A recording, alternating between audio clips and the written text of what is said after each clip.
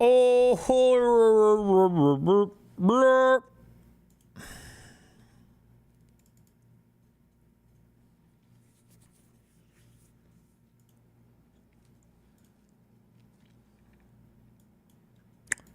how are we blurping today, guys?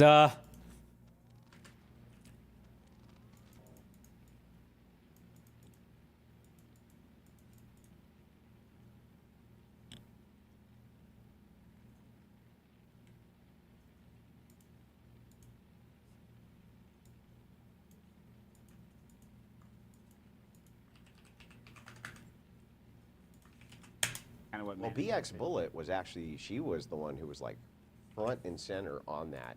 She found that channel and she had sent that over. A lot of creators like dismissed this chick because Destiny went after her once, right? Yeah. Speaking of Destiny, actually, we're about to play a Destiny clip. Actually, before we even get into this, let's just play shot number 2 because that is a good segue to Destiny. Now, Destiny is such a cuckold, and honestly, I've been trying to. Didn't you say when you were debating with her, you're like, oh, Destiny, jizz on the. Yeah, or you let other guys jizz on your wife. You let other guys jizz on your wife. I said that a lot in the debate, probably too many times. I did ad hom. I mean, I ad hommed a little bit. Oh, that's just as funny now. I like you saying that to him. That's what I'm saying. I didn't realize I was under his desk. Like, oh, I hate it. How dare you say this to me, man? Yeah. Well, let's play you finally confronting Destiny. He tried to run and hide, but luckily Jubilee, which, Jubilee, they get some flack, they do some good stuff. The fact that they let you confront him, I thought that was kudos to Jubilee. So let's play the Destiny altercation. Destiny, can you define fascism? I would say the 2 big points for fascism are ultranationalism and authoritarianism. If you have a president who doesn't want to get involved in foreign affairs as far as wars go, and has some type of policies which benefit the United States over all of the nations, is he fascist? No. Well, I'm still confused as to what makes Trump a That's fascist. because I had 2 parts of that, and you missed the authoritarian one. Yeah, What you described there before, which is like protection. When you said authoritarian, what is he doing, which is accumulating all power to himself? Donald Trump thinks that he should be able to unilaterally make decisions up and down all of the different departments and offices that exist in the executive branch. Presidents use executive orders all the time. Let me ask you a question. Is the President of the United States control of the entire military apparatus? Yes. Yeah. Is that fascist? No. So they have unilateral, basically almost unilateral control by your own metrics. That's not accumulating enough powers. How could you have a show that's doing commentary on highly spliced together edited footage? What's the point? Centralized control to one person. It's the fact that he tried to slay some electors. Destiny, you kind of had him tongue-tied over there, but is Destiny... I'm tongue-tied in an edited clip? I would say he's one of the best, if not the best, on the left. And I've always enjoyed debating with him. There was a debate we actually had scheduled. I was on Crowder the day that was going on, but that had nothing to do with Destiny. He didn't cancel. There was no issues there. I've always enjoyed debating with the guy. I thought you were on his blackball list, but now you guys off that? Yeah, well, he went, now that you got enough clout, you're back on. Yeah, that's well, he blacklisted. He did blacklist me, but I mean, to be fair, he took me off the blacklist before that, actually. But no, he didn't. No, I'm saying no, but he did. Oh, I'm saying he hasn't taken me. I'm on that blacklist. I will not debate Alex Stein, Zerker, or Nick Fuentes. You were on there too. Yeah, but he didn't. The cancellation for that had nothing to do with him. So I just want to make that clear, right? It had You're not trying to throw him. If it did, if it did, I would just say it. I'd be like, this fucking piece of shit bowed out or something like. But that had nothing to do with it. So, but in any case, yeah, I think he's a good debater. But more importantly, I think he's a good representation of his particular worldview, and that's the worldview I'm always trying to get at. So Okay. Stocky questions the legitimacy of Denham's case. Are you guys fucking with me? Wait. Are you guys?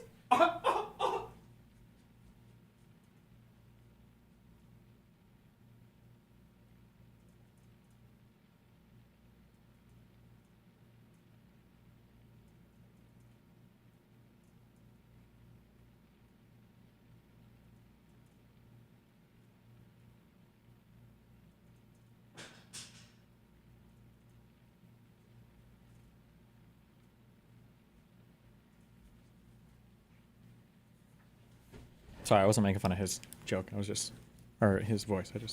I just do that sometimes. Okay. There's no way they actually have a GoFundMe, right? Wait. You should attack that loser personally, and every time he brings up the cuck stuff, just send the troops to call him a cuck. The Andrew Wilson guy? I mean, on that show, he didn't attack me personally. That was just Alex Stein, so.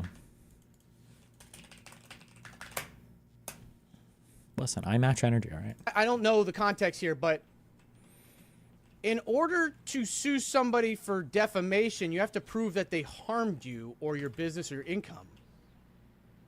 Apparently, from what I just read, she's doing better than ever since this happened. So how do you sue for defamation? How are you going to prove loss of income or loss of business from that?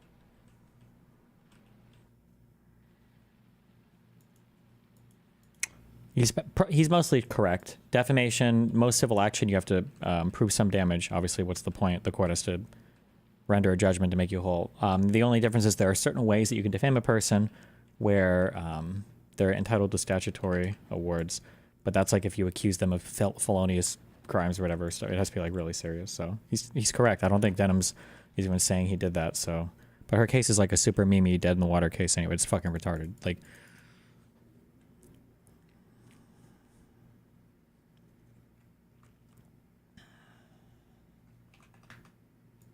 Peyton exposes Z for money laundering. Didn't we already watch this, or did he do a separate video on it? Decided not to say anything to donating to the Unfuck America tour, and not to say anything to the creators who were professionally linked to her. But no harm, no foul. It's not like any money went missing, right? Did somebody say money? I know everyone has heard by now that the creators are not getting the money they were promised, and $100,000 seemingly vanished into I don't think we've ever heard that people aren't getting paid who were promised. That's not true. thin air. But I think I know exactly where it went, right into Zico and Sanchez's pocket. These are screenshots from the Can he countersue? You can always countersue for anything. Doesn't mean you have a legitimate case, though. Can you ever prove that you would have gained even more if the person didn't defame you? I mean, debating damages is kind of what you do in court, right? You can show things like lost income. If contracts are involved, there's a thing called liquidated damages. Like if somebody agrees to pay some amount if you violate like a thing. And then there can also be other awards given, like instead of compensatory damages, which are your main damages awarded in a case, you have secondary damages, and those can include things like punitive stuff, like if a jury believes or if a judge believes you've acted with like extreme malice or something, they could theoretically punish you or whatever. She says she's suing per se, so she doesn't have to prove damages. Yes, so the two types of defamation you can do are defamation. The ordinary one would be defamation per quad, and then the second one would be defamation per se, right? There are a few elements to taking somebody to civil court for defamation. One of those is you have to be able to prove damages, but if you do defamation per se, that means that what you're saying is the other person has accused me or defamed me in such a way that there are going to be default damages awarded because it was such an egregious defamatory statement relating to certain things. So for instance, if I say, oh, that guy, oh, by the way, he raped me. Just letting you know that he raped me, by the way. And let's say I know that's just a total fucking lie. That person can sue me on defamation per se. He doesn't have to prove damages per quad. There are, I think, statutory relief that he's entitled to because of the type of defamatory statement.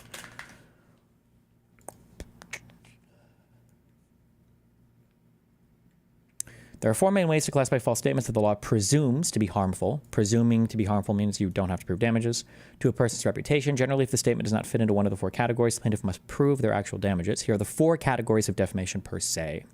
Saying that someone committed a crime or immoral conduct. Saying that someone had a contagious, infectious, or loathsome disease. Oh, so accusing somebody of having like AIDS or something. Saying someone engaged in sexual misconduct or was unchaste. That might mean like accusing somebody of like cheating on a spouse, or raping or sexually assaulting someone, and saying something harmful about someone's business, trade, or profession. My guess is going to be this has to do with like lying about how a person is conducting business or something. That would be my guess for this.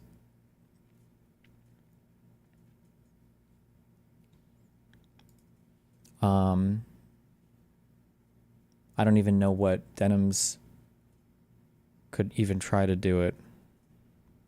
Why file a frivolous case and fraudulent getting money for a thing and not following through would be some level of fraud, no? I mean, you can sue somebody for any, reason.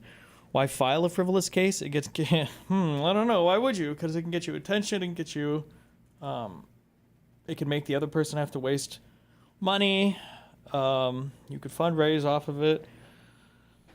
I don't know. Ask people to do that. It's a crazy world out there.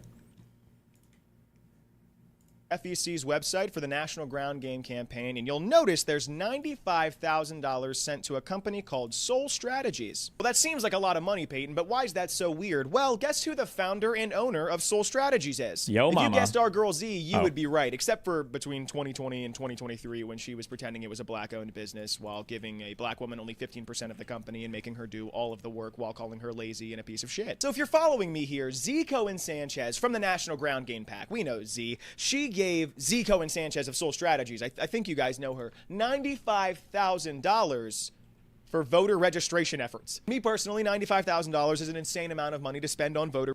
Okay, so we already watched all this. There's nothing that he says in here. And FedEx. Pisco went over the Subject. So remember, demand letters and stuff like this is just like a letter. You can say anything. There's not an actual filing yet. I think at best, if you receive a demand letter, what you've really been is put on notice. I don't know civil procedure on all this shit. I'm not a fucking law school student, whatever. But when you're put on notice for a lawsuit, I think a couple things can happen. One is that you have somebody the ability to sue you easier because you've taken steps. They've taken steps to put you on notice and make you aware of what's going on.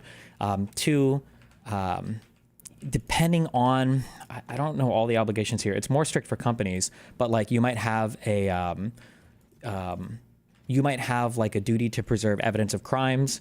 Or evidence of whatever you're being accused of. So like if I email a store and I say, hey, I demand that you guys pay my insurance company because I slipped on your floor and it's because you guys weren't cleaning up. If a manager or an owner were to get an email like that and you would go, oh shit, wipe all the fucking cameras ASAP, guys. And then let's say 2 weeks later, they get a summons. It wouldn't be a summons. They are served a complaint saying that, oh, you're being sued. And then you go, oh, sorry, we deleted all the footage, LOL. I think for a business, you could be considered, you're already put on notice when you receive the demand letter.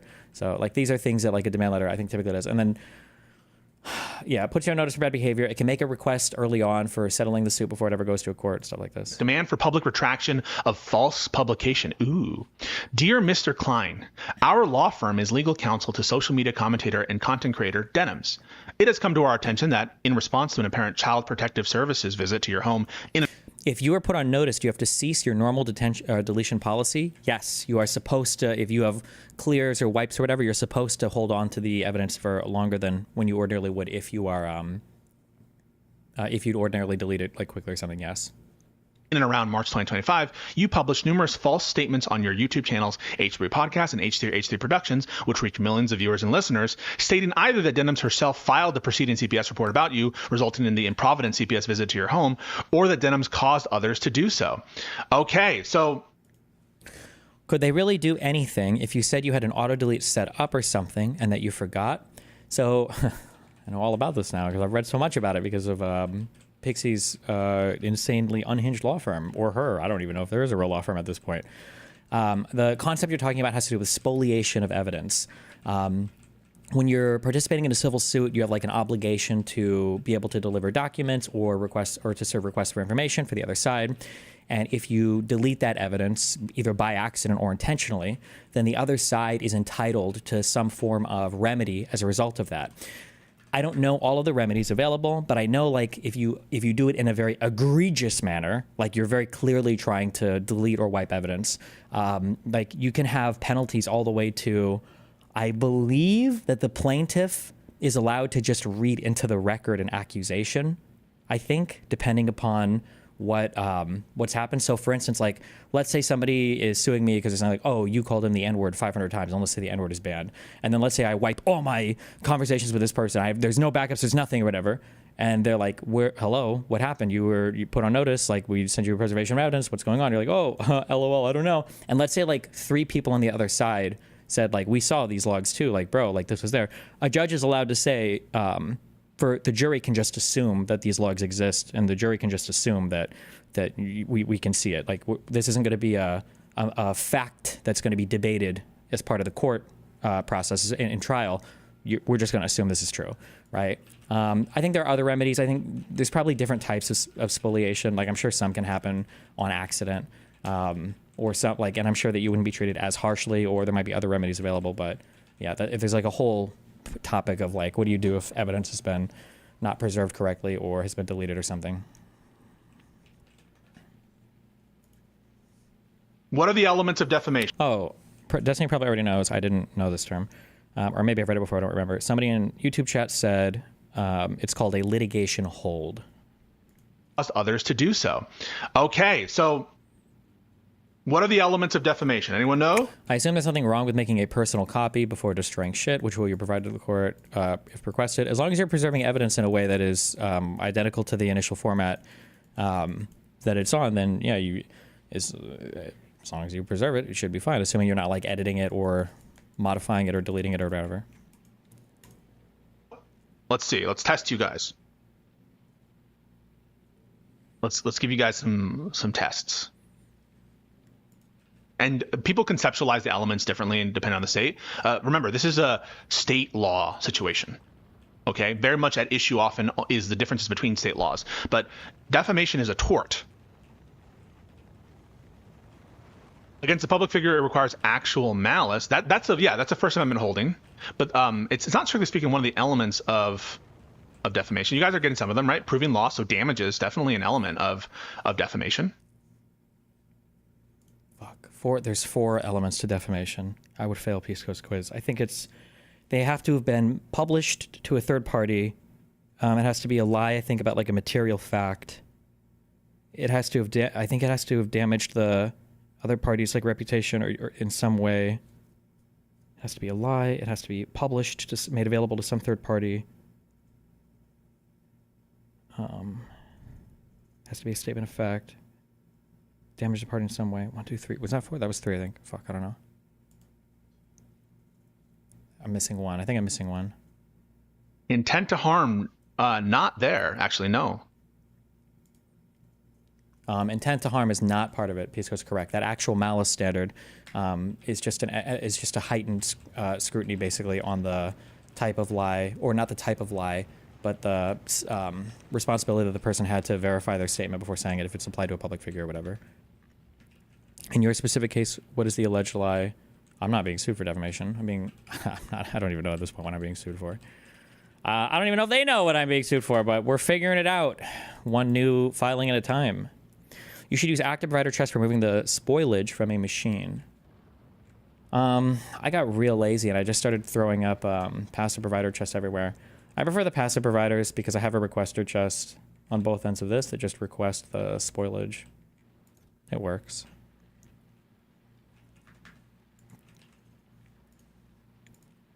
False and negligent. So let's yeah. So look at some of these are interesting. Yeah. So a lot of you are getting to the mens like the kind of, we wouldn't necessarily. I don't know if would you say mens rea for tort? Maybe. Call it mens rea in the context of a civil action. What people will often refer to in the civil context. Didn't you say using bots was unethical? No, I'm in the end game now. Okay. I'm rebuilding all 4 planets using bots. I'm done with this planet. Sometimes it stops, and I don't know. I've got like 1 flaw left somewhere on this planet that makes it pause every now and then. I don't know why. Wait. Were there any good superhero movies after Endgame? Or did they just like basically like finish the whole superhero universe?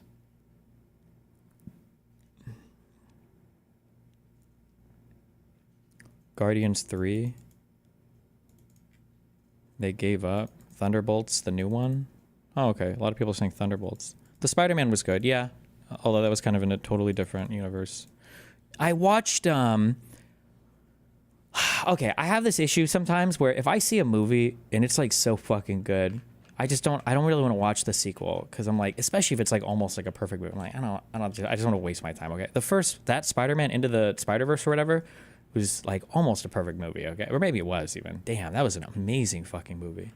And I think a couple of weeks ago, for whatever reason, we're just hanging out. It's like, oh, have you seen the second Spider-Man? It's like, no. It's like, I watched the second Spider movie. Keep in mind, I already know this movie is a fucking cliffhanger, which is already massively dinging points off it. Fuck me, dude. What an amazing movie. God damn. If you haven't seen that second Spider-Man movie, it's worth watching. Holy shit. I think it easily lives up to the first one.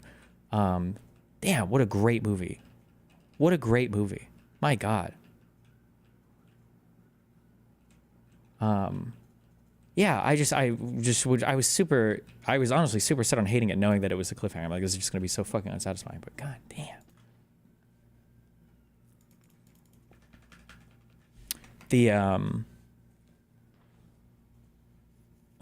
I'm gonna be honest. Oh, also, I'm so sorry, guys, but where's the meme?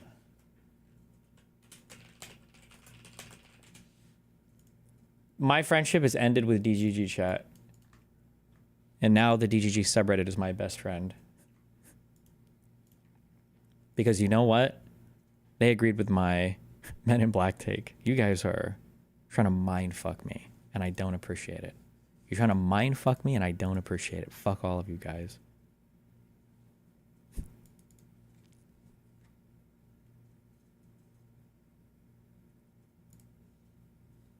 There's no excuse for such a cliffhanger. It's not a great movie just because of that. Decent at most. It was like wasn't it like a 2-hour movie? What was the runtime? Yeah, bro. No, not that. Sorry.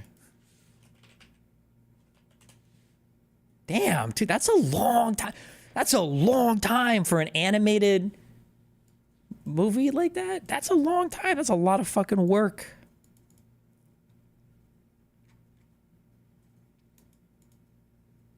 And that's why it's retarded to end on a cliffhanger? I mean, I imagine the next movie is going to be another 2 hours, no? What do you think they should be? 4-hour-long movies? What is the Men in Black take?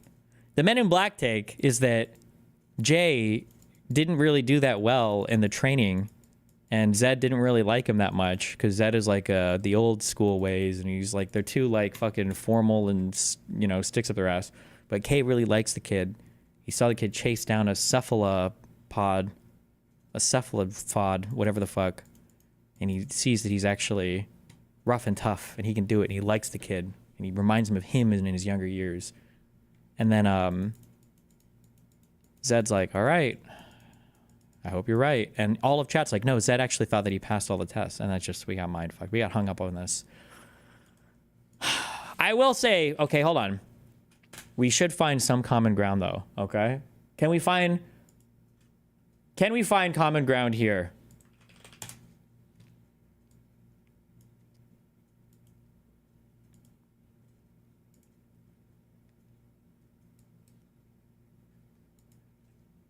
I got downvoted on my sub. About to ban a lot of people today. If you want to argue anything related to Men in Black, or what the director want, or anything, if you want to argue anything related to Men in Black, okay? For the love of God, I don't know about you, but it's a perfect example of Men in Black's mentality. Remember in Men in Black 2? No, dog, we don't. Nobody remembers Men in Black 2, because that movie, respectfully, was trash, okay? We don't talk about Men in Black 2 in this subreddit, okay? Nobody talks about that movie. Stop.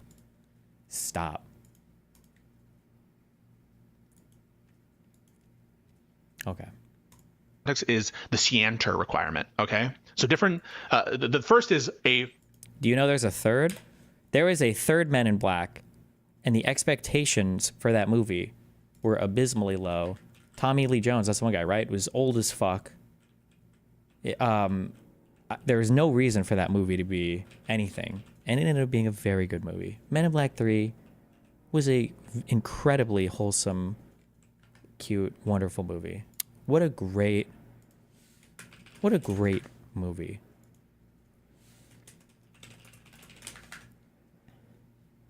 Is the scienter requirement, okay? So different, the first is a false statement, right? A statement.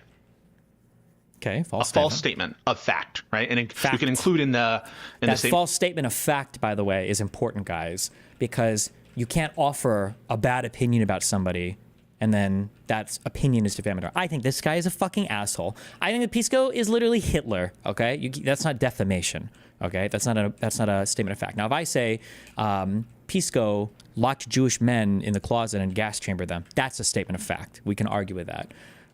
When you get something like Denham's endorsed the Child Protective Service call or whatever, that feels more like an opinion to me than a statement of fact. There's a lot of ways that you can endorse something, you know, but Statement portion of fact. It can't be an opinion, right? yes. Now, the distinction between opinion and fact, that sometimes is a very fuzzy line. Can be. But some things are more amenable to be, statements of fact than others, than opinions. Saying, for example, I think Ethan Klein is a bad person, different than like saying, I think Ethan Klein did this specific bad thing. Yes. So definitely a false statement of fact could be considered one element. And again, different states might construe them as different numbered elements, right? Publication, right? So here we see in the first sentence here, it says you publish numerous false statements. So it requires publication. That typically is accomplished sometimes even just by sharing it to one other person. Publication, and everybody remember all the Redditor arguments. When I say Redditor, I really mean Kiwi Farms arguments or other Discord server arguments. Publication is going to mean different things in different forums. It just depends on the law you're talking about, and it really just depends on what you're talking about. For some things, like publication can mean like you have to publish something onto some like website and make it available for widespread dissemination. When it comes to defamation, I believe that publication means just making this available, I believe, to any third party, a singular third party. So you can literally just tell a third party and you've hit the requirement, I believe, for the element for defamation, I think. So different standards depending upon which civil stuff, what tort you're talking about. So it's not a very, it doesn't have a lot of teeth, this publication element. It's not like some of these other, where publication requires like some kind of mass dispersal. Oftentimes for defamation, publishing can be something more narrow. Again, different states, your mileage may vary. I actually don't know which state this is proceeding. Maybe my guess is it'll be like California or wherever Ethan is or wherever Denims is. So that could be considered a second element, right? You publish. Stop, don't stun lock me with stupid statements. Stop, we're not talking about Men in Black anymore, okay? Men in Black 3 does call into question why Kay was gunning so hard for Will Smith to be an agent, though. Maybe it wasn't because of his work ethic and thinking, but because he felt guilty about his dad dying. I don't think it would be about feeling guilty about his dad dying. I think it was because he would have felt an obligation to his father to watch over and protect his son. And then, obviously, his father was a really good man, and a good man will probably turn out another good man. And so his son ended up growing up to be a capable NYPD officer who was also a good man. Like, these things are more wholesome than, like, he felt guilty. And he felt guilty about his dad or whatever. So, stop. Okay. No more Men in Black.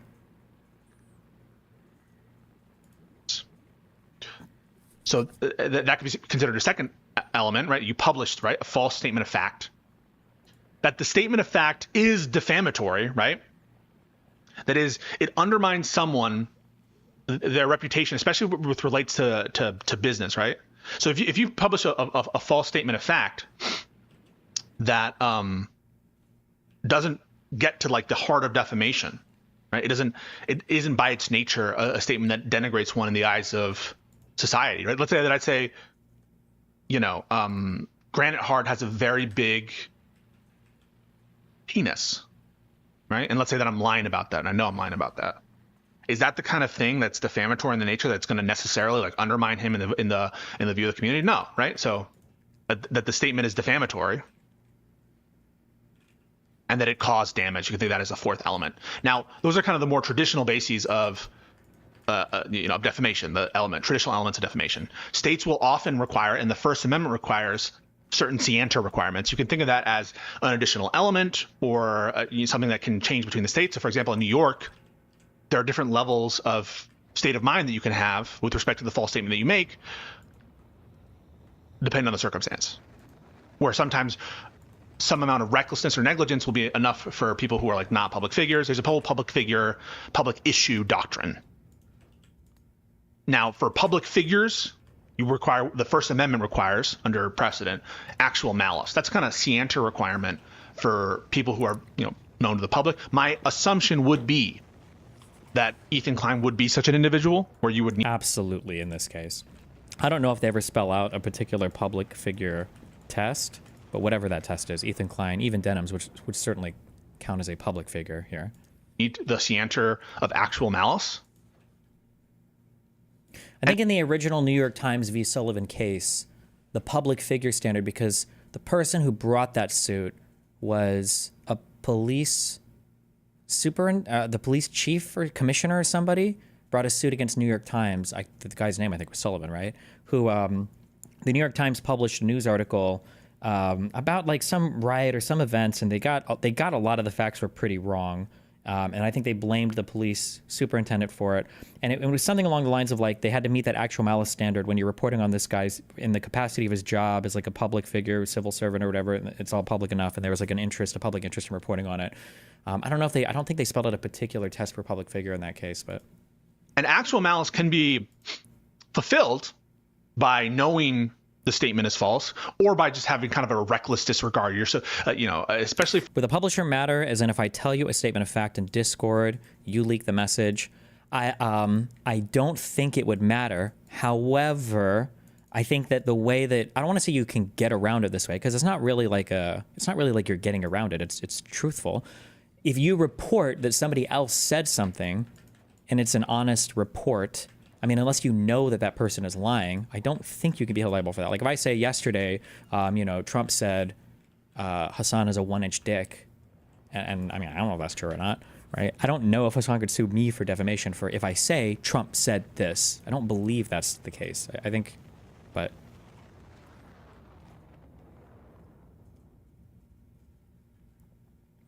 You haven't really spoken in length about what it is like for your orbiter/friends to turn on you without the evidence provided. Can you expand on this, how you feel? In my life, the way that I view friendships and everything is probably just because I'm a dismissive, avoidant baby type. I always feel like that in the streamer world, all things are temporary, and anything can, any amount of public pressure will turn people eventually. That's just the way that it goes, baby. Think about this in the context of journalism, a newspaper that does no follow-up, right? No internal review on the statements of fact, no editing process, just let someone do it, produce a statement, and they're just like not even checking on it, not even double checking, not even having any kind of editorial review process. It's process oriented. What is the process by which you checked, you verified, you did stuff, right? So the more, even if you assume that the statement is false, if you were able to have some kind of checks, well, I relied on this, and that was reasonable to do in the circumstances, and so I as a publisher of this statement, I'm not bearing that same recklessness, that conscious disregard of an unjustifiable risk as relates to the statement in question. So that's the kind of scienter requirements in addition to the 4 elements that I laid. He says this word scienter. What does that mean? Like prerequisites or whatever? Can somebody explain that? Out. That it be a false statement of fact, that it be published, right? That it be defamatory, that it cause. Are some people still your friends but just don't want the heat of association right now? Maybe arguably, but I mean, I probably won't. That doesn't make much of a difference to me. I think I've said this in the past, I've joked about it, but I'll probably hold the standard, I think, going forward is like, the worst types of things when you're like a celebrity or whatever, the worst types of messages you get are when people message you like, bro, I see what's up, man, and I support you, but I can't say anything about it publicly. It's like, well, okay, whatever. So fuck that noise, all right? Scienter means intent of wrongdoing. Gotcha, okay. That it be a false statement of fact. Do you have private non-internet type friends? Yes, over the past like year and a half, I've like my private non-internet life has expanded a bit, which has been helpful. So, in addition to the 4 elements that I laid out, that it be a false statement of fact, that it be published, right? That it be defamatory, that it cause damages, and then depending on which category you want to put this into, some level of scienter.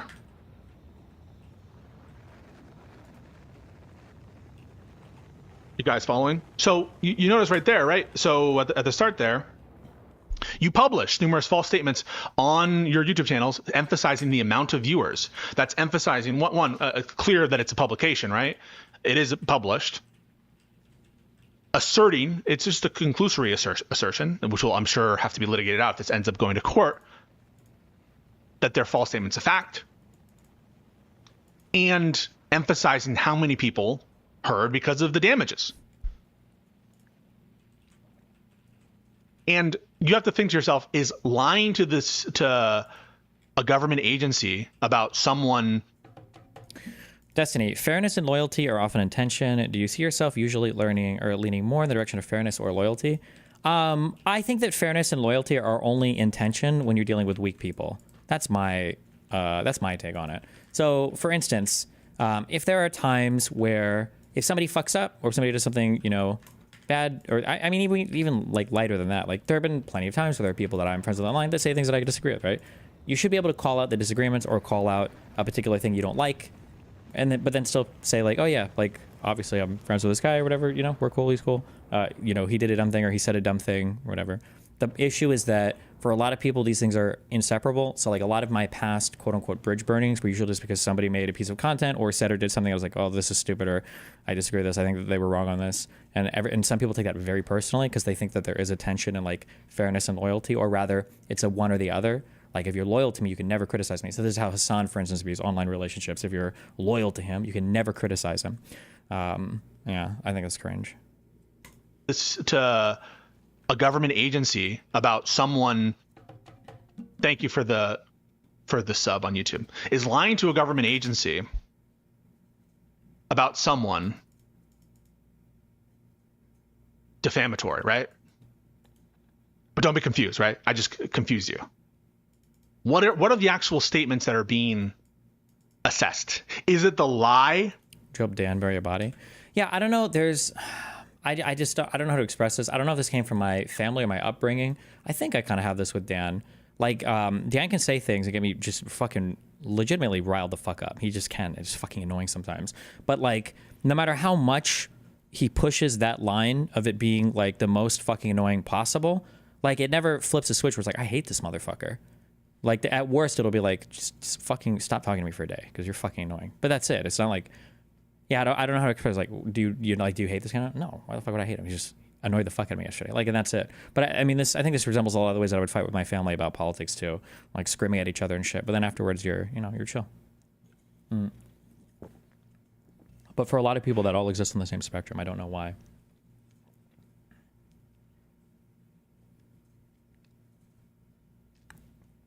What are the actual statements that are being assessed? Is it the lie to the public office? No, it's not, right? Assuming there was a lie to public office, oftentimes those are shielded. Fuck, stop. We're getting so sidetracked. Another example, your friend does something illegal. Do you report it? Fairness equals yes. Assuming you would report strangers doing illegal things, loyalty equals no. I think it really depends on the illegal thing. I think you'd have to start bucketing different types of behavior.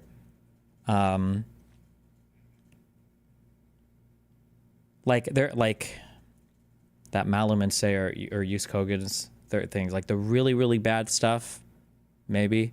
Like, so for when you're talking about like murder or like rape, the real one, or like some crazy theft or whatever, you probably should report it or make sure the person's doing something significant to like make it right.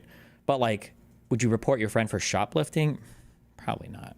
I feel like I would have to figure out. I'm sure there's some principle there that I'm intuiting, but I don't know. I'd have to think about it for a little bit.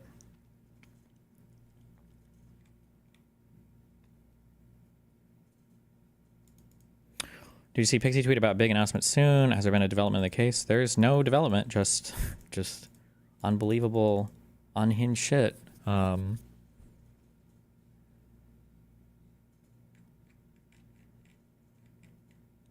me 30 days, and I'll know what I can say, I think. It might get, I don't know. I'm not here to speculate on what she does with her shit. To the public office? No, it's not, right? Assuming there was a lie to public office, oftentimes those are shielded from defamation. There are like rules that limit, can you make a defamation claim over someone filing a police report or filing with the CPS? For public policy reasons, you want to be able to encourage people to speak out. And the way to disincentivize false reports is to like criminalize them or have some other process to channel that concern. But we're not actually talking about the alleged fake report to CPS. What we're talking about is what Ethan said about someone else being involved with that. So what you said about her involvement in a false CPS campaign or a based or true CPS report, right?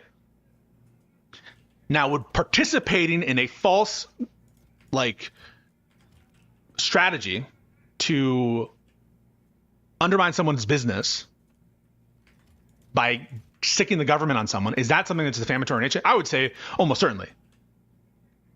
I would think that's just my intuition. I don't know what the case law says on that, but if true, right? If true, that seems to be something that like would definitely, like, if I didn't do that, if I didn't participate in this false scheme to sick CPS in a bad faith manner on someone, that would cut to the core of like my professional reputation.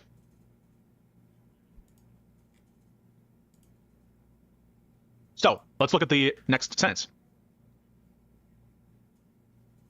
Stating either that Denims herself filed the preceding CPS report about you, so that's one method, right? Is that she actually filed the CPS report.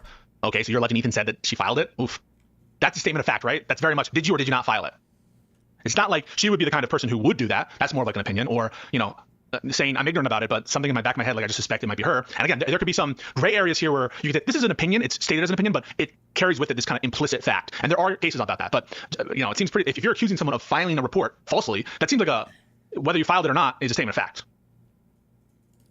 Pisco needs to be careful, though, because this is an opinion that's offered in the demand letter, not a direct quotation from Ethan. That's their opinion, is that that's what this is implying. Resulting in Providence CPS visit to your home, or that Denims caused others to do so. Now, when you say cause others to do so, that'll be interesting how that'll be phrased in Ethan's statement. And maybe we'll take a look at this. I've also queued up a video from Denims. I don't know if we'll watch it. You know, maybe not, but we'll see. Among other things that you stated, that is Ethan, Denims is participating in this CPS lie. That seems to be pretty. This is like an opinion. Like, this is not an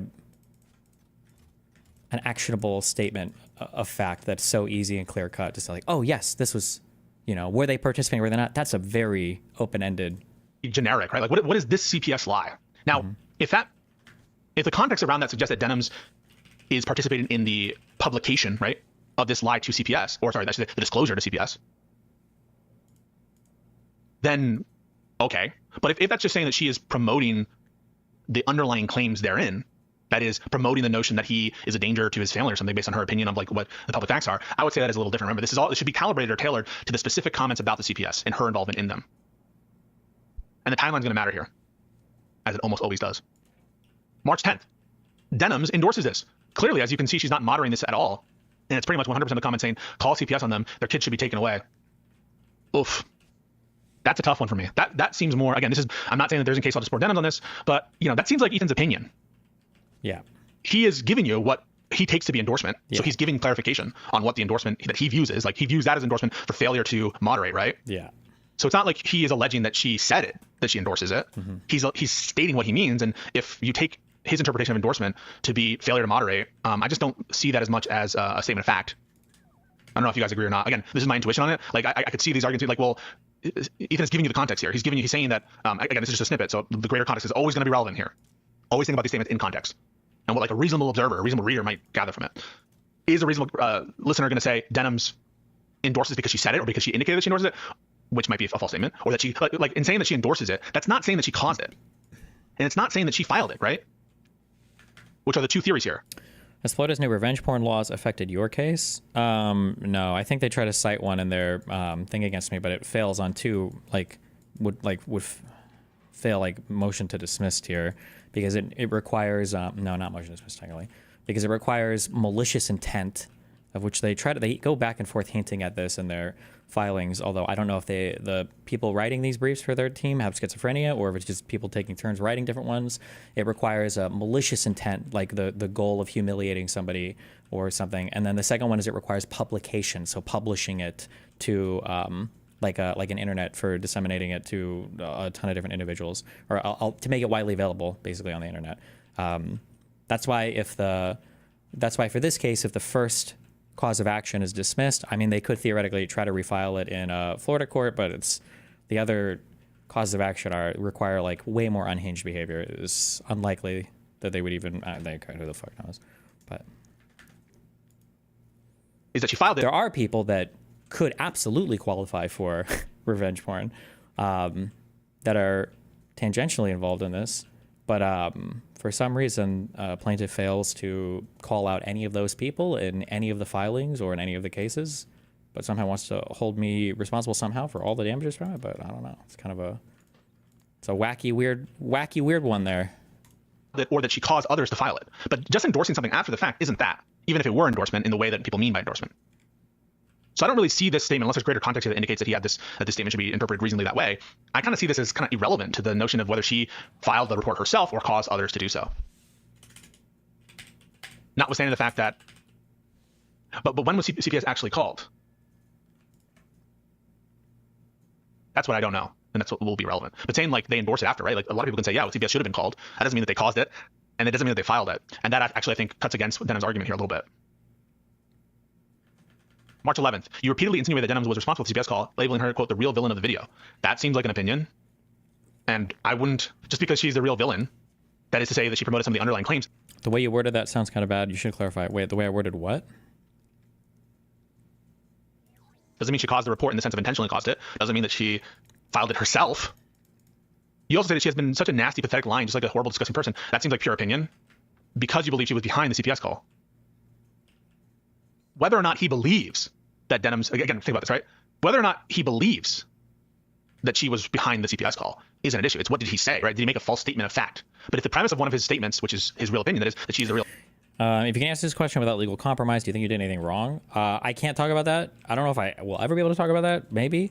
There are like statements that I could make revolving around things that have happened like that. But the problem is, obviously, if I'm the subject of a civil lawsuit where the other side is trying to retire because they have no future, I guess otherwise, in this industry, I'm not going to make any statements like that. That it's just, it would be stupid of me to comment on things that are central to the civil causes of action that are brought up in an ongoing case. Does that make sense? Jesus. Okay.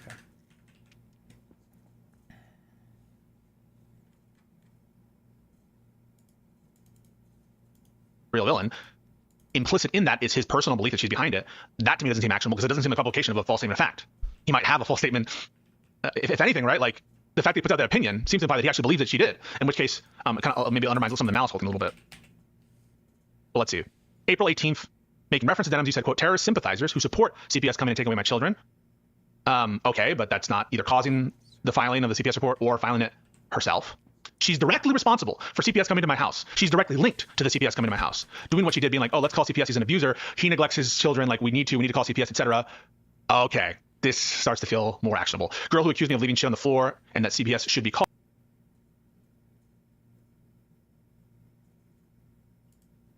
She did. Oh, I didn't see the second page.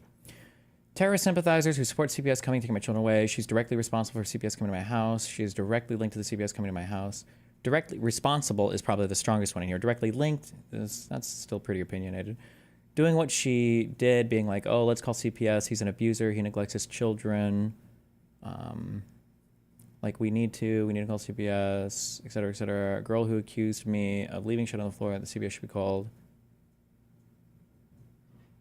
Oh, so this is a statement of fact. He said that she accused him of leaving shit on the floor and that CPS should be called. She did CPS, remember that. Talking about your friends, probably getting CPS coming to your house. I don't know. This might be the strongest part in here. There's no shot, though, that... I don't know, I guess. You made it sound like you were the one who qualifies for being sued for the Florida charge. No, it would be the person who intentionally, like with tons of malice, published it online. And I think you could make a strong argument for at least one of the hosts because the owner of the website was aware that it was obviously revenge porn material that was leaked and that it was hosted, and he also publicized it a bit on their Twitter account. I think these are two parties that you have very strong arguments for a lot of other tort, some of which I'm named for. But the plaintiff in my case, for some reason, failed to mention either of those two parties, which is beyond stupid, but whatever. This is one of the quotes I found, directly responsible. If this is the example, then it's clearly out of context.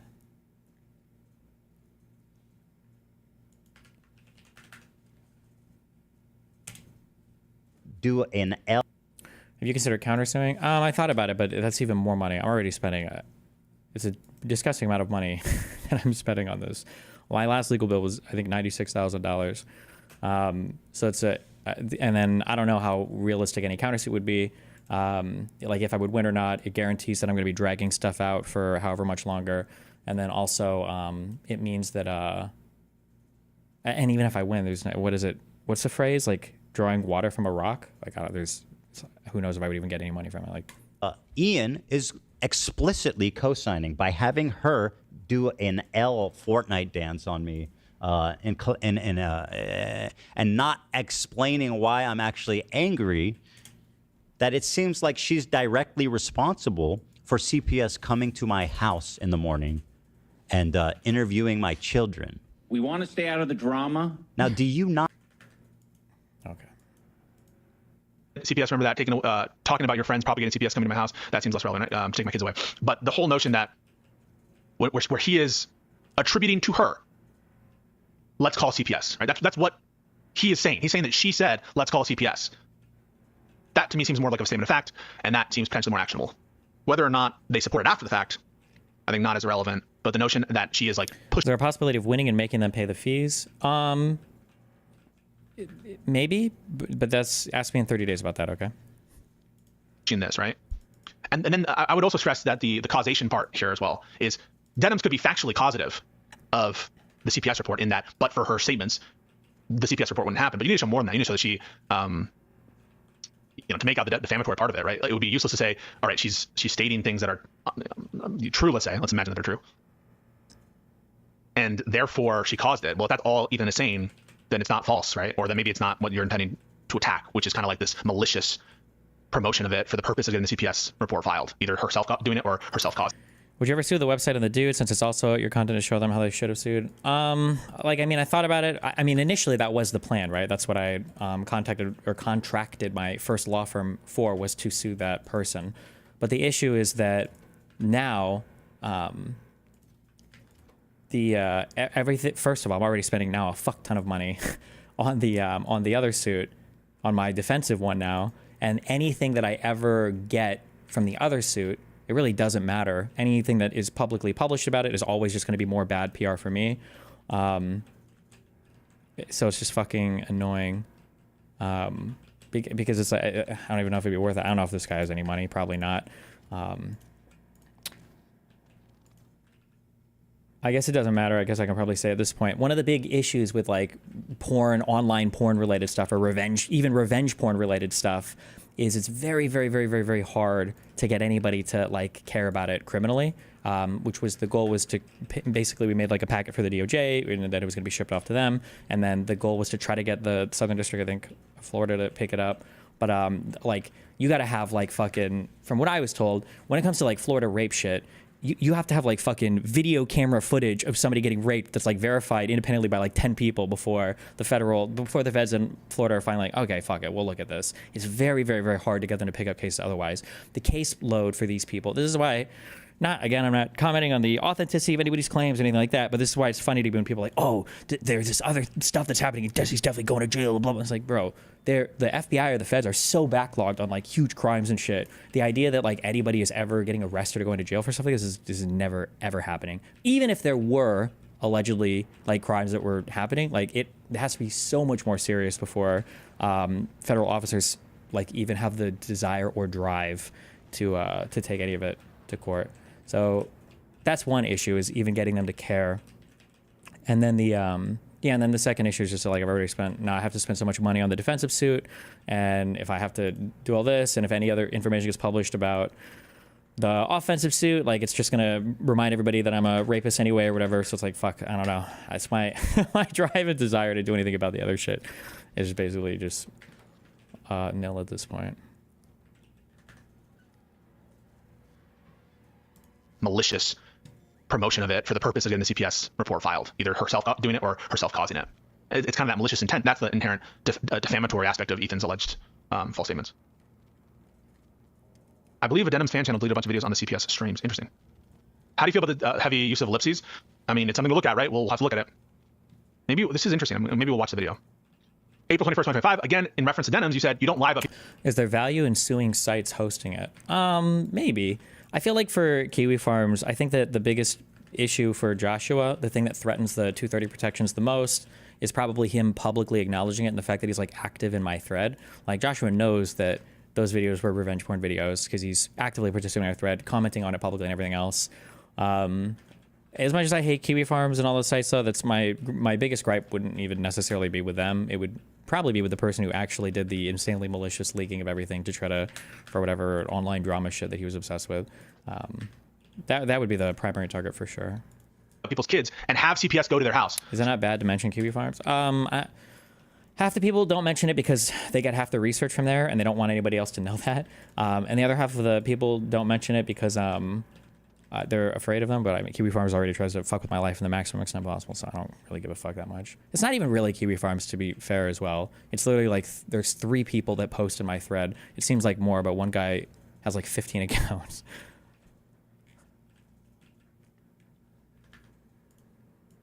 April 21st, 2025, again, in reference to denims, you said you don't lie about people's kids and have CPS go to their house.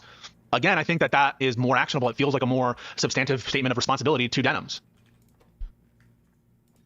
Having CPS go to their house, are we meant to interpret that? It's kind of like, remember when Ethan was complaining about what Hassan said vis-a-vis working collaboratively with the ADL or something? Kiwi users are genuinely unhinged losers. Maybe. There's different buckets of people that use Kiwi Farms, though, right? There are some people that are genuinely hyper obsessed fucking lunatics, but there's also there's a lot of people on Kiwi Farms that just casually post shit or they see shit or whatever. There's a lot of different types. There's a lot of different types of people that use Kiwi Farms. Some are genuinely unhinged, schizo, crazy people. Other people are more akin to 4chan posters or Redditors or whatever. It really just depends.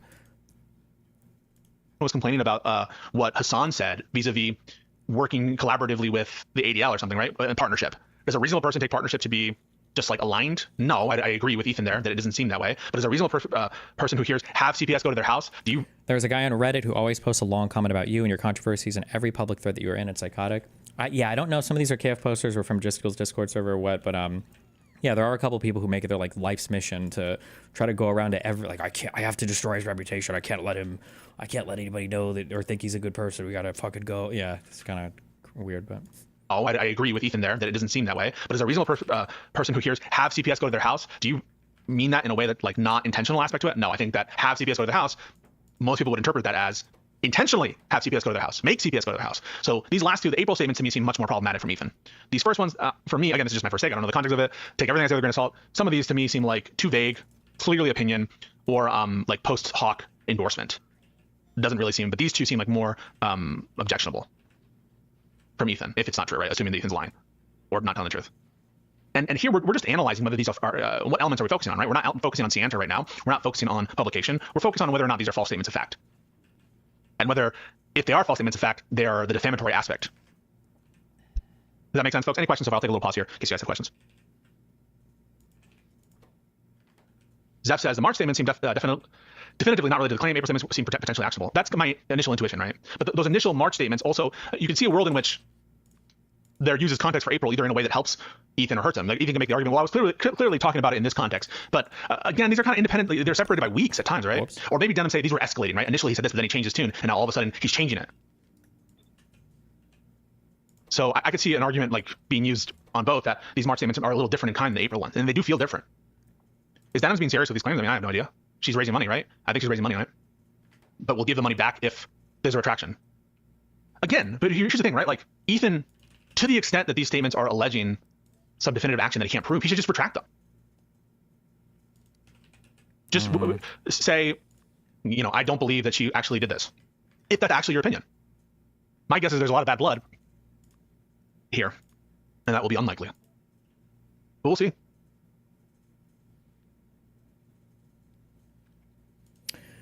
Are you intending / are able to sue anyone for slander given how you're labeled despite there being no conviction? No, because I'm a public figure and you're entitled to have whatever opinion you want.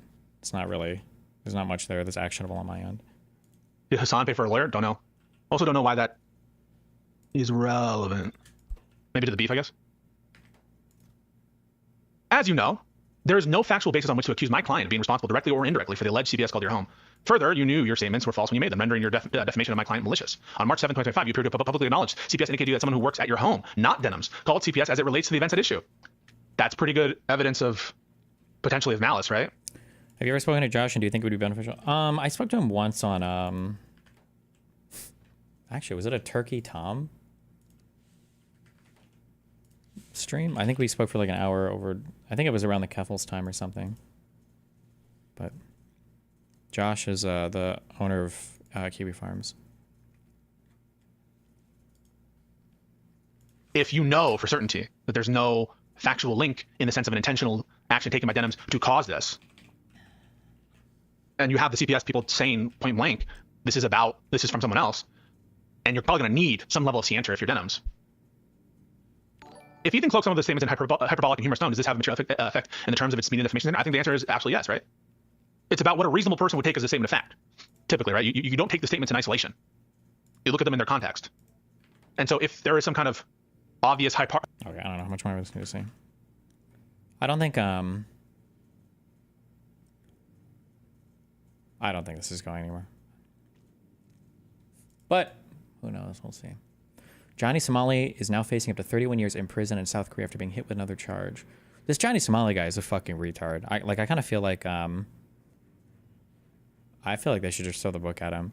It's pretty crazy that you would be in another country, probably openly breaking laws, and then when you're getting charged with breaking the law, you're like acting with such flagrant disrespect for the system and everything else. Like, Jesus.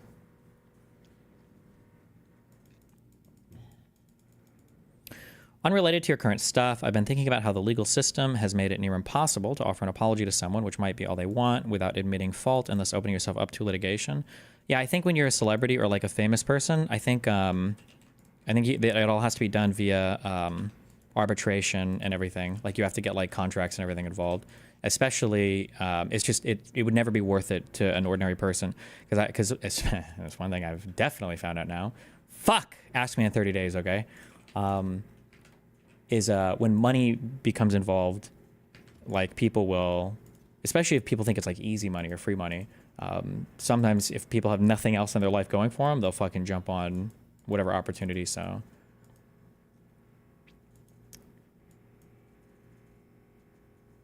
the Johnny Somali stuff is crazy. I don't even know how much about this that I've read is like real or not. Like, was he actually showing up in court like late and stuff? Like, was that real? Because Jesus Christ.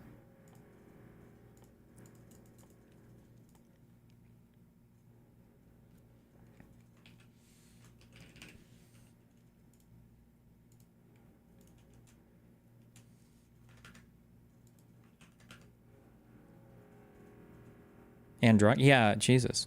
I feel like even now you constantly get insulted for being bisexual. It legit triggers me as someone who believes in ethical usage of the F slur. I did not know how fucking homophobic people are. When plaintiff says you are gaslighting about being a victim, is she just ignoring the homophobia or what? They're just trying. The problem is that they know that their case is bullshit, and they're desperately trying to hang on by engaging in, I'll just say illegal action right now. Ask me in 30 days. But if they do end up having to have this case dismissed out of federal court and they want to refile it in a state court, they have to hold on to the malicious aspect in order to get me for like the cyber sexual harassment or whatever, right? Which means that I can't have been a victim in any part of this, and all of it was intentional from me and by me from the very start. So if I ever try to present myself as a victim anywhere, they'll always try to fight that narrative. It's like, oh no, he wasn't. He wanted this to happen, right? That's in order to keep some of the more unhinged causes of action alive, basically. Is there any chance you can watch this video and give your thoughts? I'll link it. Yes, it covers taxes and a few other economic issues. I'd like a second. Some claims seem too well. No, maybe later.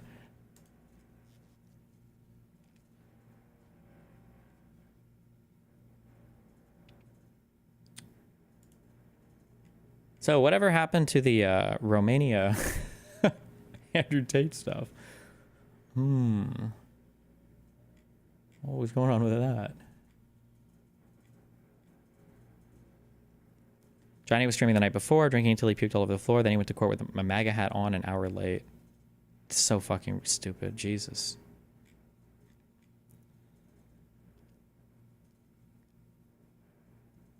Did you see the SEAL that assaulted Somali had his fine paid for by a donut operator? Yeah, I saw tweets about that.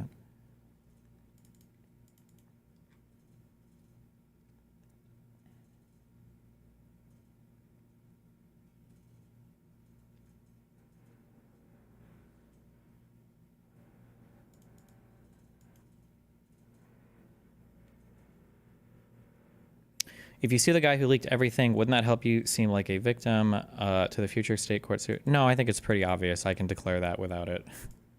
I'm considering I'm a defendant in this suit. It's not like I have to like name somebody else or whatever. And I don't think any reasonable person, no judge or whatever, is going to look at that as some kind of like fact for the jury to debate. I don't think, but.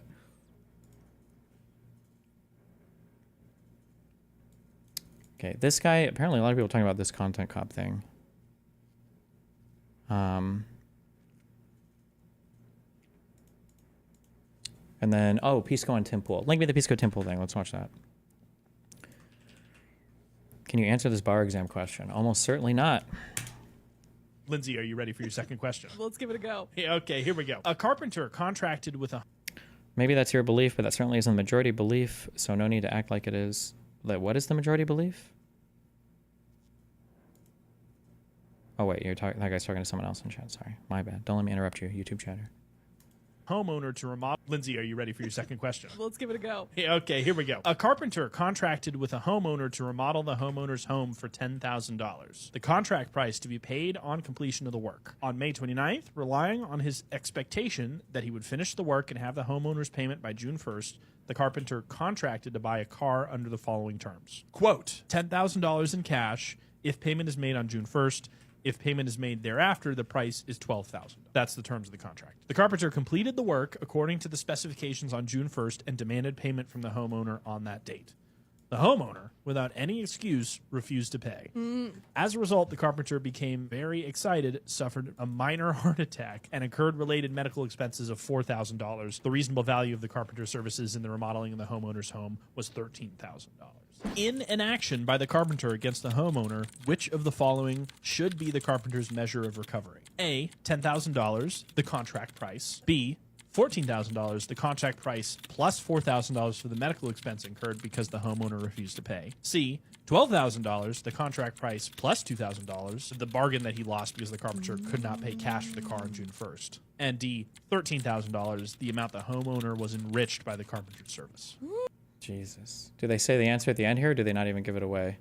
I don't think I was listening enough to the details of The this. carpenter completed Sorry, let me listen the again. work. Jesus. Lindsay, are you ready for your second question? Let's give it a go. Yeah, okay, here we go. A carpenter contracted with a homeowner to remodel the homeowner's home for $10,000. Okay. The contract price to be paid on completion of the work. On May 29th, relying on his expectation that he would finish the work and have the homeowner's payment by June 1st, Okay. the carpenter contracted to buy a car under the following terms. Quote, $10,000 in cash Okay. if payment is made on June 1st. Okay. If payment is made thereafter, the price is $12,000. That's Okay. the terms of the contract. All The right. carpenter completed the work according to the specifications on June 1st and demanded payment from the homeowner on that date.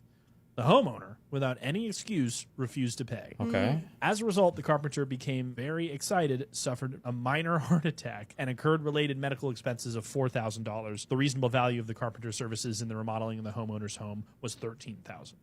In an action by the incurred related medical expenses of $4,000. The reasonable value of the carpenter's services in the remodeling of the homeowner's home was $13,000. What is reasonable value here? Wait, so why did he charge $10,000, but the reasonable value was Thereafter, the $13,000? price is $12,000 under the following terms. Quote, $10,000 in cash if payment is made on June 1st. If payment is made thereafter, the price is $12,000. That's the terms of the contract. The carpenter completed the work according to the specifications on June 1st and demanded payment from the homeowner on that date. The $10K was the contractor buying a car. homeowner's payment by on his expectation to be paid on completion of the work. With a homeowner to remodel... Sorry, hold on. Let's give it a go. Yeah, okay, here we go. A carpenter contracted with a homeowner to remodel the homeowner's home for $10,000. Okay, $10,000 to do work on the home. Okay. Contract price to be paid on completion of the work. On May 29th, relying on his expectation that he would finish the work and have the homeowner's payment by June 1st, the carpenter contracted to buy a car under the following terms. Quote, $10,000 in cash if payment is made on June 1st.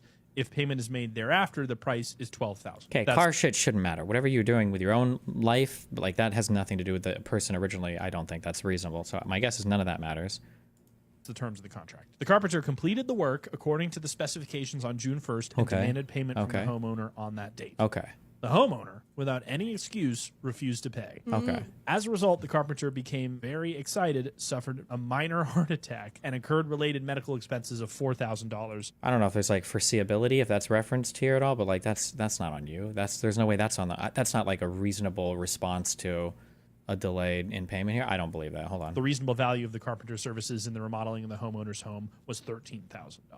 In an action by the carpenter against the homeowner, which of the following should be the carpenter's measure of recovery? A, $10,000, the contract price. B, $14,000, the contract price plus $4,000 for the medical expense incurred because the homeowner refused to pay. C, $12,000, the contract price plus $2,000, the bargain that he lost because the carpenter could not pay cash for the car on June 1st. And D, $13,000, the amount the homeowner was enriched by the carpenter's service.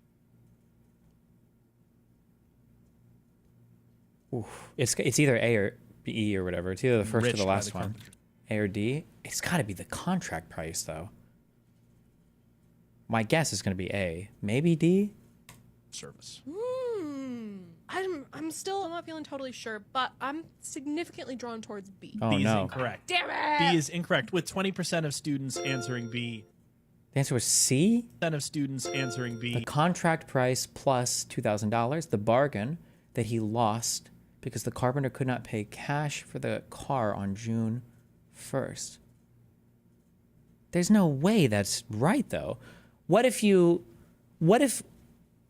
made a what if the carpenter said he was going to buy a car for $10,000 on June 1st with cash, but if it was any later, then he'd pay $1 million for the car? Does that mean he would be able to sue the homeowner for $1 million plus $10,000? There's no way, right?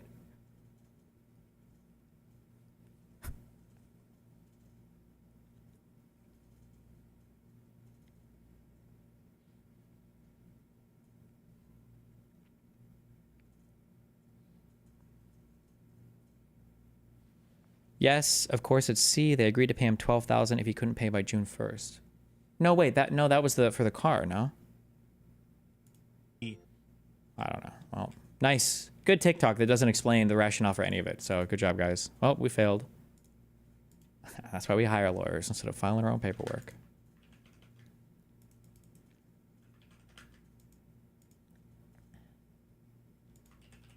Wait, what? Wait, did anybody link the Pisco thing? Link it!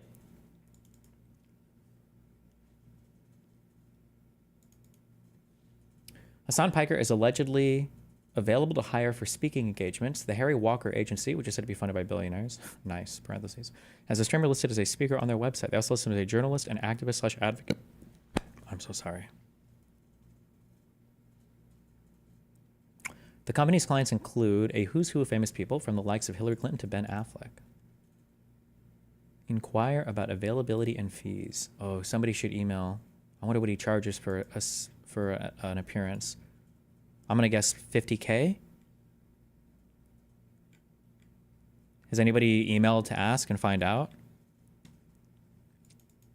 It's a law concept called detrimental reliance.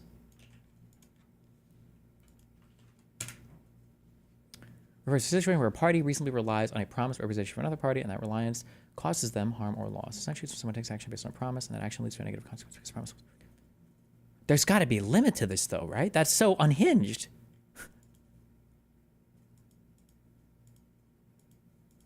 It has to be within like some set. It's got it. Otherwise, right? Couldn't that be so unhinged? Like, imagine I say, like, "Hey, bro, I just want you to fill out this contract." It's like, "What's up? I'm lending you $20. You better pay me $20 back by June 1st." You're like, "Okay." And then let's say I go to somebody else, like, "Hey, I want to buy some shit, and I'm going to buy it for $20, but if I don't buy it now, then you can charge me $20 million for it." And my friend doesn't pay me back. Can I really sue him for $20 million in damages? There's no way. That can't. There has to be some limit on detrimental reliance limits.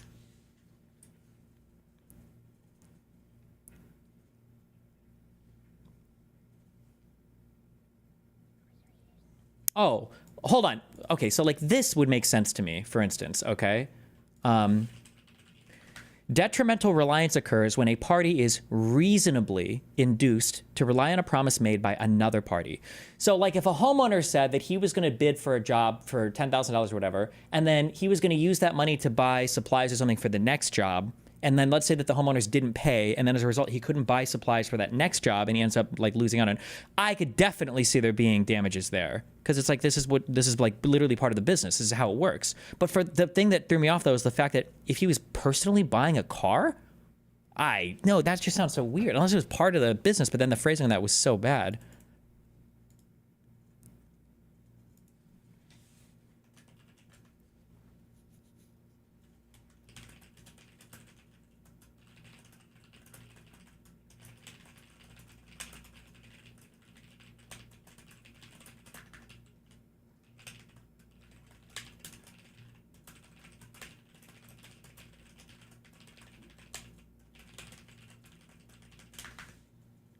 But, okay.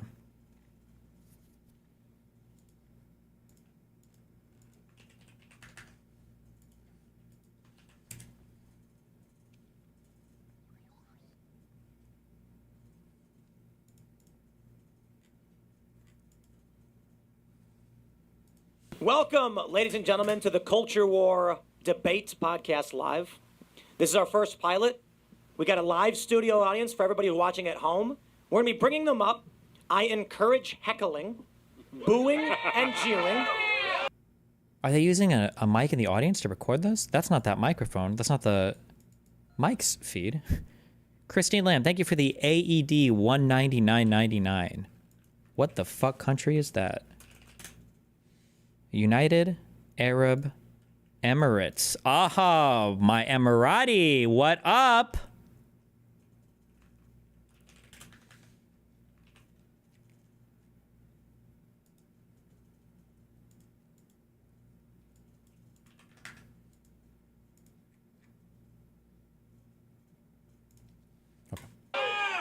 Which is probably bad news for our friend Pisco. Yeah. But it's going to be fun.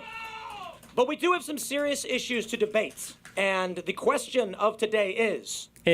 Was the deportation of Kilmar Abrego Garcia just or unjust?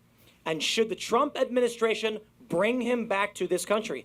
And with that being said, I would like to throw it first to the gentleman to my right. Would you like to introduce yourself? Yeah, sure. So I'm Pisco. I'm a lawyer. I argue on, the internet from a left-wing perspective, and I think it's obvious that it was unjust. It was illegal, all right? One of the big problems that conservatives cite with immigration is the fact that it's illegal in the first place, okay? So if you have a problem with illegal immigration on the basis of its illegality, surely you should have a problem with deporting people illegally. Wrong, dipshit, because two wrongs do make a right. Oh, crucial mistake.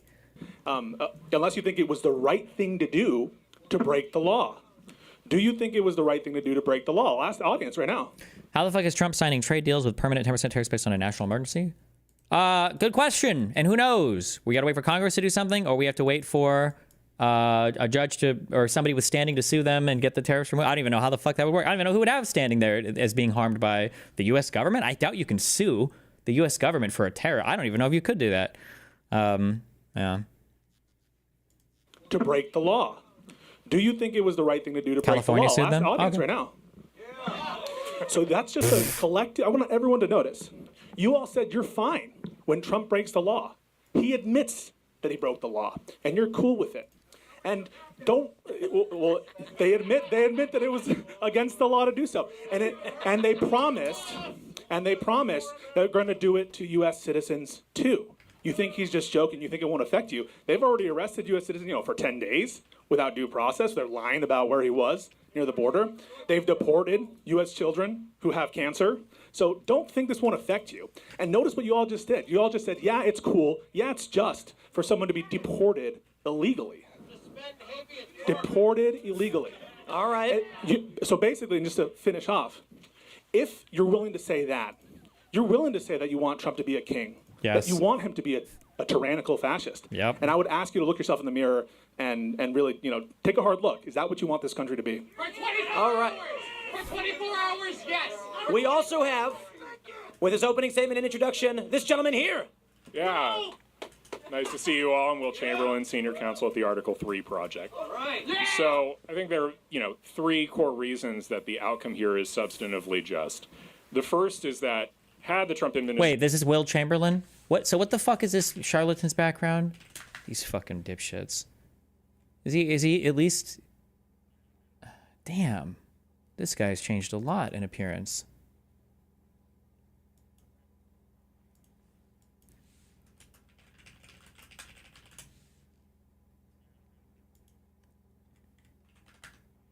Yes.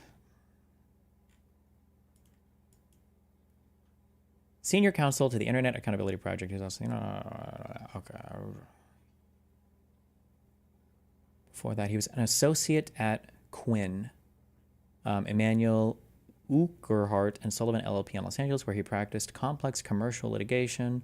Graduated from the University of the Pacific in 2010. Are these real school? University of the Pacific? Damn. Okay, never. Not that that means anything. It might be a really good law school. I've never heard of that before. University of the Pacific in 2010 with a BA in Econ and received his JD from Georgetown University Law Center. Georgetown is considered a good law school, right? Yes. Okay, quite good. I don't want to dox him, but Pisco's is quite a bit better. But still good. That's still a good law school.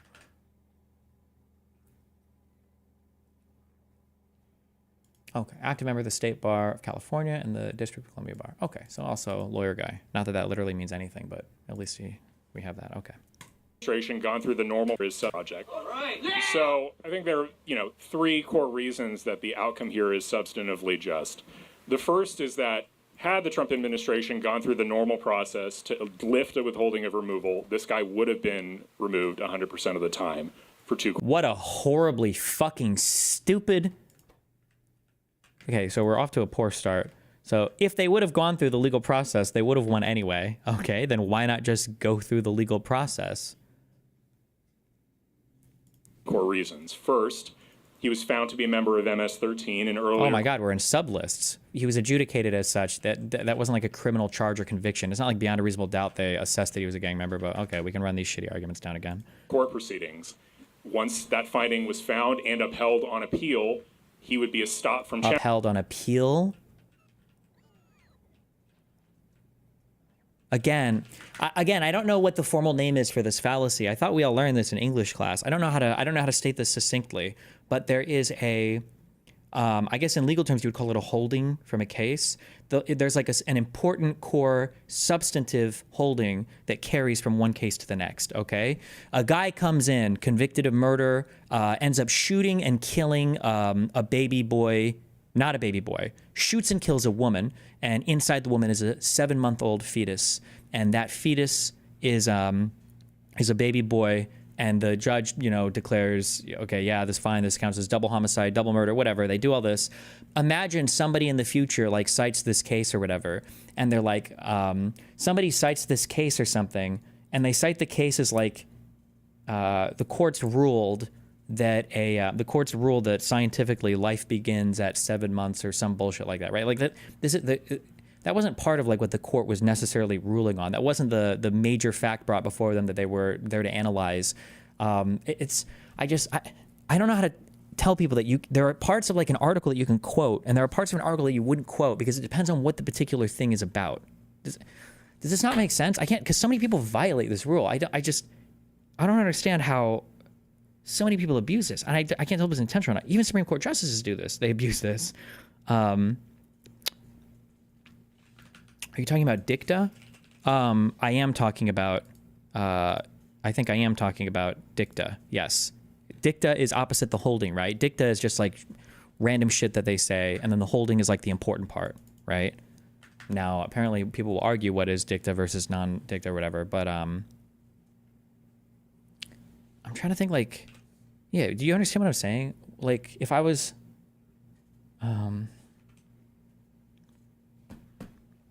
Nature, article, fetus.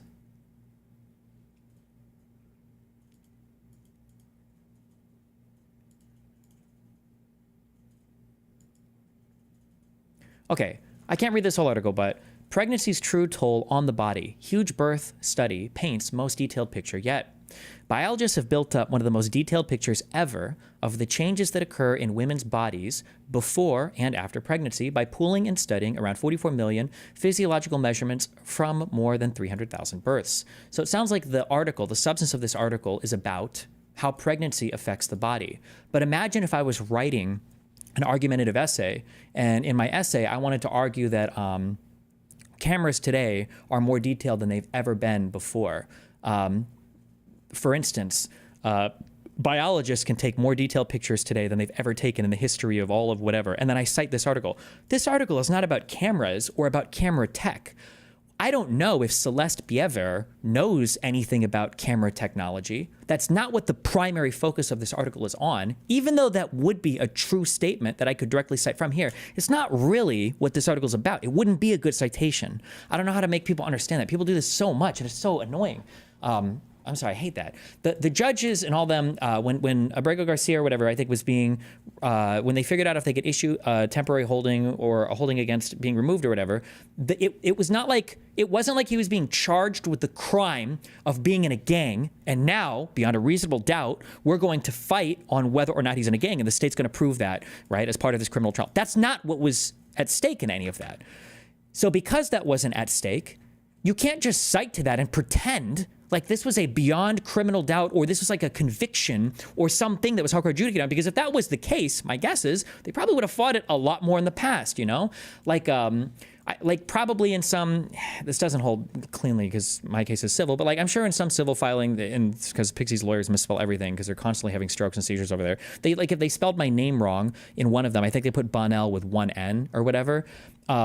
If somebody in the future goes to write like some kind of receipt for some arms dealer and the last name is Bonnell, and then somebody, you know, cites my case with Pixie in the future and they're like, well, Stephen Bonnell, we know that he goes by two names. He goes by Bonnell and Bonnell. And we can tell that because it was ruled that way. And when it's like, excuse me, no, it wasn't. That was a minor part of the filing. If I would have known, if that would have been the primary holding, if that would have been like the substantive issue, then we would have gone way more into that. I don't know how many, I need to think of a snappier way to make this, I hope you guys understand me.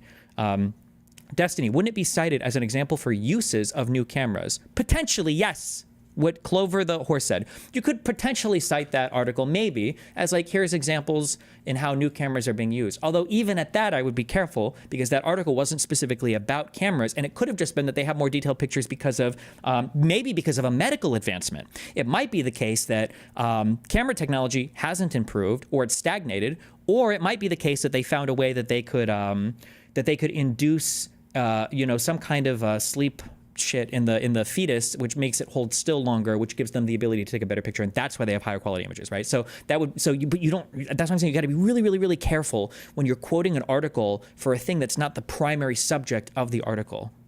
Somebody keeps saying it's called the fallacy of incomplete evidence, aka cherry picking. I don't like to call it cherry picking because it's more insidious than that. It's different. It's not just cherry picking. It's quoting something that's entirely true, but you don't really, it's not really what the thing is about. Yeah. Once that finding was found and upheld on appeal, he would be stopped from challenging that. Like what he's saying right here, found and held on appeal. What, appealed that he was part of a gang? That wasn't the case. What the case was about? Like, now that Trump has designated the guy as MS-13 rather to be a foreign terrorist organization, he's not eligible for withholding of removal anymore, so he'd simply have lost no matter what.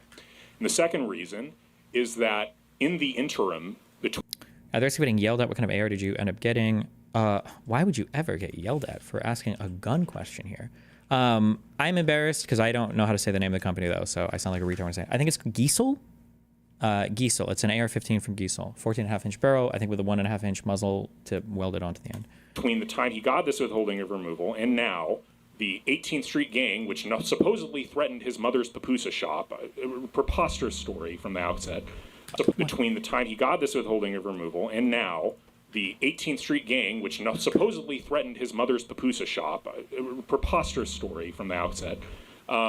That 18th Street gang is no longer effective in El Salvador, which was the basis for his supposed fear of persecution, which is why the withholding of removal was granted in the first place. So the outcome wouldn't have changed. This is what we would call, to analogize, harmless error.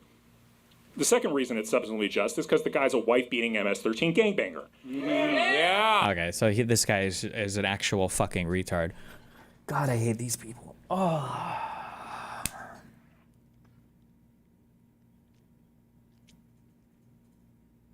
Could you explain the MS-13 finding case in short for people who aren't following? What was determined about Garcia?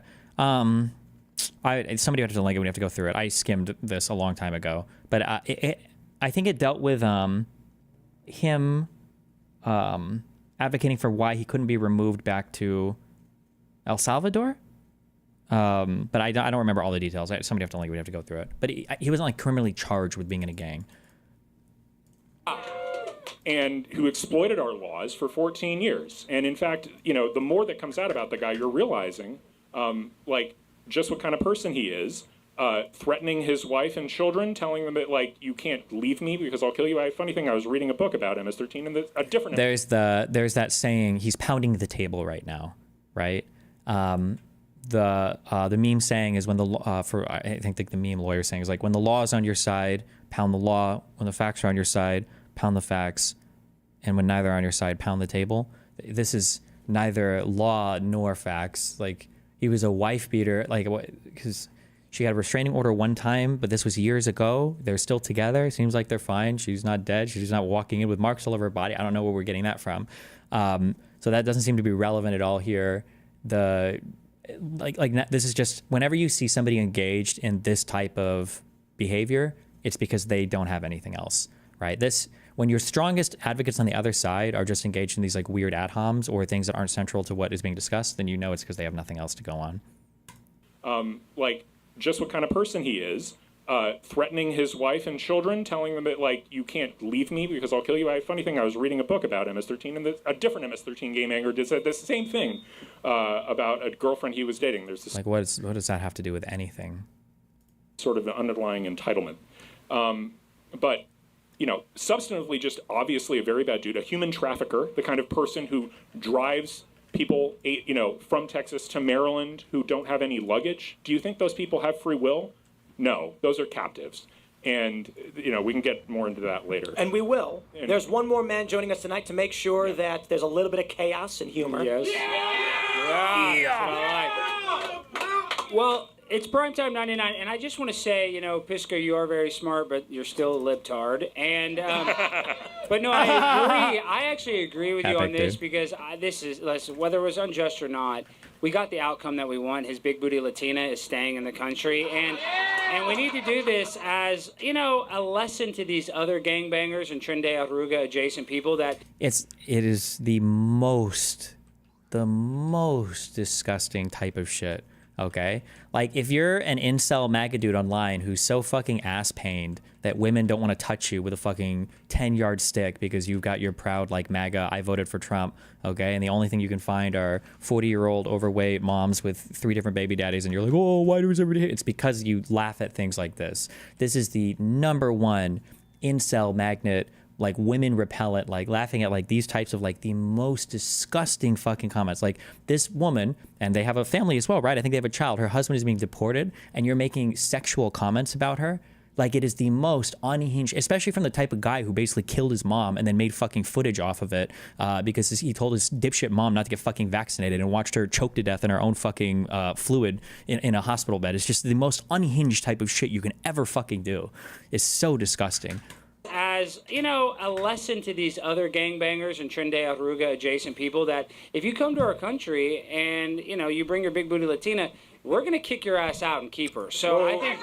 Alex, the Latina in question is a U.S. citizen. I know, but still, she's still a big booty Latina. I'm saying it doesn't matter. I mean, if the goal is to protect the U.S. citizen Latina from the predations of the MS-13 gangbanger... I'm saying protect even illegal or legal big booty Latinas. They carry the same weight in my eyes. I guess not apparently to you. So I'm saying, yeah, she's a legal big booty Latina, but he learned his lesson. They don't get to go back to El Salvador or wherever you get kicked off to. And that's exactly why Alex is here. Yes. But we are going to be bringing up members of the audience, people who have submitted who want to join this debate, and give you guys a chance to have your thoughts heard on this matter.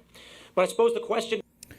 I think the appeal argument is bad because it wasn't an Article 3 judge, but immigration judge. If a judge finds that I'm a member of a gang so I can be deported, isn't that a good citation? If it was like central to the thing, there's just... the thing that's like centrally being evaluated and for what purpose is just, it's really important at all stages because it's going to inform the way that you react to stuff, the way that you fight stuff, the stuff that you fight for, and then how people should view those past decisions. Let me ground this out in an example, okay? Let's say that somebody, fuck me. Let any tort, okay? Somebody accuses me civilly of something, okay? Example, and let's say that there's like a question about, well, fuck, actually, we can ground this out in a super real example. Somebody accuses you of something, and they, so tort is civil cases, right? Somebody wants to sue you for something. And then let's say somebody does that, and let's say that they, there's a contentious issue relating to, we'll say a Discord log, okay? Some type of chat program. Maybe it's the case that, well, if it's a civil case and two people have a disagreement over whatever, you know, maybe you have screenshots, maybe you don't, maybe whatever, you just don't care that much, right? And let's say you go to court and you lose your civil case and it's like, okay, well, I lost, and then you have to pay the other party $10,000, like, okay, whatever, that sucks, okay. If people in the future go back and they go, oh, weren't you convicted of a crime? It's like, no, hold on. That was a civil case. I was not convicted of anything. And you might say, well, hold on, that civil case was about the thing that that guy said you were convicted of, right? It's like, yes, but the forum that they were in there was for a civil case. If it had been a criminal case from the start, maybe when there was some contention over like images on Discord, maybe the approach would have been a lot different. Like, hold on, well, this is a criminal case, so now my freedom is at stake. You might send subpoenas to Discord to pull information. You might start contacting friends, family members, other people. It's like, does anybody else have a screenshot? Does anybody else see this? You might bring on witnesses to testify to seeing conversation. You might approach that way differently, such that maybe you would have even won the civil case if you would have taken it more seriously. That's all I'm saying, is that if you've got like an Article 3 judge or immigration judge, or you're adjudicating based on whether or not this guy's in a gang or not, that's a much different thing than saying, you're going to be deported from this country if you are a gang member. Like, if that was at stake, there might have been a different approach to dealing with that 5 years ago when the guy was, when the judge was just like, yeah, this guy's probably a gang member, so blah, blah, blah, you know. That's what I'm saying. I don't know if that makes sense. To kick it off, simply, to either of you. Somebody said also it was a second or third hand hearsay at a bond hearing. There was no cross, no discovery, etc. My understanding is it wouldn't be given any deference in any other related trial. Collateral estoppel requires that things are litigated. It can't just be something claimed at some point. Oh, sure. Okay, yeah, that would be too. Oh, yeah, because this was from an informant or something. And the informant, it was like hearsay from an informant. Yeah. Remember, hearsay is bad. Hearsay is bad because you can't introduce an unquestionable set of secret facts, right? I know that Stephen is a murderer because John told me that he saw Stephen murder Jane. And it's like, hold on. Well, I want to cross-examine you. What did John say? John said that you murdered Jane. Okay, did John really say that? Yeah. Okay, well, fuck me, I guess, right? I need to bring John in. I need to ask John questions. I don't care what you say John said. This hearsay. He heard him, and then he's saying it. He heard him say it, and he's saying it back to me. That's bullshit. I need to be able to bring in John because I have a right to confront my accuser so that I can question him. I can perform my own examination or cross-examination so that a jury can hear me. You know, I can assess his character. I can assess the validity of what he's saying, right? That's important. That's, yeah. But I don't believe any of that was even available to him. But it wouldn't need to be available to him at that particular bond hearing as well, so. Okay. Who wants to start? Was the deportation just or unjust? It was unjust. It was illegal. Do you think that doing those aren't synonyms? But so those don't mean the same. I understand that, but in this context, do you think it was just for the Trump administration to do an illegal deportation? Yes or no? I mean, in these circumstances, it was. The outcome was just. I'm asking if the deportation, if you think. Well, I mean, it was mistaken, so they conceded that it's a mistake, right? So was it just to do a mistaken illegal deportation? I mean, the actual substantive outcome here is a just outcome. No, it's like, I don't want the administration. Whether the outcome was just or not, is the action, the mistaken, in your words, mistaken illegal deportation just or not? It's mildly unjust. I actually. So you actually mildly unjust. Resolution be you actually agree that it was unjust. To be clear, everyone here agrees it was. To be clear, the resolution be deportation just or not? It's mildly unjust. I actually. So you actually mistaken illegal deportation just or not? It's mildly unjust. I actually. So state outcome. It's like, I don't want the administration. Whether the outcome was just or not is and it's so queer and so bizarre, especially for a lawyer, to be outcome oriented like this. Like, motherfucker, if we only cared about outcomes, your entire profession wouldn't exist. We would all just go in front of a judge and scream at each other all day. The process is essential to beg, even if the outcome is correct. Like, what a Brady is it a Brady violation where if a prosecutor doesn't make available to the defense some essential evidence that they could use to formulate a different theory for their case or whatever, or that could be relevant to their defense? I think it's a Brady violation, right? Where the case can get completely thrown out. That's what we saw happen with, fuck. I want to say Alex Stein. It's not Alex Stein. The guy that shot the girl. Fuck. Say the name. All the Trumples hate him. Alec Baldwin. Thank you. Yeah, or with people like OJ, right? If police are fucking with the evidence or chain of custody or whatever, even if you have the quote-unquote right outcome, it can get tossed if you're not following the correct procedure. And the reason why, like, a lot of people think that, well, oh my God, it's just the procedure. Oh, I see this a lot. People are like, oh, they got off on a technicality. No, those technicalities are important. They're technicalities because they're part of the set of rules and people are playing within that set of rules. And if you break some rules to get a quote unquote good outcome, well, if the other party knew that they didn't have to play by those set of rules, there might be a totally different outcome. They might have done things way differently, right? The action, the mistaken, in your words, mistaken illegal deportation, just or not? It's mildly unjust. I actually So you actually agree. To To be the clear, resolution be you put actually down. agree that it was unjust. To be clear, everyone here agrees it was unjust. No. Well, okay. So Tim, do you think that the deportation was just to do an illegal action? See, what you're doing right there is I'm just going to say, that's not debating.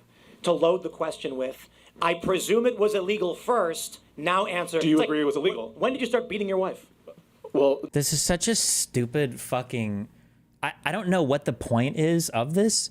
I guess this is like the retard's way of trying to pretend like you're sneaking in some assumption. When did you beat your wife? Like, if you fuck up and answer that question and say, last week, what the fuck? You would just say, like, I don't beat my wife. If somebody says, do you think this unjust deportation was okay? And you disagree that it was unjust, and you say, I don't think it was unjust, then you would just say that. How are you getting tricked into answering the question? Like, and they just went through the Trump administration, or at least the litigator representing the Trump administration. The attorney himself said that it was a mistake, so. Do you agree it was illegal? What's loaded about that? So the issue is it a crime to make a mistake? Not a crime. Was it illegal? Was it illegal, yes or no? No. 9 justices on the Supreme Court unanimously, Will and I, both lawyers, will tell you it was illegal. Will, it was obviously illegal. No, it was an illegal deportation. It was an illegal deportation. So hold on. Uh-oh. You're saying that it was illegal because the Supreme Court said it was? No. It's emphatically the province and duty of the judicial department to say what the law is. That's Marbury. Does the Alien Enemies Act supersede? He wasn't sued under the Alien Enemies Act. Or wasn't deported under the Alien Enemies Act. Stephen Miller claims he was. No, he absolutely wasn't. He's not a Venezuelan. The proclamation for the Alien Enemies Act only applies to Venezuelans. Is that true? Yes, that's true. Say again. Does the Alien Enemies Act apply to El Salvador? The proclamation issued by the president. No.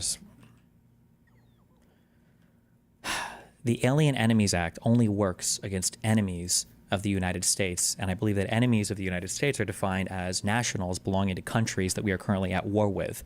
It only applies to people of Venezuelan nationality. So yes, the Alien Enemies Act can only be used to deport Venezuelans. That's it. Only to Tren de Aragua members who are Venezuelans. By its terms, the proclamation by its terms, even assuming it were legal, would not apply to them. Yeah, this is not an Alien Enemies Act question. So the question is, do you agree it was illegal?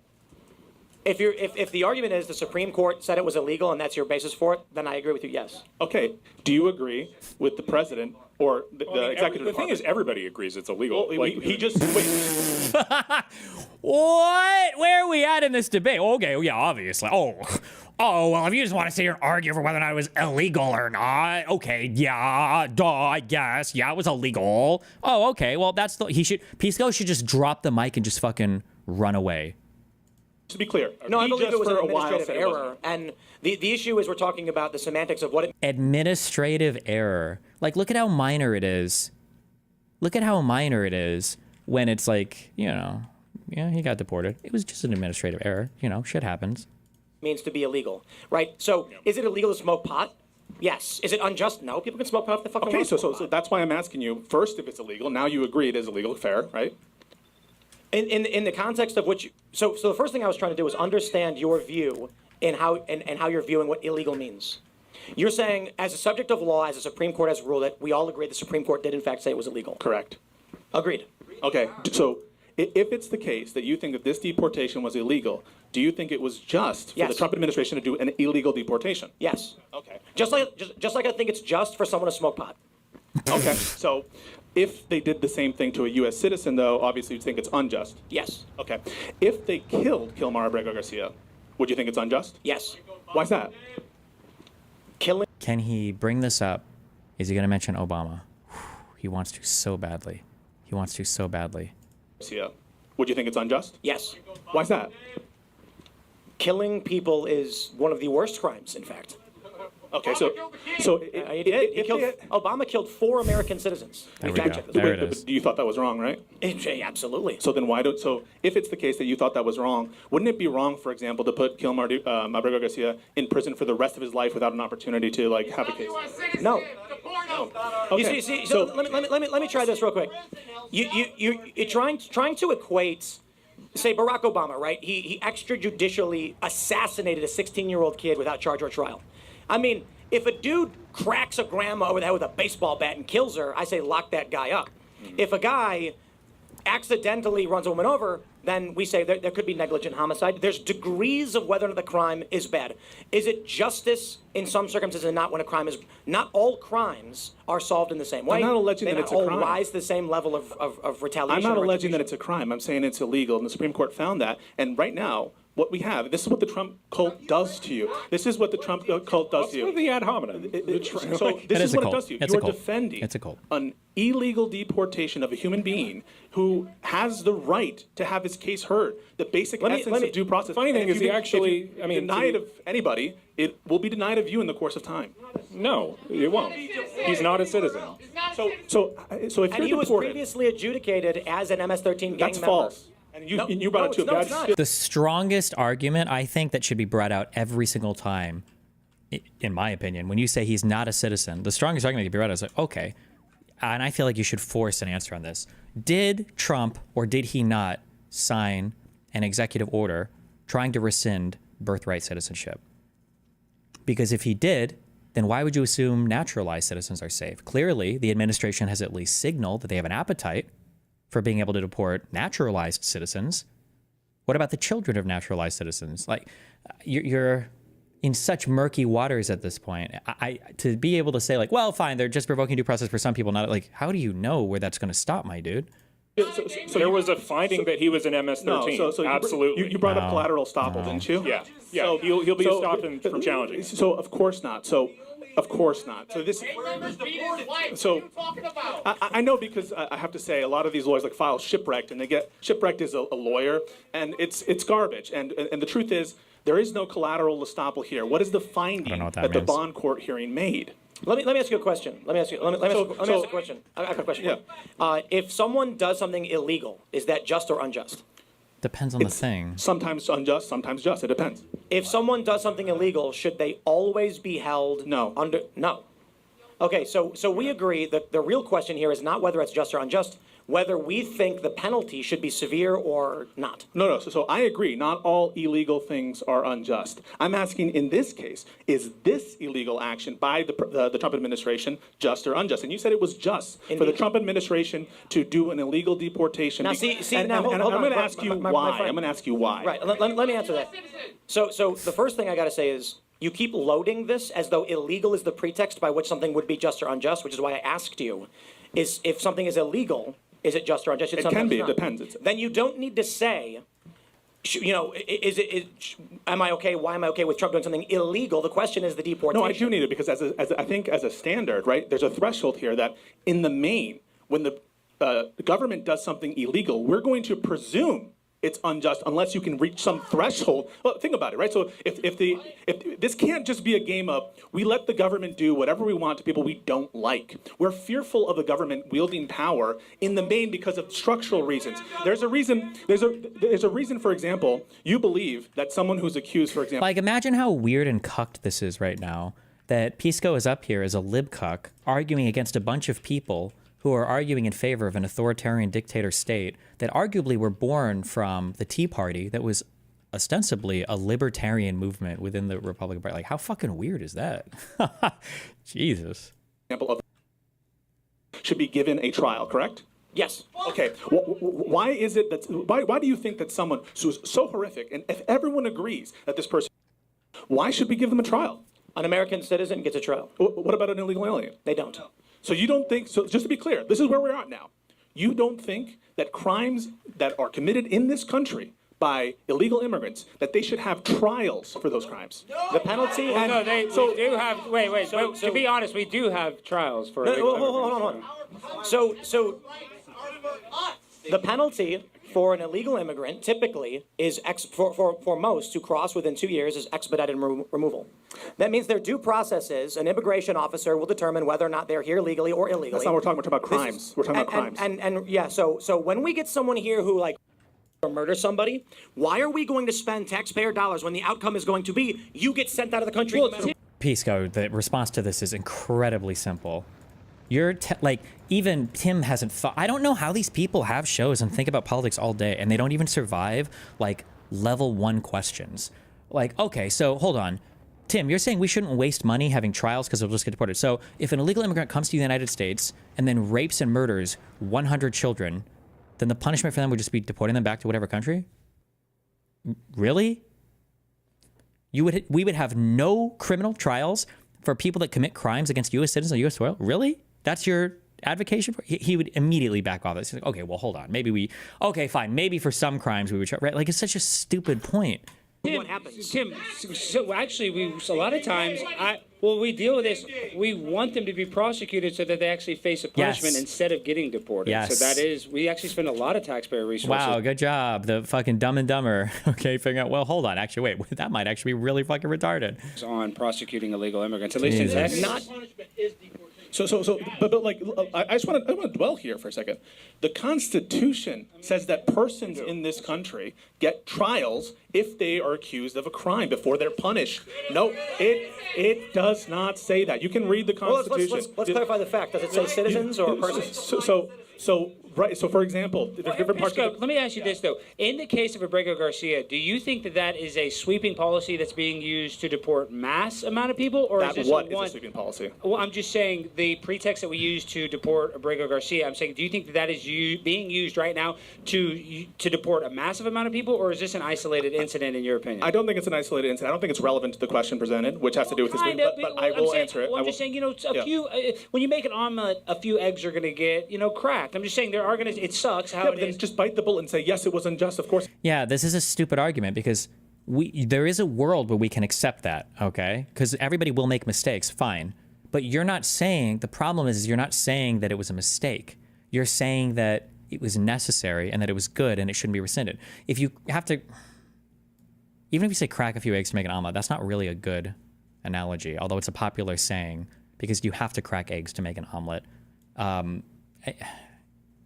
Like, if you made a mess while creating something, you clean the mess up. You don't leave the mess there and say that was the original intent. That's the issue here, right? It was unjust. We don't want the government in the main unless there's exceedingly like crazy circumstances to violate the Constitution, right? Real quick, but do you think it's going to be used in a massive way? Or it already is. It already is. But who else? What other examples do we have? I know you talk about the cancer girl, but they actually were allowed to stay. So when leftists say that they were forced to leave, they chose to go with their family. They were 100% allowed to stay in America, so we didn't deport a cancer person. If you guys are stuck in your echo chambers, and again, I think that there's some of that going on here. Don't insult the audience like that. So if it's that case, then you wouldn't know, for example, that this U.S. citizen, there's a parent here. There's an opportunity that people have basic due process rights to see if, like, I don't know, an aunt wants to care for the U.S. citizen, or another parent has parental rights and the right to have custody over the parent or the child. In the instance you're referring to, the mother requested the child. I don't know which case. There are multiple cases of U.S. citizen deportation. One of which the mother denies that's the outcome that she wanted. But regardless, the policy that we're talking about is with respect to people who are not citizens here. And you asked if it's like a mass policy. They're already by the Supreme Court again unanimously saying that these people are entitled to due process. You guys don't think that. You guys don't think that there should be due process. I don't think that's. Everyone thinks they're entitled to due process. The question is what process is due, and it's extraordinarily limited in the context of legal immigration. But Tim just said, even in the context of criminal. So Tim just said. What are these in the retards context of a screaming criminal in the background? indictment that there should not be trials for people who are here illegally. You don't agree with that? No, I don't. See, hold on. This is a really good example for media literacy. What he did is he is falsely framing the arguments, redirecting it. What I'm saying is, there is no trial required for a crime committed by an illegal immigrant because they'll get an expedited removal before a trial can take place. You're conflating. No, go back to what Alex was saying. Tim, you don't agree with this statement. Tim, there's no world where you would be okay with somebody committing some crazy, horrific crime in the U.S. and just getting a free deportation back to another country. You would never agree with that. It's a literal get-out-of-jail-free card. What the fuck? An immigration hearing which is civil, and I agree, there's no, so you guys, don't get confused, all right? I'm gonna teach you something. I'm not conflating anything. Immigration law and a removal proceeding is not a criminal matter, okay? That's different than the criminal proceeding. Yes, I agree. You don't need trials. That's why J.D. Vance is full of shit when he says that we need trials. I gotta stop you. You are actually making a mistake. I am aware you are asking for a criminal trial for, let's say, an illegal immigrant who committed a murder. I am arguing that we will deport that person back to their home country, and then we're not going to hold a trial for him after the fact. So wait. So you're going to take a murderer who committed a crime in this country. Thank you. You're not going to subject him to punishment in this country, and you're going to send the murderer back to El Salvador just so he can cross the border again and murder someone? Well, that's why Trump has CCOT. Oh my God. That's why Trump has CCOT. So then every single person that's deported is going to get deported to El Salvador's prison of fucking labor camps? Like what? What? Okay. Listen to you. Well, hang on. That wasn't embedded in your hypothetical there that he would go to CCOT. You presented information to the argument that was not previously included in it. Which was the what? The argument is an illegal immigrant here gets deported first. Are they deporting everybody to CCOT or just Alien Enemies Act? Oh no, it's anybody that they want, I guess. How do they even decide who goes to El Salvador? Before he goes to trial for murder? Come on, guys. How do you have a criminal trial for someone who's not in the country? Wait, so we do, this is high priority for our government to spend money on trials protecting U.S. citizens, and it's one of the, our common things as it turns, guess what? Actually, hold on, let me give a hypothetical to Tim, real quick though, Tim. This is where I think you're wrong, I'm sorry. So, would you have rather had Laken Riley's murderer just deported, or are you happy that they had a trial and got convicted? Deported. That's crazy. So you trust Bukele? You trust this El Salvadorian guy? Yeah. Wait. Just to be clear. You trust El Salvador to keep this guy in jail? This guy committed a crime on U.S. soil, and you trust El Salvador? You trust El Salvador? Yeah. Here's the problem. What happens if Bukele decides this guy goes free? What happens if they overthrow Bukele? I got it, guys. I figured it out. We secure our border. What are these stupid fucking signs they're holding up? What do these mean? Oh my God. Do you hold them up when you agree with the guy who says it? Or like, does Tim have a 20? In this country, there's justice for crimes. And what you're talking about is injustice. It's for the purposes of expediting something, but it's not true justice. For example, I actually disagree with you. I think what you're saying isn't justice. Oh my God. Because what you are doing is creating a defense for people who had no right to be here in the first place, so that taxpayers have to spend money on someone who's not going to be here after this. And if you look at the case of Abrego Garcia, this guy, what was the due process that was failed? He was supposed to get what's called a USCIS official interview. False. To make it, this is under the law. This is actually the You're codified wrong. law. It's it's in the law. Why is he citing like U.S. Customs and Immigration Enforcement? He's trying to cite particular things, and he didn't even know what law this guy was deported under. What? You've already shown that you don't know anything about the details of this case. Why the fuck are you trying to cite particular processes or procedures with relation to immigration hearings? CFR. I don't have my phone on me. So it's 8 CFR. The withholding of deportation law states that if an individual receives a USCIS interview that determines the circumstances of their home country has changed, they can be deported. Withholding is void. 8 CFR 224, look it up. So you go to sub F on that statute, or it's a regulation. It is not the providence of USCIS to determine whether someone's going to be, you have to go back to the immigration judge. Yeah, you have to go to right? IJ judge. Right. You have to go to immigration judge. It would, No. it would be Pull up the immaterial. law on withholding of deportation, which explicitly states that a USCIS interview can determine that the circumstances of their home country has changed. I don't have my phone on me. That's affirmatively. We're talking. So this is the problem. This is defensive relief, and so in the immigration context, you can apply affirmatively to USCIS, right. or you can be before an EOIR then judge. I'll say this: I concede. Let's bring him back, and the first thing that happens when he walks in the door is they turn him back So I around. just want to be sure. You concede that it was unjust and it should be brought back and then put in removal proceedings? No. Stop playing games. That's what you just said. Stop playing games. That is what you I am said. saying, for the sake of argument, I will no contest your argument and say. Okay, but his argument was that it was an unjust and illegal deportation. So just own it. It's pussy shit. Don't no contest an argument. Actually, fucking A. That is pussy shit. True. Own it. He pissed. Why don't I have a piss sound effect? I do the work, and you give the money. That's not the piss sound effect. Argument and say that's the end that's result. pussy shit. Don't no contest an argument. Actually, I think it's fair. I think it's fair. That's you engaging in semantics to change the argument I That's made. pussy shit. Why don't you actually engage with the argument? Why don't you actually engage with the argument and not say, oh, I don't know because I'm fucking backed into a corner. Now I'm just going to say I don't really care.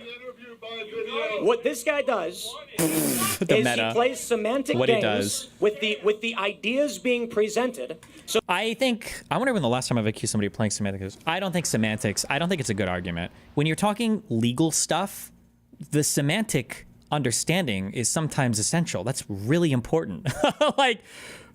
like people say semantics, I think, when they maybe mean like equivocation. So for instance, if I say like, I don't even know in the context here. This argument is so lost. Equivocating is when you kind of use a word that doesn't really essentially mean what you're kind of getting at. You're kind of like playing games here. So like, I think Dan kind of like bullied his wife. And let's say that what we all know about Dan is that Dan actually like beat the shit out of her with brass knuckles, right? He bullied his wife. That's hardcore equivocation. He physically assaulted her, okay, at the least. Every time I hear somebody bring up semantics, I did see what time was that. Usually they just don't know what they're talking about, and then they get frustrated and they just want to say, oh, that's semantic. You're not having a semantic disagreement here. You just don't know the facts of anything you're talking about. And as a result, you're also having major disagreements on substance. But he is being presented so that he can try and finagle out of when he's backed into a corner. So how am I backed into? So I understand the proposition to be, is the deportation unjust? Wait. I understand the proposition to be. The end result of Abrego Garcia's return to this country is immediate expedited removal. So what the fuck is the point? So I Waste heard our you. fucking time. So I just want to be clear. I understood the proposition. And the counter question should be, oh, okay, fine. Then let's say that would have been the end result. Then why didn't they just do it right the first time? Huh?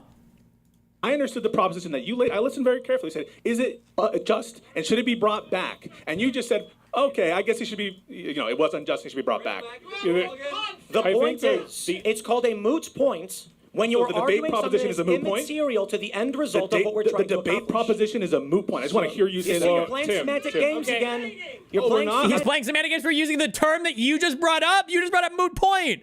I also heard everyone else said this is debate. Come to the arena, debate. You guys are coping. You know we you are. True. We are debating. They're coping. They're true. Can I say something? Let's get I supposedly am debating here, right? I don't even remember that was supposed to happen. So the resolution was supposed let him to talk. be, Let him talk. The resolution was supposed to be, is the deportation profoundly unjust, right? And there's a reason for that adverb, right? It's because there is a mild injustice that happens whenever the law is not followed, right? So, unless there is like some dramatic reason to not follow the law in a particular instance, there's usually a mild injustice. I think that the more interesting, and the funny thing is the Trump administration has conceded to this since the beginning of the filings. Right? The Trump administration conceded from the outset that this was administrative error, that they should have gotten the withholding of removal lifted before they removed him to El Salvador. Not good. I don't think that's the most interesting question, because it's a question that even the Trump administration agrees to for the most part. Well, no, that's correct. He is right here, but he's about to be very fucking wrong. He's right that the interesting question isn't, did they fuck up? Because they did fuck up, and they admitted they fucked up. The interesting question is, what can we make them do to bring him back? That's the real interesting question. The fake interesting question he's about to ask is something like, well, would he have been deported otherwise? Or if he comes back, won't he just get deported again? Or was justice ultimately served? It's going to be some retarded shit that he's going to say. I think the question is this a profound injustice? And I think the answer to that is obviously no, for the reasons I laid out at the beginning, right? I think I'd like to actually hear your argument for why this is a profound injustice and not merely a mild one. And I want to make. The Trump admin didn't admit it in court filings. They said it in a press release. The attorney that said in oral arguments that it was a mistake was fired. Well, oral arguments are part of the court's record, and the attorney did say that it was an error in the oral arguments, right? So I tried to make the distinction earlier. It was an attorney that said it technically, but.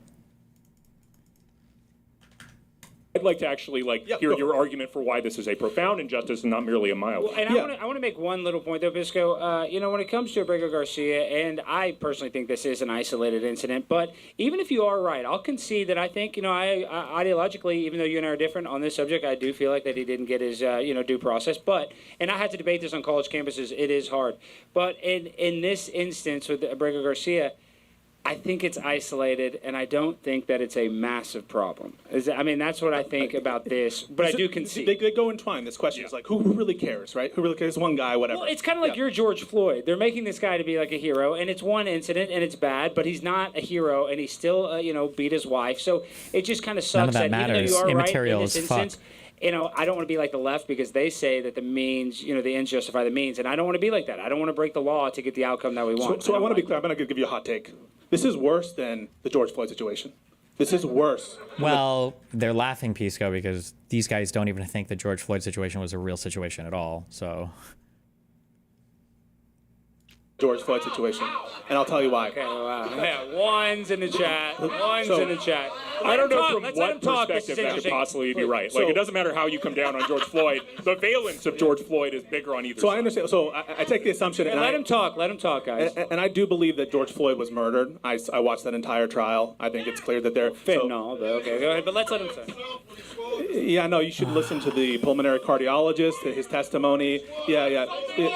Let him talk. Let him talk. Let's hear this. Guys, he's about to make a good point. So I'm interested in this. So this is why I do think that even though that there's a history of cop violence, not just on black people, on people of all races, whatever, and it's a problem in the United States. I think that it doesn't present the same kind of civilizational problems that are presented by what the Trump administration is doing here. What they're trying to do here is put people outside of the contours of U.S. law. We have prisons in the United States. We have prisons in the United States for the worst of the worst. We spend money on it. The reason why we need to send them to Sicat or to El Salvador is quite simply because Trump doesn't want to be hemmed in by the law. And that, when the president of the United States, when the strongest person in the country is saying things like, for example, I want to do this to U.S. criminals. I want to use it for U.S. citizens. I said earlier that Pisco should bring up the fact that Trump said that he filed an EO to not count naturalized citizens as actual citizens. That's probably what he's citing here is actually probably even a stronger argument. That what Trump actually said was that he wants to be able to send the homegrown ones there too. That's even more unhinged. Believe him. I believe that he wants to do that. How about this, Pisco? You and I both know Guantanamo Bay. There are people that are being held there without due process. We're not losing sleep over that. I don't see the left. And that was done by Obama, kept that when he said he campaigned, I'm going to shut down Guantanamo Bay. Yet he still did. I like how Obama is responsible for Guantanamo Bay because he didn't close it when it was a Republican, George Bush, that started it. But okay, Chief, that's a real tricky, sneaky game there, I guess. What's wrong? Derek Chauvin did nothing wrong, and he is held unjustly. That's wrong. That's wrong. But that's wrong. But let's just. I want to ask you guys, if Trump sends U.S. citizens abroad to Sicat, you'd have a problem with that, right? Absolutely. Yes. I don't know. I don't know about that. As a different form instead of using a U.S. prison? Yeah. I don't know why it's any different than our private prison industry that's a scam. I just send them to a prison. This is the danger. Yeah. This is the danger. Trump is selling. Trump is testing. And we got 2 minutes left, and then we're about to get into the debate. So go ahead. Trump is testing this theory, and he's telling you in advance he wants to apply it to U.S. citizens. And just like Obama, one of the things I respect about Tim Pool is he's aware of the kinds of violations that occurred under Rumsfeld, under the neocons, under Barack Obama, under Trump Term 1, and that very same rationale that applied to Guantanamo Bay, that applied to the deprivations of due process in Abu Ghraib, surely that applies to Trump version 2, and I don't see a kind of exceptional circumstance in this case that would justify breaking the law. Well, before we go to the members, Will, do you want to take the last point? Oh, yeah. I mean, so I think the argument that this is ultimately going to lead to U.S. citizen deportation is just a really bad slippery slope argument. I don't think that's true. I think that there's so many other remedies that are available to U.S. citizens that it's not going to happen. It's such a dog shit argument. So wait, is this Will Chamberlain guy? Is he like a conservative media guy or what? They're all like this. It's just such crazy. It's just such shamelessness. Like, oh, this is a slippery slope. Would Trump ever really do this? As Trump has continued to slide down the slope over and over and over again, as Trump has gotten more and more unhinged with the things that he's doing, with Republicans backing him every single step of the way. Like, excuse me? I think that the... You want to send U.S. citizens to get caught?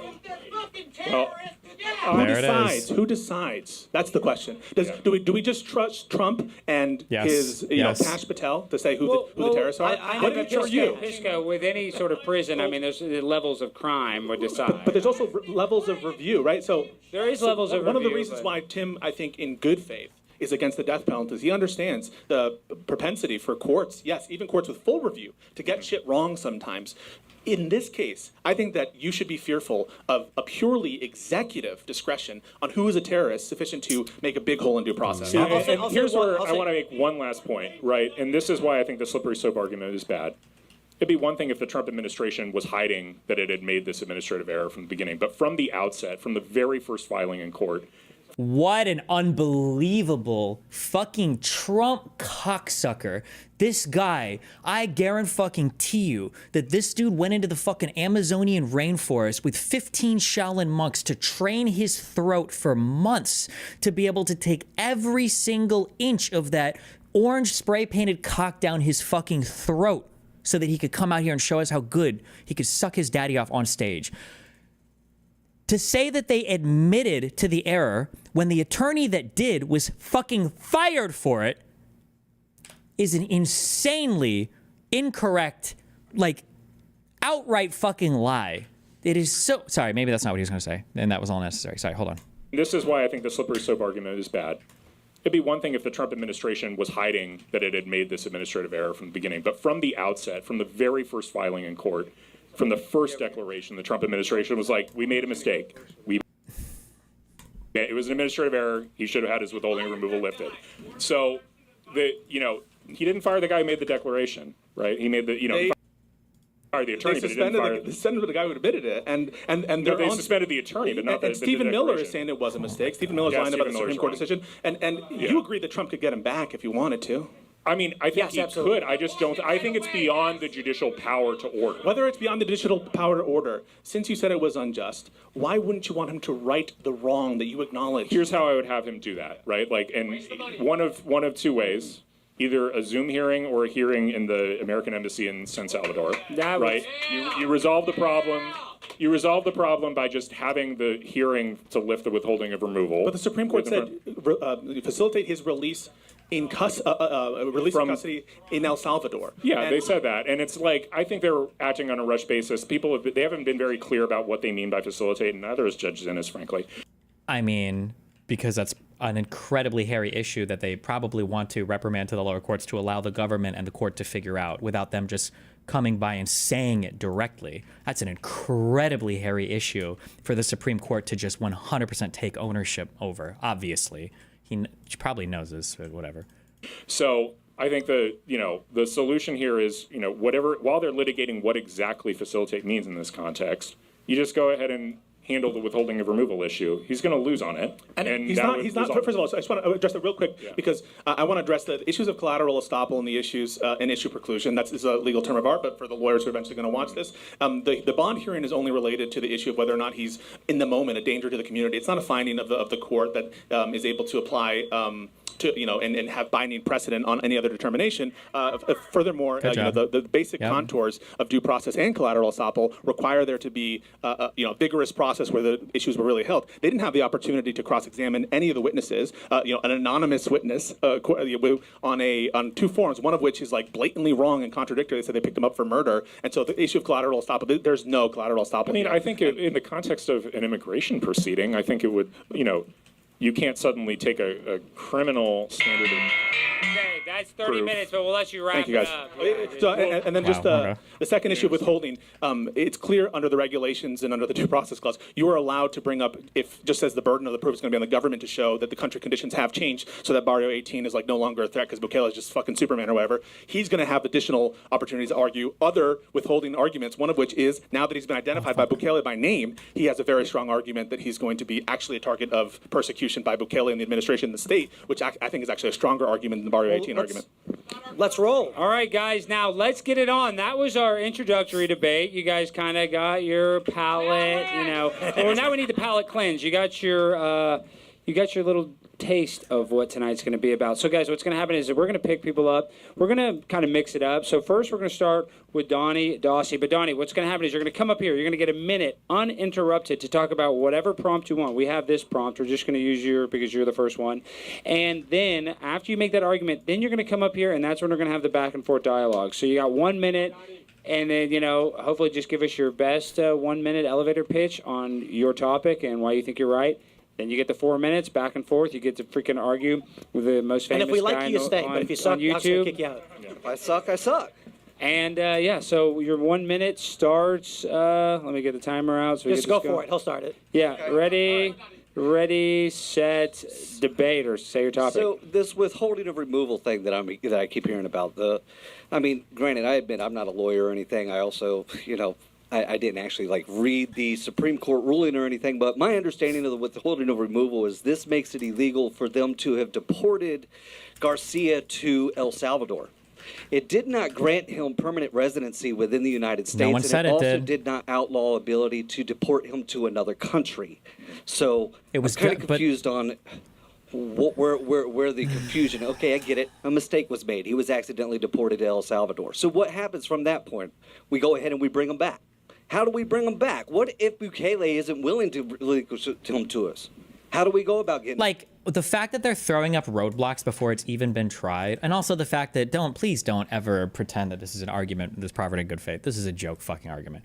What if the president of the United States of America can't compel, no offense to anybody listening, but like El Salvador to return somebody? Give me a fucking break. The guy who is supposed to be able to stand up to the entire fucking world, to Putin, to Russia, everything else, buckles under the fear of El Salvador? Come on. them back? Are we supposed to send in the military and go take them by force and bring them back here just so that way we can detain them and deport them again anyways? None of that makes sense to me. Yeah! That's kind of my point. All right, Well, come on up, and then we can tell you why you're wrong. I mean, that's my position too, mostly. So nice to meet you too. Well, let's roll. I mean, what was sure. wrong? Happy to. First of all, thank you guys. I know that we disagree on stuff, but I really appreciate y'all coming here. I think it's a really important topic, due process, and so I think it's awesome for. If I could say real quick, kudos to you, man. Big balls. Come up here, go up against these three, and an entire fucking room of people that are opposing you. That's strong. Okay, you don't need to kiss his ass. I appreciate Let's go. it. So I think the first, I'm going to deal in reverse order. The first thing is like, well, how can we actually get that done? I think everyone, if they're being honest with themselves, because you guys are honest people, should admit that Trump could, if he wanted to, easily get Gilmar Garcia back. Without he even using recently, force. as like Come this on. week, said he could get him back. So we believe in terms of practicality, the president of the United States could get him back, right? I mean, I'll concede he could because he does have a lot of sway, and There we go. Bukele So you wants to agree work with that, him. right? He wants to work with him, but then at the same time, this also keeps Bukele in the spotlight. Yeah, I And know. he likes being in the spotlight. But let's not talk about questions of could. Let's talk about questions of should, because I don't really think that you can make a strong argument that he couldn't. I don't really think Actually- that he needs to waste his time on it. Well, hang on, I just wanted to give Will an opportunity. Well, yeah, I mean, I think my point is that there's Article 2 prerogatives that he actually does need to protect. And so in a world where Article 3 is sort of like in this vague game of trying to order him to return him, This is I a would good point. say no. So I want to give Will his credit because it is the case. There are, as the Supreme Court held, limits, Article 3 limits on their ability to infringe on the Article 2 prerogatives. And I agree with some of these. Like, maybe Pisco strategically grants some of this to seem like he's more in good faith or whatever, but nobody is asking for the court to order Donald Trump to say that like the court has written an order saying Donald Trump must conduct military strikes on El Salvador. Nobody's saying that the court needs to issue anything even remotely that strong. I don't even like making these concessions, but if the Supreme Court said to Trump, hey, you have to go send in spec ops to take this guy out. Thank you. Yes, that would be a problem, but we're not even close to that. Thank you. Fuck. Why does nobody in media know anything? I feel, God, there's like 3 people that I can even fucking stand to watch, okay? Pisco's one of them because he's read and he understands. Oh, Jesus. I would like this. Like this is truly. He shouldn't even have to say this. This is a waste of a fucking argument. Like we should have educated people arguing the actual interesting arguments here, but it's not. It's just fucking retarded shit all constantly. That's unconstitutional for them to order that. So I do agree that there are some limits here, but that's a question of whether the court can order the remedy, not a question about what Trump could do. Well, no, because there's an odd element to this too, and I think that you're eliding. Okay. The odd argument is that in a world where the Supreme Court is attempting to encroach on his power with vague orders, and Trump accedes to it, that sets a precedent. Like, oh God, and I hope Pisco brings it up. I hope Pisco brings it up, right? We have to recognize that this argument that he's using, he is on an incredibly slippery slope argument here. If I understand it correctly, when people say we don't want Article 3 infringing Article 2, they're saying that they don't want the courts to be telling the president necessarily like how to do his job, okay? Excuse me, what do you mean by that? Well, the courts can't simply tell the president that he has to launch a military strike to get somebody else back. Excuse me, if he shouldn't have deported the person in the first place, and they've ruled that that was an illegal deportation, and they're trying to get him back, why, they can't order that at all? No, never. Okay, gotcha. Hypothetical time. Trump deports 10 U.S. citizens to El Salvador. What's your argument for the court not being able to order Trump to bring those citizens back? Are they actually feckless here as well? Can they say nothing? Like, because if that's the case, then what you've just created is, okay, well, whoa, I just woke up and I'm on a night flight over the Pacific Ocean and I've got federal agents that are threatening to murder me if I don't give them some piece of information. What are you going to do? Well, the federal courts have no jurisdiction because of Article 3 infringing Article 2. They're outside of the U.S. territory now. Now it's a military operation. You can't order. Oh, well, fuck. Oh, well, fuck. U.S. presidents this whole time just needed this one simple trick to torture and murder U.S. citizens is to just move them out of the country. This one simple trick. Like, come on. For what the court can do going forward. And so, I mean, and since we're in this area of like core Article 2 power, why I think I think Trump should do, as I said, I think the remedy here is this hearing in El Salvador. But I think Trump should resist any sort of attempt to say, oh, you're ordering me to negotiate with the Salvadoran government to bring him back. I'm not going to do that until you give that out. We also need to address what it means to what the phrase "could bring him back" means, and this would mean that Trump would need to negotiate with Bukele to some degree. And I also believe it's fair to say that while Trump could bring him back, the resistance is going to be tremendous. What? Bukele is going to have to concede to his nation, I have released an MS-13 gang member because I was pressured by a foreign country. That's right. Bro, I'm sorry, do you think El Salvadorians are all as retarded as you are? That they're under some delusion that Bukele has the ability to say anything to Donald Trump when it comes to saying no? Like, what? So Correct. Trump could Also get him a good back, point. but Trump's going to have to come in like, here's what we'll give you. We'll give you this. We'll give you that. Things that the Supreme Court can't order him to guarantee. Bukele has like what, 90% approval in El Salvador? I've had a client from El Salvador before, and I don't want to underplay the problem Because of he's hard on him. What's that? Because he's hard on crime. And he's hard on gang. So I want to be clear. Like my client that I once had, he was absolutely a victim to the gang violence. It was endemic, and it was just unlivable in El Salvador. So I don't want to underplay the degree to which gang violence matters. It absolutely does. But he is not. His approval rating, is to the max. The notion that he would face some kind of humongous At the pushback- very second that he softens on that, his approval rating's going to go down. You don't think he's like? You guys don't even know what the fuck he's done. You have no idea about anything. His approval rating is untouchable with you retards. Like, how could he even, like... We gave it back because we want to make a good relation with the president. That's not going to affect his approval rating such that it's going to. Come on, this is all a joke. If Trump wanted him back, Pisco, I want to do some Socratic dialogue with you because you did a lot Yes, earlier. I did. Yes. So let's do some Socratic dialogue. Imagine a different hypothetical. Let's imagine a world where the United States had an illegal member of La Cosa Nostra in detention. Yep. And somehow he had managed to acquire withholding removal from an immigration judge. Maybe that information got hidden about him being in La Cosa Nostra, whatever. Okay, he got a withholding of removal to Italy. So like Italy, yeah. Okay, the Italy hypothetical. And then, That's 4 minutes. Donnie. Dude, let's. And What? Can you let him finish the hypothetical, or? any final thoughts before we yeah, go? but Donnie, you spent They'll do it right after he steps off. a minute of it kissing Pisco's ass. I shouldn't be kissing his ass. I was just trying to talk about, I'm impressed that he got up here, but at the same time, he's fucking wrong. We're impressed all that around. you're here, That's too. where I'm at. But I do agree. I do tremendously respect you being here, man. This is fantastic. Thank you. Yeah, we do appreciate it. Okay, now, guys, obviously, thank you, Donnie. Great job. And so, guys, you're going to be able to come up here. So try to interject a little bit. I know, Donnie, it's tough being the first one, so don't beat yourself up. You actually did a good job. Thank you. You're the virgin. We just, you took our virginity. So thank you. Well, Alex Jones, we're about to get into Alex Jones, but it's funny because we're getting heckled by. Let's be real, guys. This is a sausage fest, it is. But we do have a few ladies here. So next up, I want one of those beautiful ladies from the audience to come on down. So do we have a lady that wants to come up here? Do we have a lady?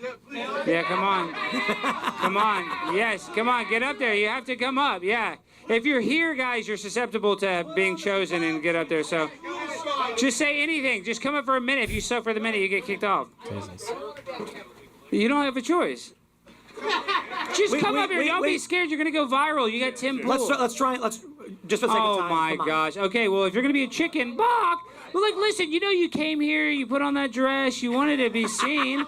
Let's see it. Let's grab who we have. All right, let's go with somebody that's different. Is John Gordon here? We got a John Gordon in the audience? No, okay. He wanted to be here. What about Connor York? Do we have a Connor York in the audience?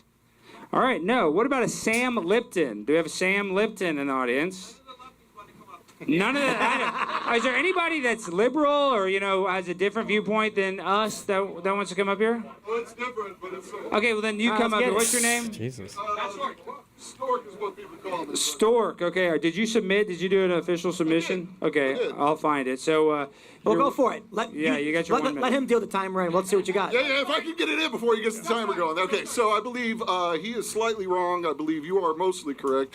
And I believe all of this is a fact that they denied him his Sixth Amendment right to a speedy trial when he was denied essentially all of the processing that would have been needed when he had the stay of deportation. So he should have been sent to another place. In addition to that, most of immigration is actually screwed up because we have not filed a writ of mandamus against the federal government for not processing all of these people who are stuck in immigration limbo for 8, 10, 15, 20, 30 years, and they should be doing their job and getting them the hell out of the country.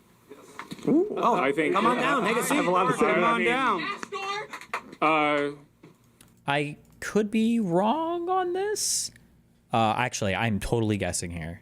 So Kafka or whatever, you can correct me if I'm wrong. But when you talk about the right to a speedy trial, I think that's a right more on what you don't want is you don't want people being detained and then waiting for years and years for the government to try a case while you're awaiting trial, basically. I think this is kind of the concept behind, or one of the reasons why catch and release works. Like if somebody's caught and then they try to claim asylum and you give them a ticket to show up at a court, if they're not being held anywhere, I don't think it's the same speedy trial argument per se. Speedy trials are just supposed to ensure that we've arrested you, but don't worry, you've got due process and everything, and you're going to stand trial for your crimes, and the next available trial date is 8 years from now while you sit and rot in prison. Good luck. Or jail, I guess. Yeah.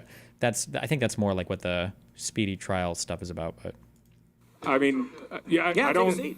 Sixth Amendment doesn't apply. It's not a criminal punishment. I don't think the Sixth Amendment applies. So it's not a Sixth Amendment issue. Because it's a civil removal. You can't get a writ of mandamus. Number one is these judges are executive branch officials. So you can get a federal writ of mandamus. You sure can get a writ of mandamus against executive branch officials, but right now they're all under Trump, and so if can a court order more judges being hired for cases like that, or does that have to be a law? I think this needs to be legal stuff. This was part of what the Biden bill would have done. This is part of what the Biden bill would have done that they were trying to do, or I shouldn't call it the Biden bill, it's technically Lankford's bill, but the immigration one would have hired a lot more of these immigration judges to hear these cases and work through the backlog. If Trump could just order them to do whatever you want the writ of mandamus. Why do MAGA dipshits constantly say J6ers were denied due process and a speedy trial? Criminal cases can take a long time if you're trying to build a strong, especially well, I was going to say especially affirmative defense, for any defense, every time they said that a J6er was denied due process, when I looked it up, it was usually them, the J6er themselves, that were continuing cases or appealing or doing whatever. I couldn't find any examples of any of that denied due process shit. Every time they bring an example up and I look it up, it's always a lie, so. Dean talking about you? Based, link me. Oh, shit. The Z drama never dies. I'm a espresso setup, and in fact, I still have that downstairs. I love it. I drink from it every morning. Oh my god, I crushed that. Wait, please. Do I really need to be logged in to... Seriously? The reason...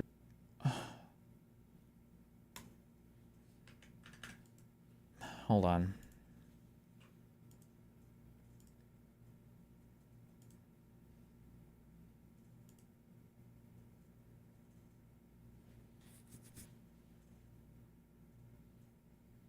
By asking for the Starbucks to be in a different cup, which like demonstrates that I like on the outside I want to look like I don't drink Starbucks, but in all reality I don't care. But I just didn't want people to know that, so I put it in a different cup.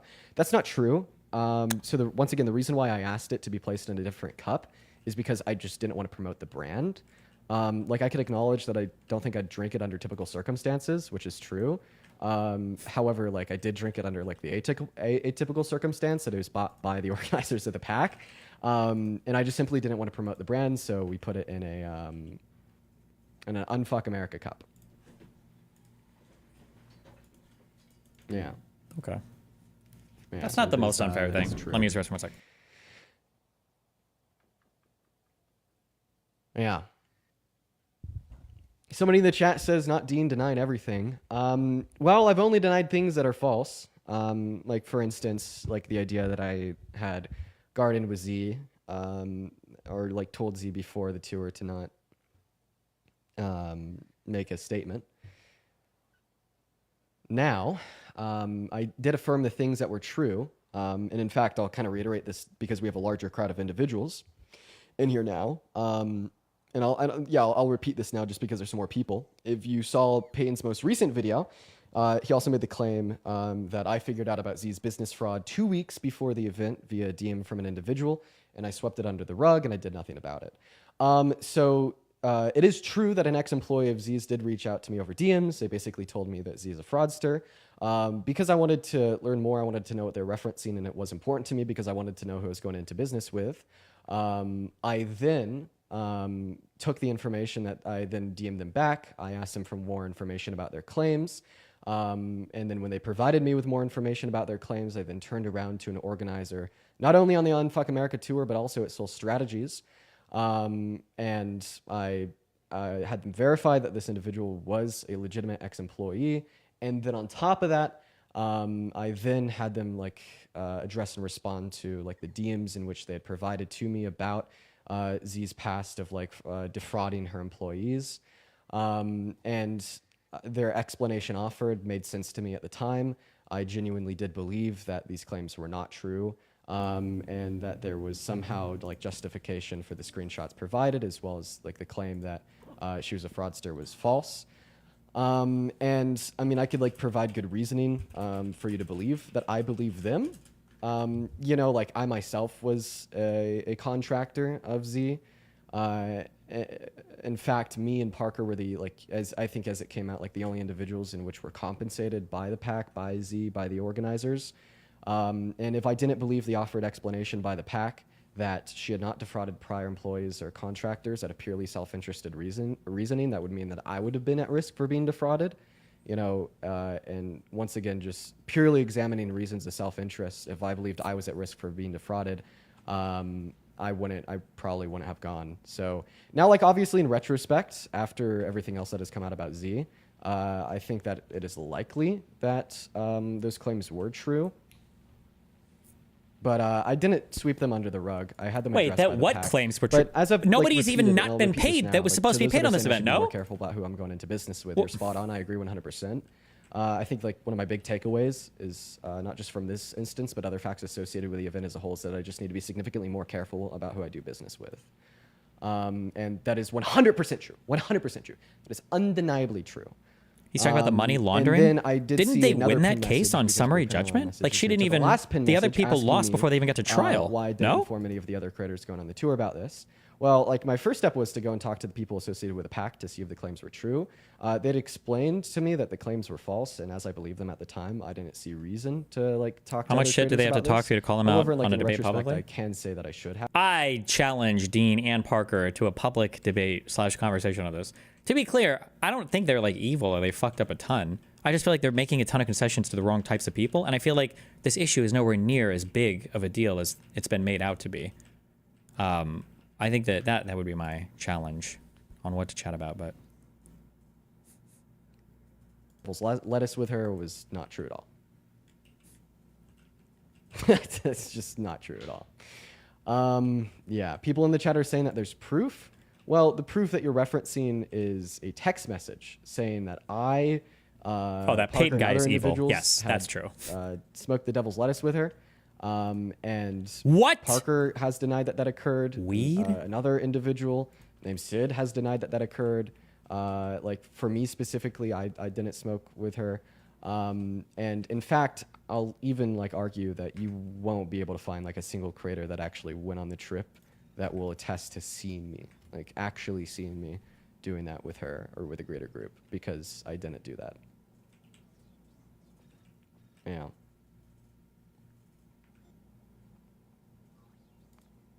And I mean, I feel like, you know, if you watch my content frequently, you know that I don't do the devil's lettuce.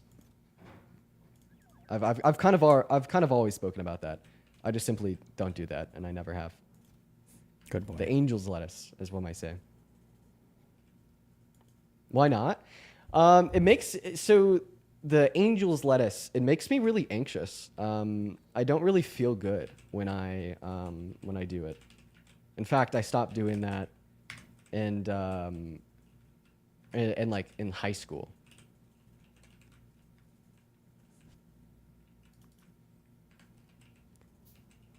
Yeah. Makes me too anxious. Somebody gets it. You feel so paranoid. So do I. So do I. So do I, quite frankly. So do I. Quite frankly. Me too. Buddy was talking to 20 girls at once. No. Now you're confusing me with Harry. Uh-oh.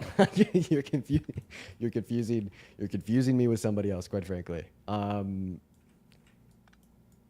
me. Rest in peace, Harry. You were Somebody brave in the warrior. chat says you were paid by Nancy Pelosi. I have proof. What the hell? No, I'm not. Somebody calls me a homophobic misogynist. Wow. I don't think that's true. I think I'd have to disagree. Somebody says grifter.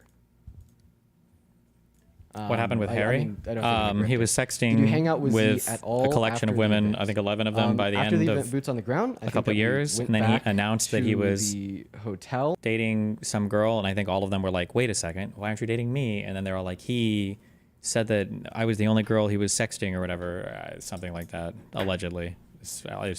At that dinner in that ballroom. And then, of course, the next flight was out the next morning.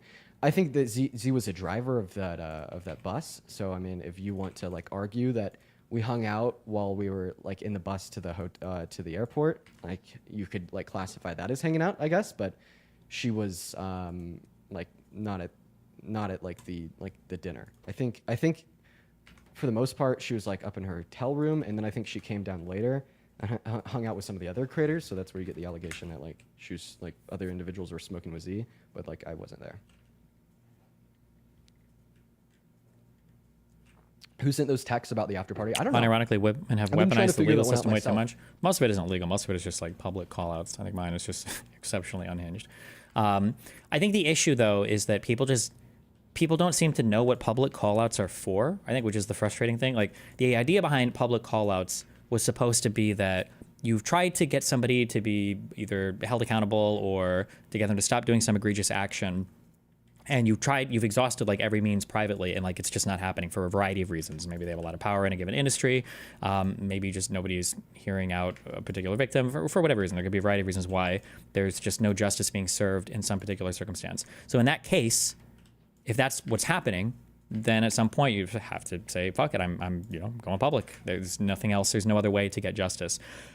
But now it seems like for reasons I can only speculate on, because people like the attention, now going public is the first step.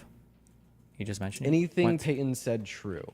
Yeah, I mean, a lot of what he said was true. I think that he and it's actually, weird that you would just I mean, like I think for the publicize most part, he everything had about good your private life or intentions whatever going into what he was stuff saying. instantly. I think And, that's like, kind of strange. I think but- that 8 out of 10 things that Peyton has said is true, but like the other 2 out of 10 are like false. Like, I mean, like the only things that I could think of that like Peyton have said that are false is that some of the black creators that went on the trip had to cover their own travel.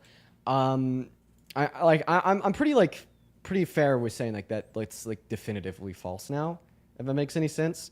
When I originally heard that claim in his video, of course, I originally reached out to him. I DM'd him. I asked him for more information about who specifically was not paid. He denied to tell me then. I then went and I actually talked to the individual creators on the trip. They all denied it. And then Peyton went back on live with me and said that he would DM me the names of the black creators that weren't paid. He never did. And now, like, a couple days later, I mean, I still haven't been able to figure out anything about any black creators on the trip that went unpaid.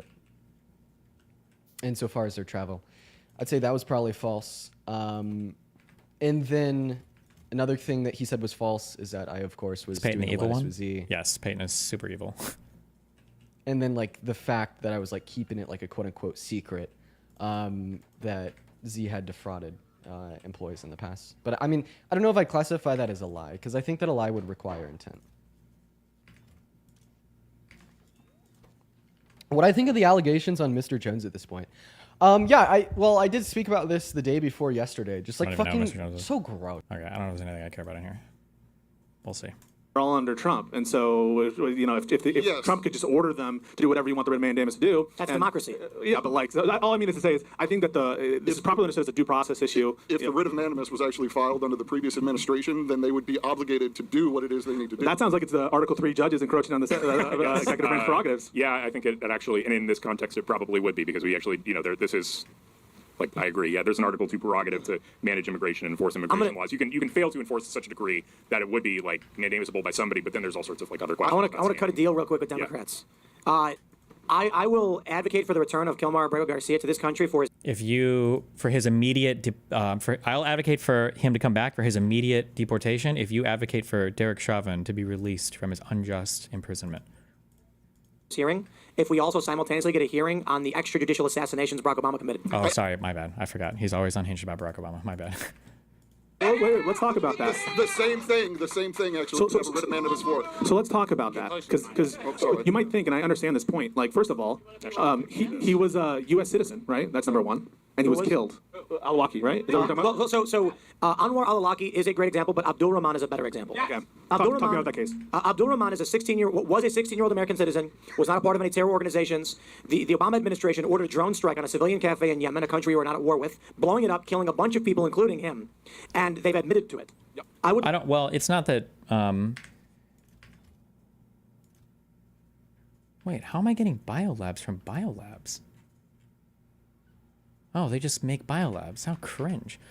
Sorry, it's not just that we weren't at war with Yemen. I think it's because he was part of Al Qaeda, right? That was the issue. But whatever. I don't think you necessarily disagree with me. That's why I said Democrats. I'm not directing at you. I know that if I went to Democratic politicians and said, you see this as an injustice, I believe that in the end the courts will prevail as it pertains to Abrego Garcia. So I'm willing to say, okay, let's spend that money, but you got to give me something.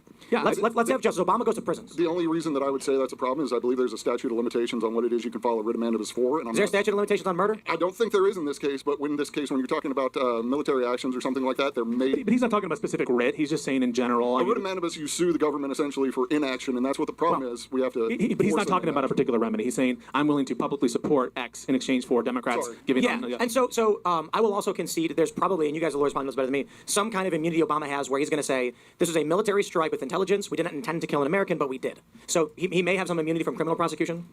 Yeah, I don't think you're going to win a. No, that's fine. I think you can still get wrong. wrongful death or something like that. I mean, he probably has like the president has absolutely. I mean, you would have like a civil suit against the government. You could. They tried it. Unfortunately, I don't know if he has any surviving family members left because they also killed them. Indeed.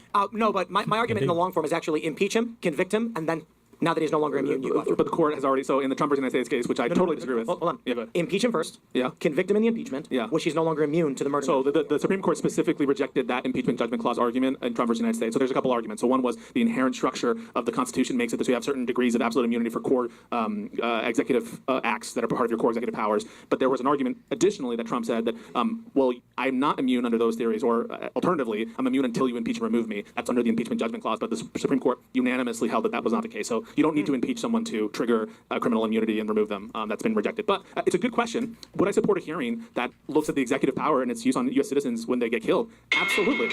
What's evil about that Peyton dude? My partner watches him. He's just a huge virtue signaler, which is the worst type of fucking human being you can be ever. That's 4 minutes. So Stork, thank you. Anything you want to say before you go? All right, give it up for Stork. Now, guys, when you come up, you got 1 minute. Make sure to get on the mic. Okay, now this next guy. Why don't we just have them, if we don't know, like some people didn't show up, why don't we have them raise their hands and then see who is prepared to come up? Okay, well, I know this guy's here because this guy's insane. I love this guy. No, I want to call up David Tiny Flora. So, David, come on down. Tiny, it's your turn. Come on down, Tiny. Oh, he's coming. Tiny, come on. Yeah, give it up for Tiny. Not exactly that tiny, I'll tell you that much. The man's huge. He's built like a damn refrigerator. Look at him. Come in here, sir. Now get up on that mic. You know how to get up on things. Come on. We want to hear you. Maybe make it taller. Damn. You can pick the mic up and take it with you. Damn. All right, you got 1 minute. Get up on that thing for you, Alex. $20. No, I'm not gay. I don't play that way. Maybe Pisco. $20. $20. Bro. Yeah, well, I'm worth a lot more. I'm a pimp on a plant, dude. You know what I mean? I don't need $20. But let's. You got 1 minute. What do you want to say, Tiny? All right. So what I want to discuss, you guys actually touched on it briefly. Sorry, you just get closer to the mic. Yeah, hold on. So what I wanted to discuss, and you guys actually talked about it or touched on it briefly, was actually the, I guess, sale of U.S. citizens to private prison industry in the United States, and how that would be any different than selling U.S. citizens to CCOT, for example. I believe that there's already a precedent that's set in the United States where we do pass or sell inmates along, from my personal knowledge working as a corrections officer for a few years, and I believe that it would be as simple as creating a territory or creating CCOT. Would it not matter that Obama did that with the recent Supreme Court ruling about presidential immunity? The reason why it doesn't matter is because it probably wasn't illegal when Obama did it, most likely. Creating a territory within CCOT that is ran by the BOP. I think it's a wonderful question. All right, and so down. for those who didn't hear, he asked, what about the comparison to private prisons, the fact that we outsource and contract private entities to take on the responsibility of the government, specifically with incarceration of individuals, both of, for crimes and immigration. Wait, but Pisco, I want to say, I'm more surprised that a guy with prison tattoos is that eloquent. I mean, I Very can't eloquent. believe that. Where did that? Are you an Where MS-13? did you come Sorry, from? I've seen those He's got the skull cane, he's got the marijuana leaf. I mean, damn, dude. That's gangster as hell. It's a great question. The underside's actually the fireman's prayer. Oh, that's wonderful. Yeah, but you do have a weed flower on your arm, though, True, right? that's the M. Most definitely. That's the M. Yeah, that's the M. Talk into the mic. We want to hear you, Tiny. Okay, your clock starts now, so yeah, go It's ahead. a fantastic thing to say, because I think it's all force. It's exactly the comparison. Bukele is being used as a contractor, and that plays into my argument and the argument of the plaintiffs, which is Bukele is not exercising the sovereign power of El Salvador by keeping Abrego Garcia in detention. He is being contracted by the U.S. government to hold him. Now, I know there's an That's just argument. not true, There's an though. argument that, like, oh, they're only paying money for the Venezuelans. That's all a fugazi. It's all a lie. Obviously, he's working on behalf of the U.S. Hold government. on, more Socratic dialogue. Go for it. If under normal circumstances Joe Biden had sent back a Salvadoran gang member, a legal alien, to Bukele, right? And say there was some financial arrangement even between Bukele, not necessarily related to this particular person, but there was a financial arrangement. Is then suddenly, if there's some problem, is he able to demand that he be sent back to the United States? So I think that there's an existing contractual relationship, an existing constructive custody, you would argue, that this person is continually, it's not like one and done event. It's why is this person in, I don't actually think he's in CCOT anymore. I think they transferred him someplace else. But why is he in custody in the first place? Is he being in custody because he's being charged with a crime by Bukele? Is he being, why is he in fact in prison? And the truth is, or in wherever he is, it's because he's acting at the behest of America, and everyone kind of knows it. And the fact that we all kind of acknowledge. I don't think that's true I have a question for you, Pisco. What is the legal process for imprisoning someone in El Salvador? I don't know. What is that process? Me neither. It seems very. I wonder why you're bringing up a foreign country's criminal justice system for their own citizens. Oh, I'm sorry. You're talking about the internal domestic process in El Salvador? Yes. Yeah, it's at the whims of the dictator. So, are there other dictators that you're concerned about in other parts of the world 100% I am. Yes, that I am. you don't frequently debate about? Well, I don't frequently debate about it when it. I don't think we have to be so chauvinist to assume that every country's, process system being different, especially El Salvador, which has had 30 years of gang violence, for them to be like, no, sorry, you have gang tattoos, you're going to jail. But I don't even think we need to argue that, because I think that there is a moral worldview difference between us, and I don't mean this disrespectfully, that my view is, hey, we're America, we take care of America. If El Salvador's being shitty, I mean, that's El Salvador, and this guy's their citizen in their country. If they decide to put him in prison, that's not our fucking problem. Yeah, but you're ignoring the process of how he got there and how. Yeah, it's so. Again, if I asked this of Christy Nome, can we just give him his hearing and be done with it, because we know that in the end we are correct? And her response was, it's out of our jurisdiction now anyway. So I have a question. Kind of bring it back to what we were discussing here, right? I think we kind of went a little further. So we already run programs very similar. Destiny versus Dean, let's go. Why did he say okay? Listen, if he wants to. Here I think he even has me United on States, Discord. The 187G program, Sheriff Chuck Jenkins up in Frederick County, Maryland, has been running that for many years now, and has been very successful prior to the Trump in the United States, right? Very correct. I agree. But my point is, those inmates, he is being compensated by the United States government to house them in a special wing. His deputies are deputized as federal marshals or federal agents. Why would it be any different if we rented out a wing in CCOT and sent inmates there? No differently than what we do now. Well, two things. One is, I think that your description of that relationship is completely correct. I think that's exactly what's happening with Bukele there, in the sense that, yes, the U.S. government is contracting a party to enforce immigration law. But the reason why it's different is the deprivation for which due process applies is the physical removal from the country. And so when you deport him to another place, you've now done the deprivation for which there is due process. And so that's my answer to that is, in theory, I guess I wouldn't have a problem with the law of contracting like some foreigner. I don't like it, but legally I don't know if that's a problem. That's your time. I just want to point out real quick, this guy right here is a Maryland man with knuckle tattoos. Yeah. What do you do for a living, Tiny? What do you do? Do you mind saying? What do you do? No comment. Damn. That means he sells weed, is what that means. All right. Now, actually, I got some information that, even though it is a little bit of a sausage party, that I think we have a lady with the courage to step up to the microphone. So with that being said, yeah, I'm okay. I said lady. That's gratuitous. I missed. Now, with all that being said, let's welcome the one, the only, and Dr. Nate. Give her a round of applause, guys. Come on. Thank you. Oh my God. It is such a fucking sausage party. Also, I want to say you're pissing me off, Pisco, but I'm gonna try to say this without getting angry. Okay. If Kilmar comes back, You're talking to the mic. Sorry. You're talking real close to the mic. Can you hear me? Hold it up. Take it off, because we're recording this, so we can't use you if we can't hear. So talking to the mic. Thank you, T-Bone. So, all right. First of all, this guy's name is Kilmar. Like, he sounds fucking crazy. Like, it's frightening as fuck. Epic, hilarious. Okay. I mean, he is like just uninterrupted. Let her talk. Are you from Maryland? No. Okay, so I was born and raised in Maryland. Shout out to Maryland. Woo! Shout out to the East Coasters in here. All right, let me tell you something about MS-13. All right, if this guy comes back, he's gonna be beating his wife, beating others, and back to the bullshit. All the trafficking, That was in like everything he's up to 2019, that, but okay. is alleged. He's gonna be back on his bullshit and even bigger. I don't think, I'll speak for myself, but I don't think my community wants or desires to bring those characters back.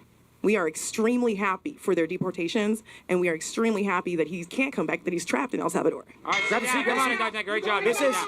I was waiting for a question like this, because this strikes at the moral perspective, not the fact-based legal perspective. And so there's this air of, we can't deport people like this because it's a slippery slope that results in injustice elsewhere. That strikes at a procedural, legal, slippery slope, a lot of things. But it doesn't ask the moral questions a community wants answered. In that, if this was the 1800s, they'd have thrown this motherfucker out of town. He would have been lynched. And if he came back, he would have been lynched. They would have fucking killed this guy if he came back. I don't want that to happen to anybody. But the point is, the way communities treat people who wrong them, there is a question there. So I almost think Pisco should force a concession. Like, hold on. Just to be clear, you understand that our understanding, our conceptualization of law and holding people accountable for crimes has improved since then, right? What we do now is better than that process that you just called out, right? Like, otherwise, why would you even I don't know why you would even reference that process, but I appreciate what you're asking we about the hate moral it. question. What's the answer there? We hate it. Okay, go ahead. No. So you brought up the lynching. I just want to say, because I think that's an interesting point. I think there is a moral dimension to procedural questions, but I'm going to ignore it for the purpose of this because I do think that, I don't know if you guys ever watched The Hateful Eight. It's my favorite Tarantino movie, and one of the characters says that's frontier justice, and that's frontier justice. And the reason why we don't agree with that on a moral dimension is you're just as likely, you're likely to be wrong sometimes. And so here's my question for you: is Kilmar Garcia innocent until proven guilty of the crimes that the media is alleging him of doing? He doesn't get to be judged by those terms because he's not a citizen of the United States. Oh my God, dude, that's so cringe. I just want to be clear. Do you believe either it is the case or it ought to be the case that non-U.S. citizens should not have trials for the crimes they're accused of? I think that what you're referencing is like a waste of our money. So we should not be. There's no reason to bring him here, do all this bullshit. We've paid enough in Maryland, okay? So the answer, no, you don't think non-citizens should get trials for the crimes they're accused of? That's a loaded question. How is it a loaded question? That's the opposite of a loaded question. That's just a direct question. It was a simple question. Do you think that do you think that people who are non-citizens should have trials for crimes? That's it. That's not loaded at all. It's a fair question. Because the issue is, should somebody who lives in this country, permanent residents, versus an illegal immigrant adjudicated as MS-13 whose penalty is deportation. Right, here's the point. If someone comes here and breaks the law, and the end result is going to be deportation, how do we have a trial for them when they're gone? Why? The end result for breaking the law in the United States is not deportation. I don't know where he's getting this from or where he got this idea from. It's very fucking weird. Force them to stay here if we're going to remove them anyway. So, these are people who hate America, hate our community, they hate abiding by the law, they hate us, they hate U.S. citizens, and they just mooch and mooch and mooch while literally terrorizing our community and tearing us apart. They're like agent provocateurs. Well, let me ask you a question. Do you believe that an illegal immigrant should get their due process? That doesn't mean jury trial. It means the standard legal process that is fair under the law for determining whether they're a citizen. No, I mean, yeah. I think no, in that the original crime being that they came to this country illegally. But that's what I'm asking you. The due process I'm asking if you would accept is, a man is walking down the street, the cops stop him. The due process here is, we must determine if he's a citizen or not. Should they do that? They should determine if he's a citizen or not. Under what process? Who do you trust to determine who's a citizen? Border Patrol. I actually got pulled over by Border Patrol recently, and they did a great job. Here's the problem. When you put a hole... What a crazy simp. in due process. This is why I don't agree with these categorical exceptions. Once you put one hole in due process, now the government, just by their own discretion, is going to put everyone they don't like in that hole. If you have nothing, no. If you have nothing to hide, you should have no. That's classic neocon language. Wow. If you have nothing to hide, then you should have no problem with the government digging through all your shit. Pisco should just own that, say, true, let's expand the ATF. We should have lists. The ATF should have an electronic database. We should have a better understanding of who has firearms in this country. Boom. If you have nothing to hide, it should be an issue, right? Oh, what's that? I'm sorry. You think the government would abuse of an electronic database of gun owners, but you don't think the government would abuse who they can deport or not? Really? What the fuck classic are you neocon talking about? language, If you have classic nothing Patriot to hide, Act language. being pulled over by Border Patrol shouldn't be frightening. What makes America great, right, is our structure, our Constitution, our way of life. So one of the people will often bring up to me the Carter Page FISA warrants that the Department of Justice got on Carter Page. You guys remember this, the Russiagate stuff, By people, right? he means Those Carter Page warrants were wrongfully obtained. And you guys cared about them. Why do you care about them? You care about them because you don't want the government to intrude. This isn't even a matter of detention. It's not a matter of execution. I assume that you care. It's called a rhetorical. It's called, hey, dipshit. It's called a rhetorical question. Bro, you gotta dipshit. come up. Hey, dipshit. It's called a rhetorical question. Hey, dipshit. It's called a rhetorical question. You ever heard of it? Wait. So yes or no? Yes or no? Have you ever heard of a rhetorical question? Dipshit. Dipshit. Don't call me dipshit. Yes or no? Have you heard of a rhetorical question? Wait. We will ask you to come up because that's 4 minutes for Dr. Nate. Let's if you've got a little bit more because we kind of went off. Just if you.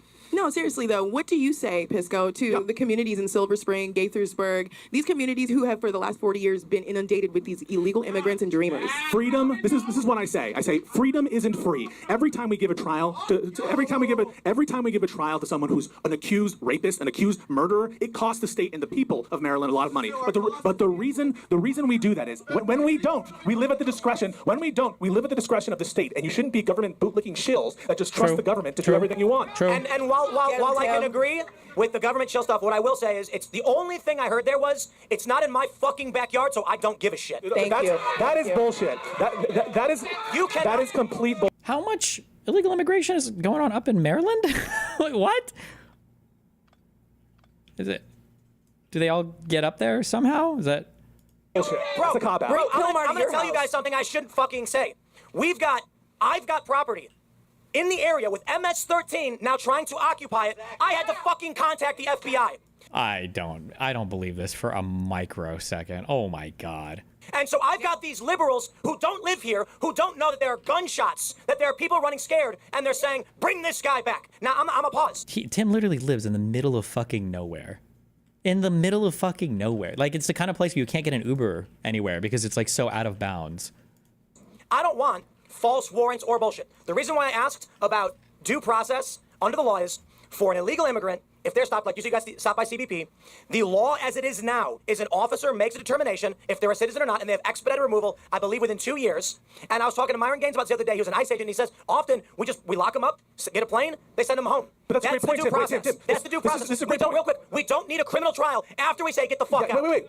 Exactly. When did you hear me? I just want to be clear. When did you hear me say that we need a trial? In fact, I went and I said, JD Vance is a fucking liar because he says we're asking for trials. What you just talked about, this proceeding in front of a judge, and really for expedited removal, it's not. It doesn't. It's usually like not even default a judge. It's just an immigration officer. Agreed. That's so right. We're not talking here about a ton of due process. And we're I not agree with talking you on about. So all we're talking about here are minimum standards. They didn't even they didn't give a notice before they left. They're trying to say that You're you can saying give 24-hour freedom isn't notice. free, but you want them to stay here on our dime.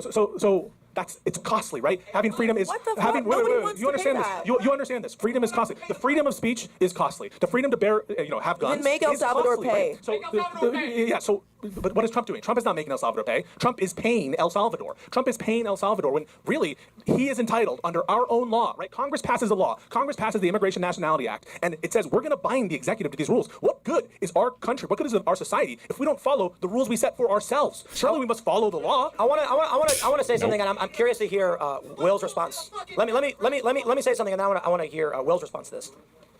I love the founding fathers. They were brilliant people. Oh my God! They shut put together the fuck up. Gay. the best government we've seen. But Love another man, gay. now here's the issue.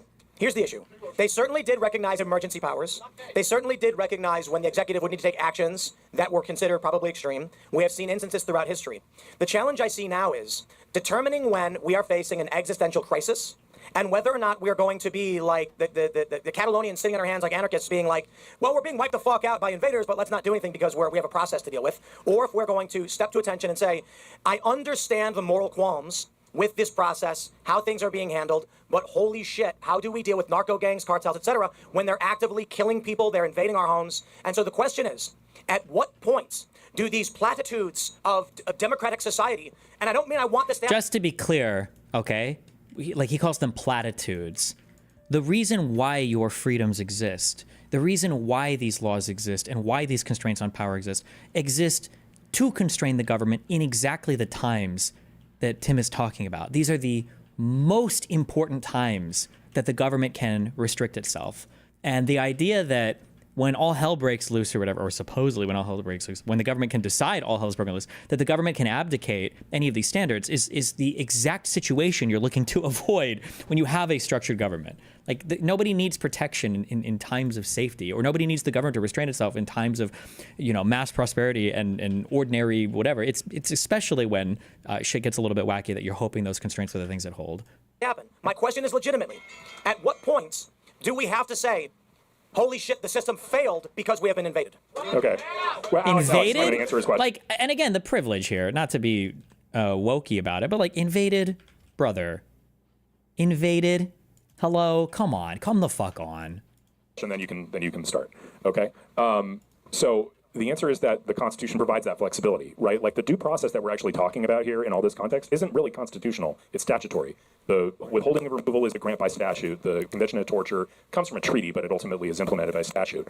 Congress can change the law and change what due process is entitled to. And if they're sorry, real quick, interject. Yeah. I hear this a lot, but it is not getting to the core. We know Congress doesn't fucking work.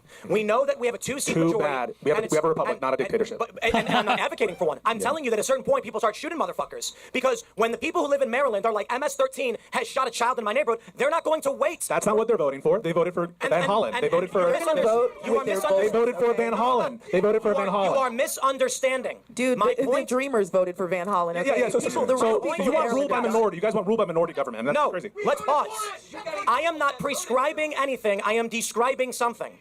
Right now, Congress cannot answer these questions for anybody, nor are... Again, nobody wants to like admit this, but I wish that more people, I wish Pisco would bring this up. I don't even know if he agrees with this, but like Congress right now is doing, I think, a great job at representing where the American public is at legislatively. And where we're at is we don't even agree on what the fuck reality is. So when you look at Congress and say, Congress isn't doing its job, what do you mean? We're literally fucking 50-50 divided on not even agreeing on if a 100% tariff on every country in the world is good or bad. What the fuck laws would you expect a country to pass when you can't even believe on basic matters of what's real or not? The idea that Congress isn't agreeing and Americans aren't agreeing, therefore we can just bring in a president every single time and pray that him and the Supreme Court can on their own like hash out what US law should look like is delusional. You have to actually solve the problem of why the fuck can't Americans agree on anything? Why the fuck can't we get Congress together to actually pass some kind of, legislation or anything, as a governing body? Why do we have to keep relying on the president and the Supreme Court to fix everything for us? That's the issue. You can't ignore that or try to systemically patch that issue.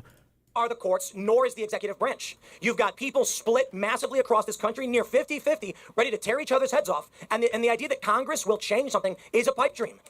Well, I'm not saying I want it. I don't know what's going to happen. I'm saying what happens. I mean, this is the reason. I mean, we might actually have a different interesting debate about the Alien Enemies Act at this point, right? Because this is where I would come back and say what Trump is doing, the Alien Enemies Act, is right and just. The courts are overreaching, and so Trump should continue. Oh, I hope they dive into the Alien Enemies Act, or at the very least, can you admit? Okay, Trump said no new wars. That was a big reason why you voted for him, right? Can you admit that we are at war with Venezuela? You have to. I think that concession is essential. We are, according to the President of the United States, at war with Venezuela. I want to hear them say that because it's the only way the Alien Enemies Act applies. But ignore the courts. Well, I mean, at a certain point, the ignoring and defying the courts is something that's been done historically. So if the Supreme Court says you can't do this Alien Enemy Act invocation is invalid, you would say, Trump, you should disobey that. Depends on how depends on the reasoning of the Supreme Court. Court. If they say the president, we don't get to change your facts, just like the Texas. I don't know if you read the. I read that Texas opinion. If they use that logic, I actually think that should be defied. I don't think that the Supreme Court should have the authority to determine what a war is. I think that's such an obvious encroachment on. So the answer is you get facts, just like the Texas. I don't know if you read the. I read that Texas opinion. If they use that logic, I actually think that should be defied. I don't think that the Supreme Court should have the authority to determine what a war is. I think that's such an obvious encroachment on. And this is the issue that we run into. He's right to some extent. That the Supreme Court should not have the ability to determine what a war is. That, in my opinion, that is an incredibly big overreach of the Supreme Court. However, if the President of the United States is going to just start arbitrarily calling random shit wars, well, what the fuck are we doing, right? Imagine the President of the United States watches, some fucking anime and he doesn't like the ending. And he says that Japan is trying to destroy the American mind now by ruining the end of fucking insert whatever, anime here. And now we're at war with Japan. At some point, we should be able to look at the president and be like, okay, hold on. Damn. Actually, there is a better answer. There is a counter argument to what I just said, but I'm not going to bring it up. We'll see if he brings it up. Fuck this guy. So the answer is Trump should defy the Supreme Court. On that question, yeah. He should. I am at the point where when Democrats called for packing the Supreme Court, I agreed with them. When Democrats arrested lawyers, I agreed with them. What bullshit you agreed with the Dems back in the court? Show me that. No. Show me that clip. Whoa. Show me that clip. I could be wrong. I could be wrong.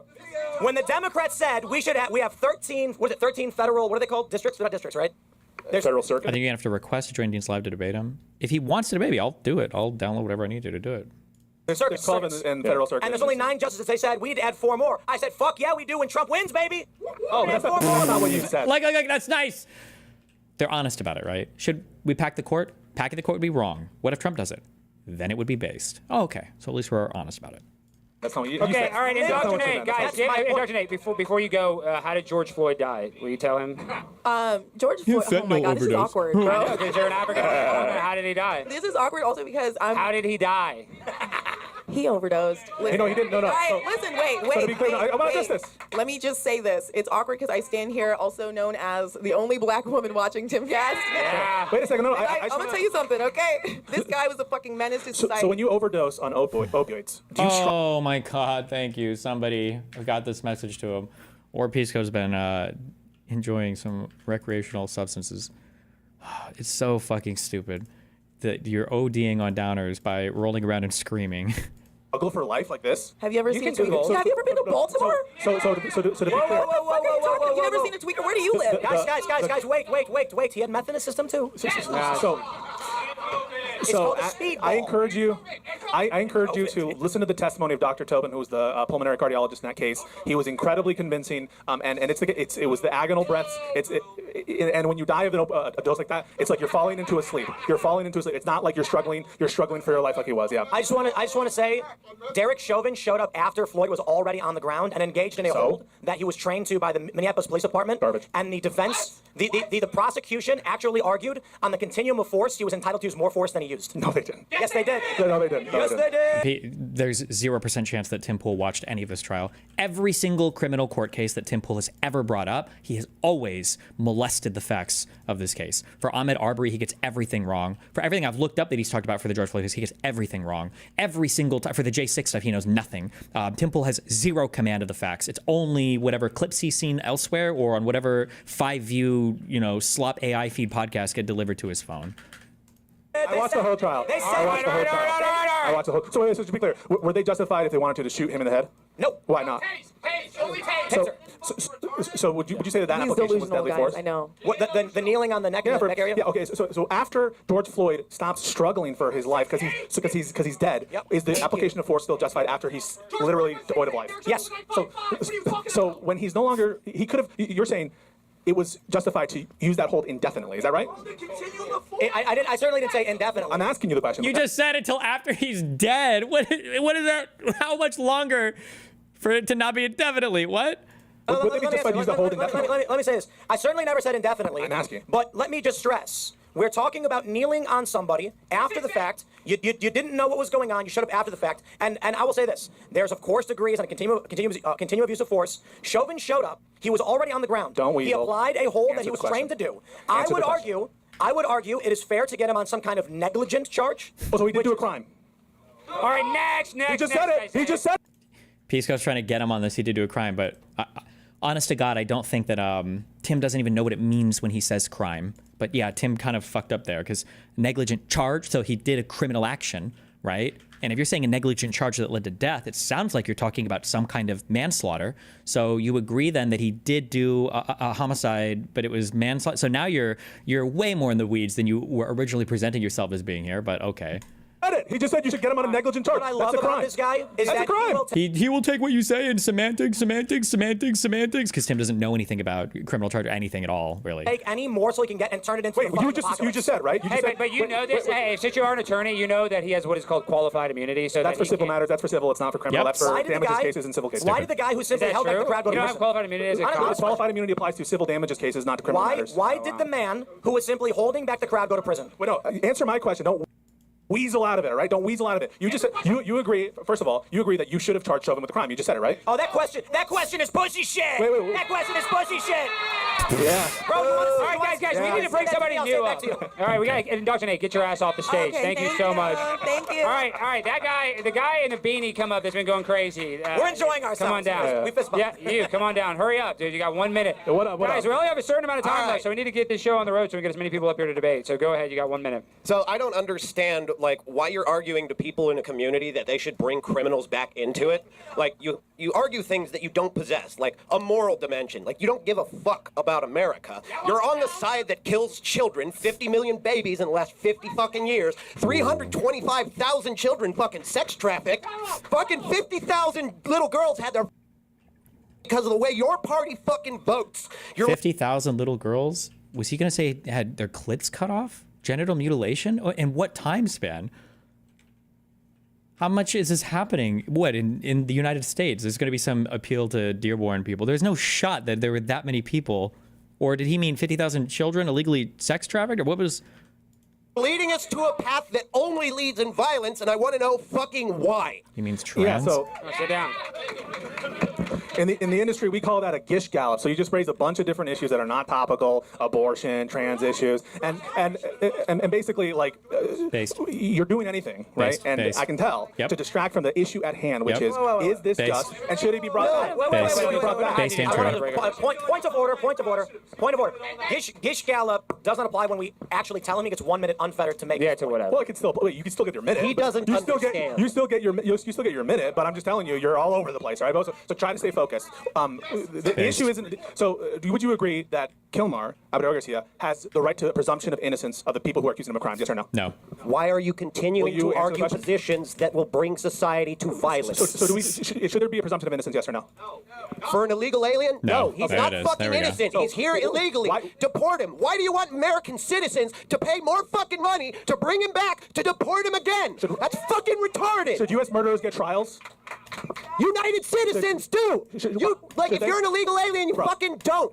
The due process is, are you a citizen? No. Okay, get the fuck out. Calm the fuck down. No, right? don't tell him to calm down. Let him get I'll tell him to calm jacked down. I'll tell him to calm down. We love the passion, but we'll turn it. You look like you're about to blow up. Pump it up. Don't listen to those libtards or that libtard. Don't listen to them. I grew up with a loud family, so 8 or 7 is my regular. We have a constitution. We should follow it. That's what being American means. We should follow the fucking then constitution. the fucking Biden administration shouldn't have let 20 fucking million illegals in. What about? So should we follow the Constitution or not, sir? Yes. Okay. So if the Constitution, so you just said he just said we should follow the Constitution. If the Constitution says that these people do get due process rights, should we follow that? So the Constitution. Yes or no? No. So you don't think we should follow the Constitution when you decide? Yes. How about asking me why on my opinions instead of just fucking assuming like every fucking midwit leftist does? This is a lot. So he said we should follow the Constitution, and then the next thing I asked him, I said, if it says that these people should get rights under the Constitution, should we follow? He says no. So explain that. And so let me interject here, because I think I know exactly what you're saying when you brought up Biden letting in 20 million illegal immigrants. As Bill Ackman stated, a country that lets in 20 million people unvetted, but then cannot remove them, will lose its democratic values.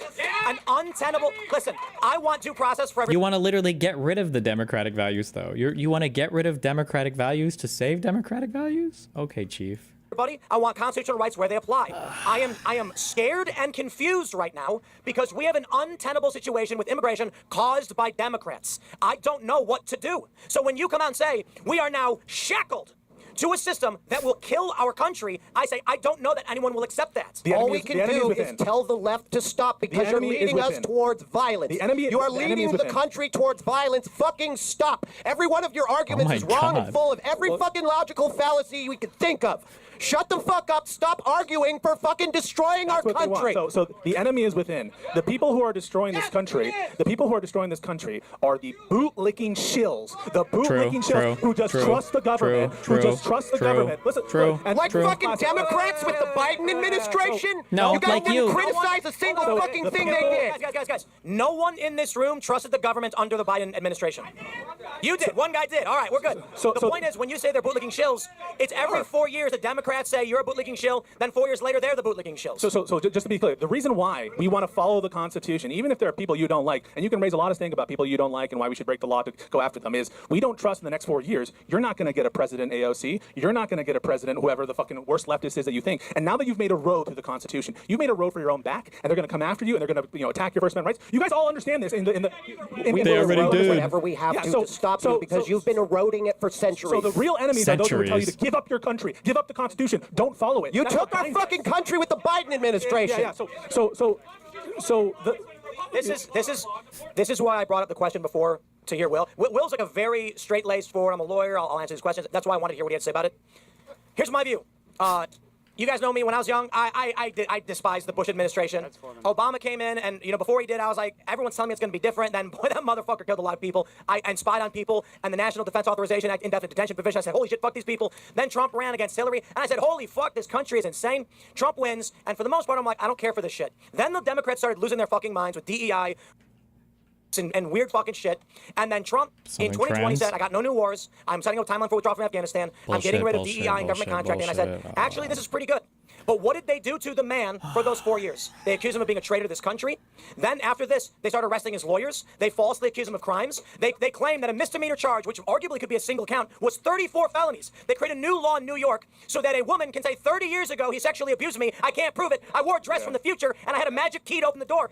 And I'm sitting here watching numerous Trump lawyers get arrested. Now we're in the Trump administration and they're begging me, please, please stick to decorum. Don't arrest lawyers. Don't arrest judges. Like, motherfucker, you did it first. You did this to us, and now we're upset and There saying, it what is. do we do? Welcome to the Civil War you started. We can justify anything because they've already done it, right? When you control history, I guess you can write whatever future you want as well, because we can do anything we want because they've already done everything we're accusing them of doing, or we've ever accused them of doing. Nice. Yeah. All right, guys, give it up. Now, all Give right, it what's up. your name? Say your name before you go. I'm Nicholas Steinbrecher, lost and found on Discord. Also representing the Jamcast Discord. Thank you, Nick. All right, now our next debater, their name is Cash. Did you want to respond to that? Yeah, I'm I just wanted to have like Cash, the quick come on. point. Did which you is agree I with think that unhinged guy? No, I mean, I don't agree with him, obviously, right? Like, he's a little more aggressive than I would be.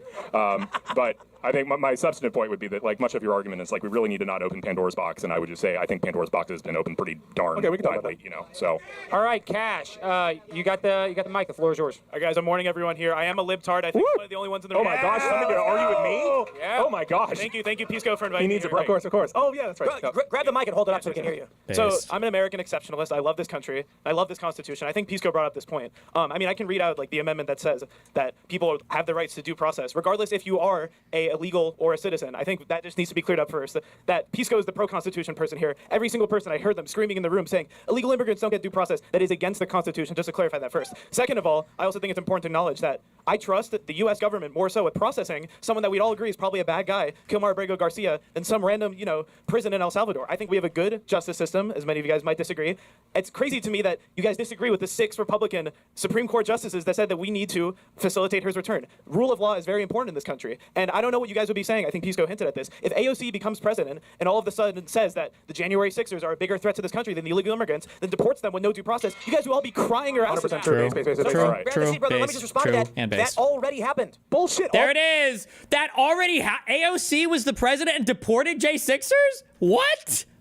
Those people got trials. Everyone in the J6, and then They all got due process. All of them got due process. And then these criminal terrorist insurrectionist thugs got let out by the criminal in the Oval Office right now. Illegally occupying the office. I would just like to ask a procedural question to our lawyer friends here. If evidence is denied to the accused parties, is that due process? Yeah, it wasn't denied. It would be a violation of due process. I mean, but it wasn't actually That's not what I denied. asked. It wasn't actually That's denied. not what I asked. Whether the evidence is admissible, right? And Well, it so. would depend if it's admissible. It's also it's a whole doctrine on Brady that would apply, and so I would need to know the specific facts. And also, I'm not an expert on Brady. So not a criminal lawyer. what did we have? 44,000 hours of footage. Not that This was a lie, and this was denied on the merits in the courts. True. So, True. No. That's not enough. No.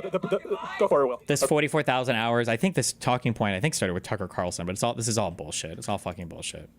Okay, the actual the best argument about the failure of due process in the J6 cases was the fact that change of venue motions got denied. Yeah. There's no excuse that any of these trials happened in D.C. Where the crime was committed? In a 97% Democratic Who the district. fuck? What? I'm sorry, I could be wrong. Since when is venue or jurisdiction or appropriate jury determined based on political affiliation? Has that ever been the case? On political breakdown? You have the right to reject members of the jury if you want, but if people, I'm curious, case law, I guess, have people moved have people changed venues before or changed courthouses because there are too many Democrats in this district? Cares? You committed the crime in a place. You do the Yes. time there. You do the Whoa, I thought you cared about fair trials. Wait. So, What a dumb piece of shit. I thought you cared about fair trials. So we're going to ship these people all over the United States to stand trial in a venue that makes absolutely no sense? Here you are in Atlanta, Georgia. We've brought in a trial of your peers to figure out whether or not you committed a crime in D.C. Would they have the original jurisdiction and everything over this particular crime? In what world would this ever make sense? Why did that happen? Whoa. It's a white guy. You don't want a fair trial anymore, do you? Oh my doesn't God. the Constitution specify? Doesn't the Constitution specify that there is a venue provision that when you commit a crime, it shall be tried in the district in which it was committed? Yeah, but that venue is not defeated by due process and the right to a fair trial. There's a presumption that a jury is able to put aside their bias, their political bias. Yeah, but that presumption's not absolute. What happens if a black defendant is facing a jury of all white and the prosecutor's excluding? It's a high burden. Are we saying that a person's political affiliation is the same here necessarily as the race. Also, I'm pretty sure, I think you can reject, actually, I'm not actually sure if you can reject jurors based just on their race as well. I don't actually know for a qualification for pool of like rejecting jurors. I've never heard of changing venue though because of the political makeup of some district. To get rid of that jury. It's I don't know. I mean, well, think about this. You know, think about this. Whoa. I'm not saying that. No, I'm saying it's a high burden to show that it's racially, unconstitutional. I mean, you see, like, if you look at the polling, I want to make this point because this is, I think, the key issue, which I think liberals have lied all the time. You look at the polling on, like, for example, whether liberal parents would be happy if their child came home with a conservative partner to marry. They're not. And in fact, in general, this number is higher than in a world where, like, than cross-racial. So, I mean, I'm sorry, like, the way that there's polarization in this country between Republicans and Democrats, which is literally demonstrated by this room, and also a lot of, like, the things, intemperate things you've said about, like, the people in this room, is demonstrating that there's not a jury of your peers and the You know what? I'm fucking so retarded. Pandana, you're absolutely right. Destiny, it's a self-report. You're right, it is a self-report. What they're saying is that if they were on a jury and it was a Democrat, they would always vote to convict. And if it was a Republican or anybody related to Daddy Trump, they would always vote to exonerate or not convict. Every single time. You're absolutely correct. Sixers didn't get fair trials. Let me ask you another question. Imagine the federal court system we've created where every time somebody commits a crime and there's federal jurisdiction and they're tried to federal court, they have to be shipped to like a swing state to try the crime. Like, what the fuck? Due process if the prosecution uses... Also, wait, I'm curious. Does DC... Oh, they don't even have real electoral votes or whatever. Do they get an electoral vote? I don't remember. Does DC actually go 97% Democrat? Is that even true? Is that the split? DC vote president 2024...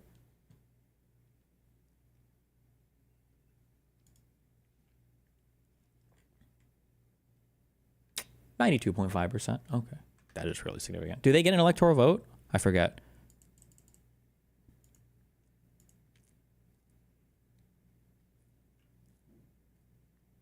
Yes, they do. They get 3 of them. Okay. Then why do these motherfuckers cry about no representation? You don't need Congress. Uses information from after the trial happened to seek a greater sentence on the individual based on speech of the individual. No, why would it not be necessarily? That is not. It gets to whether or not you have regret, whether or not you. There are factors of sentencing that you're able to, that the judge has discretion. Greater sentence on the individual. The prosecutor. And the Sixers didn't get fair trials. Let me ask you another question.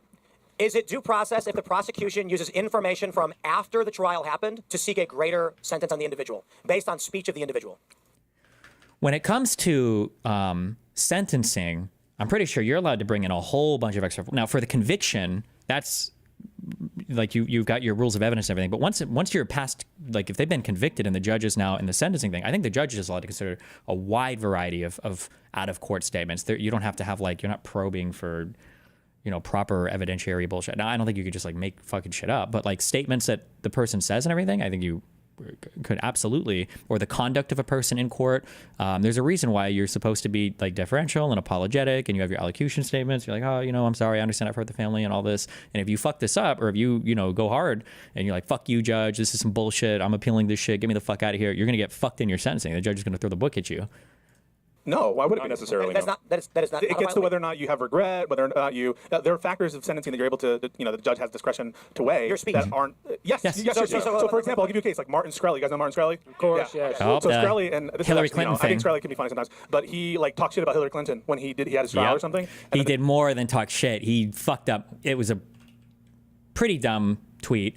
I think it was a tweet or a Facebook post. He said something about paying somebody who could ever deliver to him a lock of Hillary Clinton's hair. So really, really dumb. That was really dumb. Well, I don't know if that was after he was already convicted or what, but oof. The judge sentenced him more. Now, you might disagree with that, but it just is the case that judges are allowed a great deal of discretion in sentencing, and that's our system. Okay, can I introduce kind of a new topic a little bit? Because I feel like we're going to dive down the... Yeah, you got less than a minute, though. Go ahead. Let's give him time. We haven't had a liberal yet the entire night. That's what I'm saying. We'll talk. Hey, Cash, say something.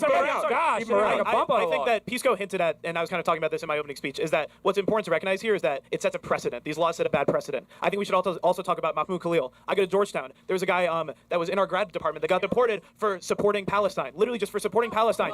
I just want to hear the conservatives here that if AOC gets elected and designates Israel as a terrorist state, yes. If Israel designates if AOC, well, it'd be Israel anyway, Zog, right? If AOC were to designate Israel as a terrorist state, can we start deporting people when they support the IDF as a terrorist organization? It's a good question. A bunch of pro-Israel people. But the problem is, he doesn't realize these are not older MAGA; these are young MAGA, meaning they're Nazis. So they'll all say "fuck Israel." Jewish. I'm pro-Israel. I'd be afraid of that. You conservatives have opened the floodgates 100%. for free speech to be completely violated. Wait. Because Trump is breaking these I laws. will answer this. It takes two to tango with these laws. I will answer your point. Will If says you manage to get AOC to be president, and she, in her bizarre wisdom, I mean, not wisdom, right? But if she decides to say, you know what, like, if like we think the IDF is a terrorist organization, you manage to classify it as such, and then you say Israelis who advocated on behalf of the IDF, she would have the authority to do so under our laws. Like, she could deport Israelis. She has authority to give them due process. Wait, bro. I would argue that a large, I don't know the exact numbers, but the Trump base is split between anti-interventionist, bye-bye Israel, and pro-Israel.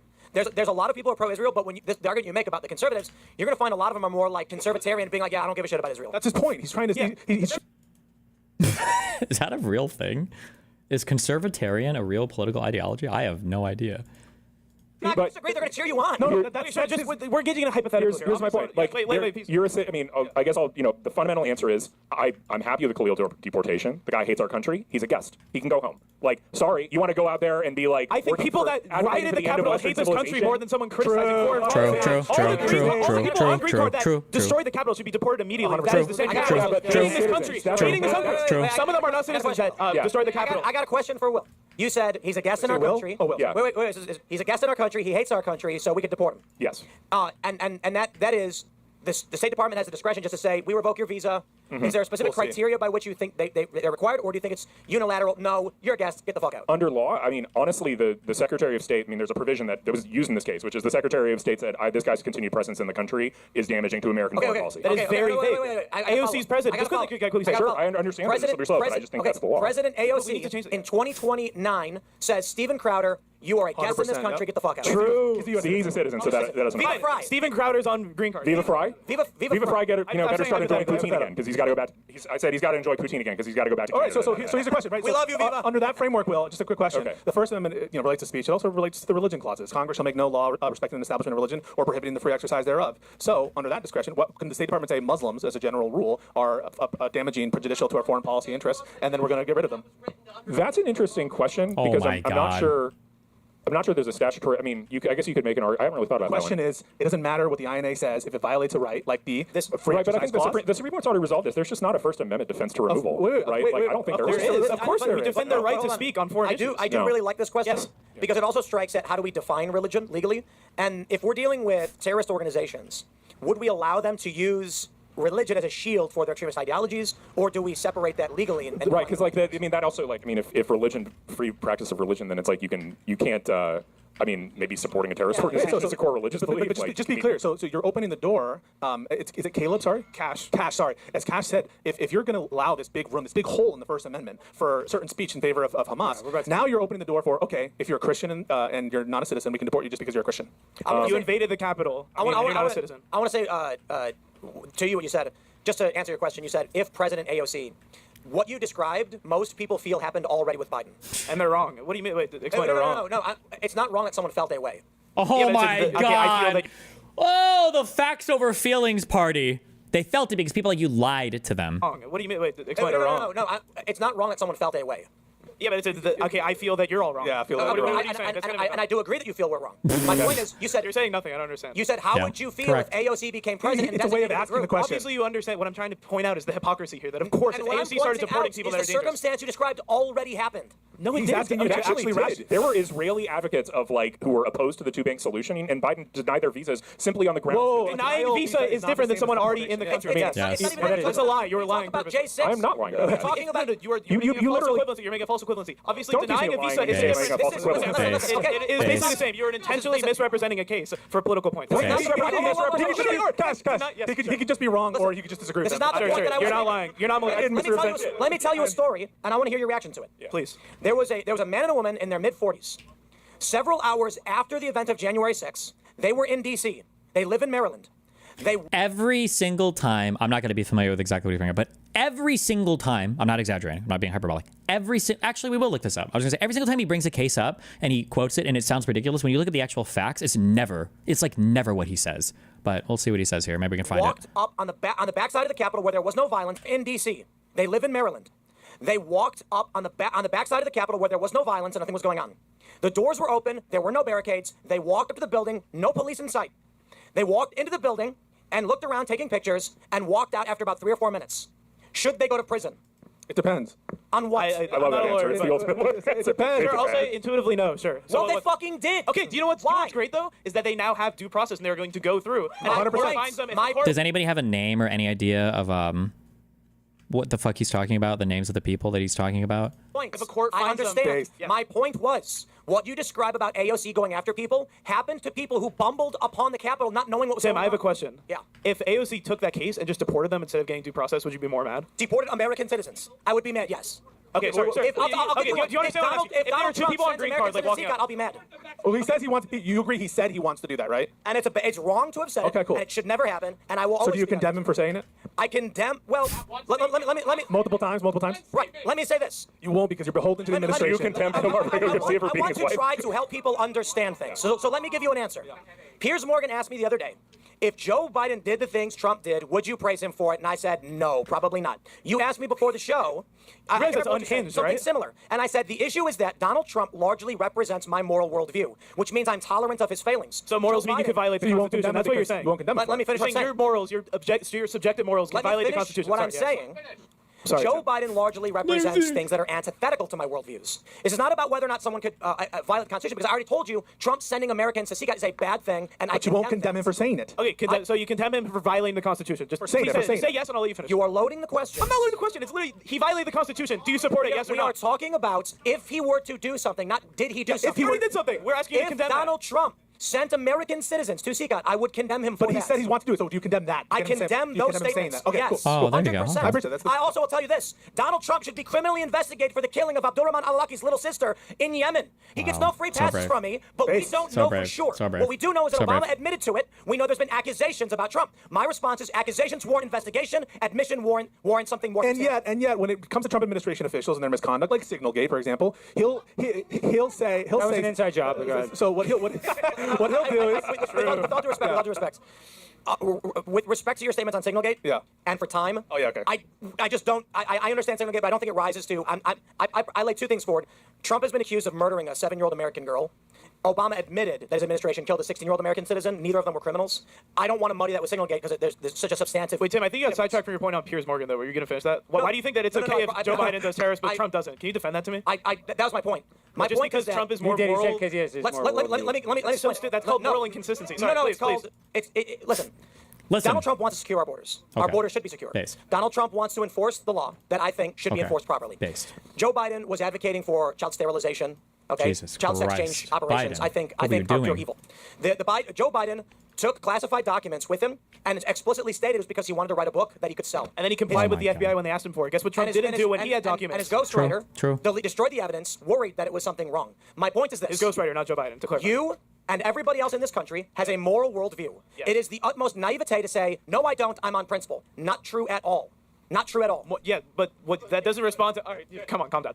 What you're saying doesn't really respond to what I'm asking. If you have morals, are some of those morals to say not fuck up the economy with tariffs or violate the Constitution? I'm pro-tariff.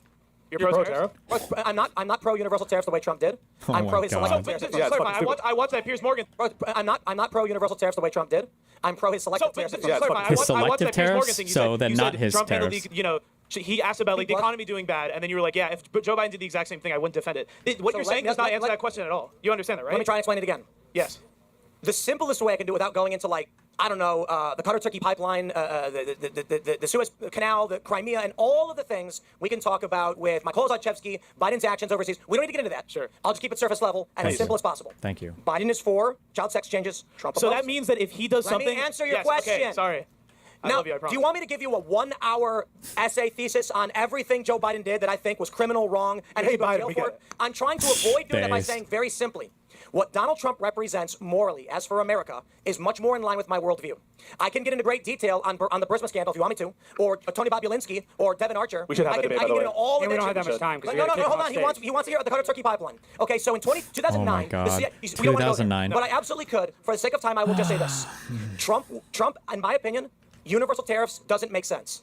I am skeptical of it, but I am largely biased in favor of Trump's moral worldview and hopeful that his administration has a plan that will bear out positively. That being said, I'm not entirely sure universal tariffs do. Selective tariffs I'm a big fan of because I believe, being a manufacturer of skateboards, I can tell you directly as an industry how free trade destroyed an industry and destroyed people's lives. Okay, sure. I guess So Joe Biden... You did respond. You so just let me- reaffirmed what you said. And now Joe Biden, with all the things he's done that I think are bad, were he to enact universal tariffs, I do not trust him because I believe him to be an amoral crackpot, so I would not give him the benefit of the doubt. So what you're saying is that you cannot acknowledge when something is bad just because the person might have a good intention? I You're saying literally because said the tariffs were done poorly, and that I'm skeptical of them.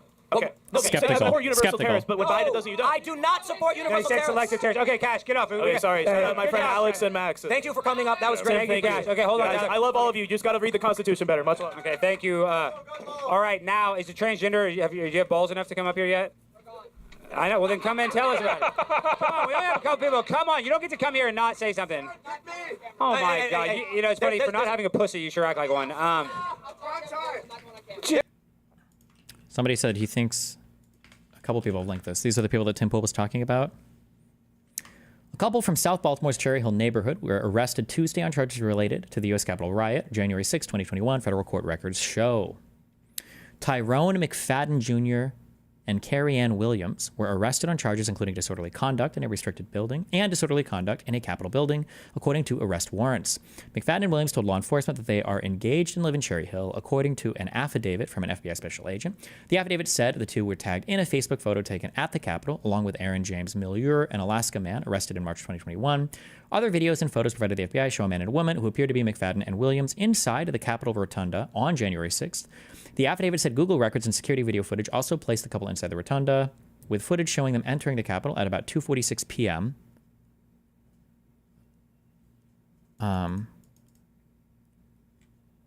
Wait, what? Okay. When McFadden and Williams were interviewed by the FBI, they said they were outside the Capitol that day, but they never entered the building. Oof, so they lied. Nice. I believe this was false and that Williams and McFadden were untruthful in that interview, the agent wrote in the affidavit.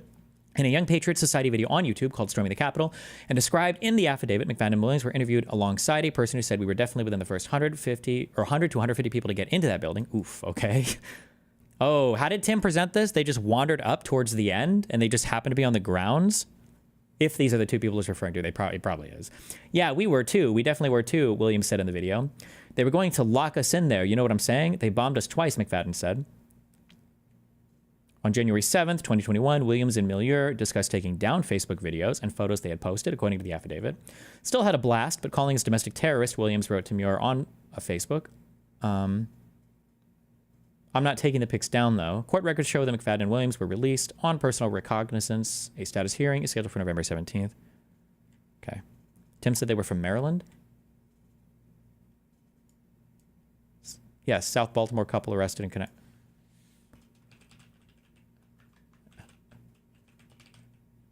Yes, okay. Baltimore is in Maryland. Okay, yes. Fuck you. Stop. Making me doubt my sanity. There's a certain amount of no's we'll respect. I know. Okay. All right. Is that Tyler, right? Have you been one? No. What's your name in the hat? Or did you submit, T-Bone? No, my boss did. Okay, well then let's get the black dude. Come on down. We know this guy. We know this guy. I took a lot of notes. All right. Yeah, all right. So I want to go ahead and I want to go to your point, Alex. You were talking about Lake and Riley, right? But also the entitlement programs. We forgot about that and about all the money that was spent through all the illegal immigrants. As soon as they came in, they had a bunch of I don't know if there's a bunch of cards with money on them, but I was at the airport, I believe it was last year, and I had somebody walk up to me, and he was an immigrant, and he said, and he talked to me in Spanish, and I knew a little bit of Spanish, but he gave me a bunch of, here we go, he gave me a bunch of cash, and was like, hey, can you help me get to New York? I just need you to buy a ticket. And I'm like, I'm sorry, I can't do that. But he had a wad of cash, and he had a backpack on his thing, and he had this app on his phone. The CBPD. Now, do you guys remember about the CBP one? Yes. Yeah, oh CBP my one. God. Right. But anyways, so that to my fucking point, app. You said to close the border, right? That will solve all the issues. But how do you get with a president before that sabotaged our own country and sabotaged our borders, allowing all of these other people to come in, and now you're telling the other president that no, you have to follow some sort of standard. Sit down. Thank you. Good job. Great job. people will use these examples, and first of all, let's be clear. Some of these benefit programs are state-run, some of them are federally run, and one of the reasons why these people are given benefits at all is because oftentimes they don't have authorization to work. Okay, when you're applying for asylum, you can get an EAD, but you have to wait a certain amount of time before EAD is an employment authorization document. Okay? You have to wait a certain amount of time before you can apply for EAD. And so in the interim, you're literally making it illegal for this person. Yeah, but 20 million people? What do you mean? 20 million people are applying for this? So you're saying 20 million people cross the border illegal and have entered into the country. So I think that number is inflated. It's not true. But I'm going to take it. Let's say 10. 10, 15. So because it calculates. Notice how the border actual crossings number that some doesn't of them really are, matter because nobody multiple truly times. actually I just really don't think knows, it's a true right? estimate. But not everybody is a beneficiary of those programs. On net, once you give them EADs, these people are putting money into our entitlements. Literally, they're given tax numbers so that they can pay into things like Social Security and Medicare, and they're never going to get those benefits from those. So when you let them work, and I'm not saying that I agree with illegal immigration. I don't agree with illegal immigration, but it's just a function of the fact that otherwise these people are going to be like, I don't know, dying on the street. No, remember when we came onto your show in Scrapjaw, and he was talking about how he went over to Springfield, Ohio, right? And there was a bunch of issues, not necessarily what we thought was the problem, which was people were eating dogs and cats, whatever. But he was talking about how there were a bunch of immigrants that had money that were paying for cars that didn't have licenses, that didn't have insurance on these vehicles, and they were wrecking these vehicles. Now the problem was those vehicles, he would take them back to his not to a shop, but like the yard where they tow. Right, but they couldn't take the vehicles. Why? Because of these issues. So what exactly are we supposed to do when we have a president beforehand that caused all of these issues, and now we have to I'm going to assume pay for that? Yeah. But it's also a function of we don't have the capacity to solve that, like the manpower, the labor, and the resources to rectify all those problems. But we do have the capacity for like $1 trillion in tax cuts. Whoa, those are two different things. So to be clear, like we say that we don't have the capacity, but these terrorists that you say you don't agree with, they've wiped out a ton of wealth in this country. People are against them, and the poll numbers is economic progression going down. I feel like you're dodging the question entirely. Let's assume that everything you're saying in terms of what the previous administration did was wrong, illegal, immoral, however you want to say it. Why is illegal immigration wrong? Can I ask you? Well, could you do the same thing into another country? Can we go to another country? No, you can't. Did he seriously say that? Your evaluation for what's right or wrong is based on what people can do in other countries? What? Why is it wrong for someone to come into the country legally? Oh, well, you see, exactly, because, hold on, guys. Well, we see why, right? Look at what happened in Italy, all right? You saw what happened on that island. They got ransacked by a bunch of people. There's only 7,500 people that lived there, and there were tens of thousands that just overran that entire island. Look at what's going on in the UK with all the stabbings. Look at what's going on in Canada with all the issues that are going on. So is the so in the UK and Canada, I don't think those have to do with illegal immigration. I think that has to do with just immigration, period. It's interesting that he's going to examples of legal immigration that he doesn't like to say why we don't need illegal immigration. I think it's telling because truly these people just don't want any immigration at all. That's what they really mean. That's what they really are trying to say. And it's important to get that because, yeah. I'm hearing crime. I'm hearing economic considerations. I'm hearing fiscal impact. So Trump, for instance, has said he wants immigration. He wants more immigration. Yes. He just wants it to be legal, right? You've heard him say that. Legally. So, and in this country, we have really low unemployment, record low unemployment, even now. Still, the jobs report that we just got was better than expected. So there's a labor shortage in this country in terms of the economic impact. So, that's true. Trump wants to bring in. Trump has said that he wants to give green cards to people who complete university in this country. So he's at least as Trump says it, he's okay with immigration. He just wants it to be done legally. Exactly. So if your problem, I just want to finish the point, then I'll let you guys go. If your problem with immigration at bottom is that it's illegal and disorderly, then your problem is the illegality, and therefore you should be just against illegal actions by the states. So let me answer why illegal immigration should be illegal. Right, first. That seems redundant, right? It's illegal immigration is when you come to this country outside of our laws for properly managing influx of new people. The reason why we made it illegal, I can give you a real-world example, which is Sweden, for instance. A lot of these countries are bringing a lot of immigrants in because of their low fertility rates. It's going to cause labor shortages and economic crises. In the 90s, Sweden brought in a bunch of, I believe it was Somali refugees. These refugees were not properly integrated, and this is not to say that they were forced to, it's that the country failed them. What ended up happening was the refugees that came in legally were told, best of luck, welcome to Sweden. So what did they do? They formed enclaves, incidentally, not intentionally. People want to live next to each other because it's familiar, it's easy, and if you're going to get a job and provide a service in your community, speaking the language makes it a lot easier. After 20 years, this resulted in a very serious cultural problem. The children of these refugees were considered Swedes, but in their home country, they were not considered Somali. They had no home to go to, but the Swedish native population would not give them jobs or opportunity. What happened? They created areas of the country that were I guess say, skeptical of the outside authority. This resulted in police getting attacked. It resulted in intergang conflict. There was a grenade thrown in I believe it was 2017, onto a balcony that killed an 8-year-old British tourist. The culture that grew in these communities was entirely separate and isolated from the Swedish community because they were not properly brought in. And so, why do we make it? We want more legal immigration. We want to make sure that when people do come here legally, because we do have a labor shortage and a fertility crisis, they come in a timely and orderly manner where we can track where they're going, which communities can handle them and which cannot. But when, let's say, even 1 million people come across the border unchecked and we don't know where they're going, this can result in, as you can call it, intercommunal violence.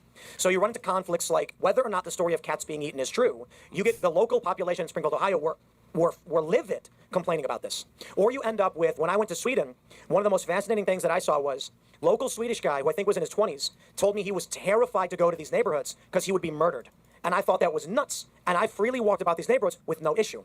But there was still a fear of interracial and interreligious conflict because of these the lack of neighborhoods? assimilation and integration. So for economic reasons, for cultural reasons, and to preserve the moral traditions of our country, our democratic values we do think are important, we say, guys, one at a time. Are you? Junie sent 50 Destiny gift memberships. Thank you. In YouTube chat. I love you, buddy. Malmo is not a neighborhood. That's a city. Are you willing to have a conversation with the Zionist Destiny? Yeah, I'm willing to have a conversation with him. But he hasn't even responded to my video. I mean, he asked some questions. I gave some answers. And then I asked him some questions, and he hasn't responded. Did he? No, he did respond. He didn't. Well, I didn't see it. He didn't tag me in it. What did he say? I'll have to check into it. I'll have to get back to you then. There's no sense in debating Zionists about genocide, right? I mean, the thing is like I was just responding to his post, and the post did better than his post, and it proved my point. And oh well, if it did better, I guess that proves it. Ratioing. It's in his stream today. Okay. Are you willing to have a conversation? I'm right this way. Please don't cheat.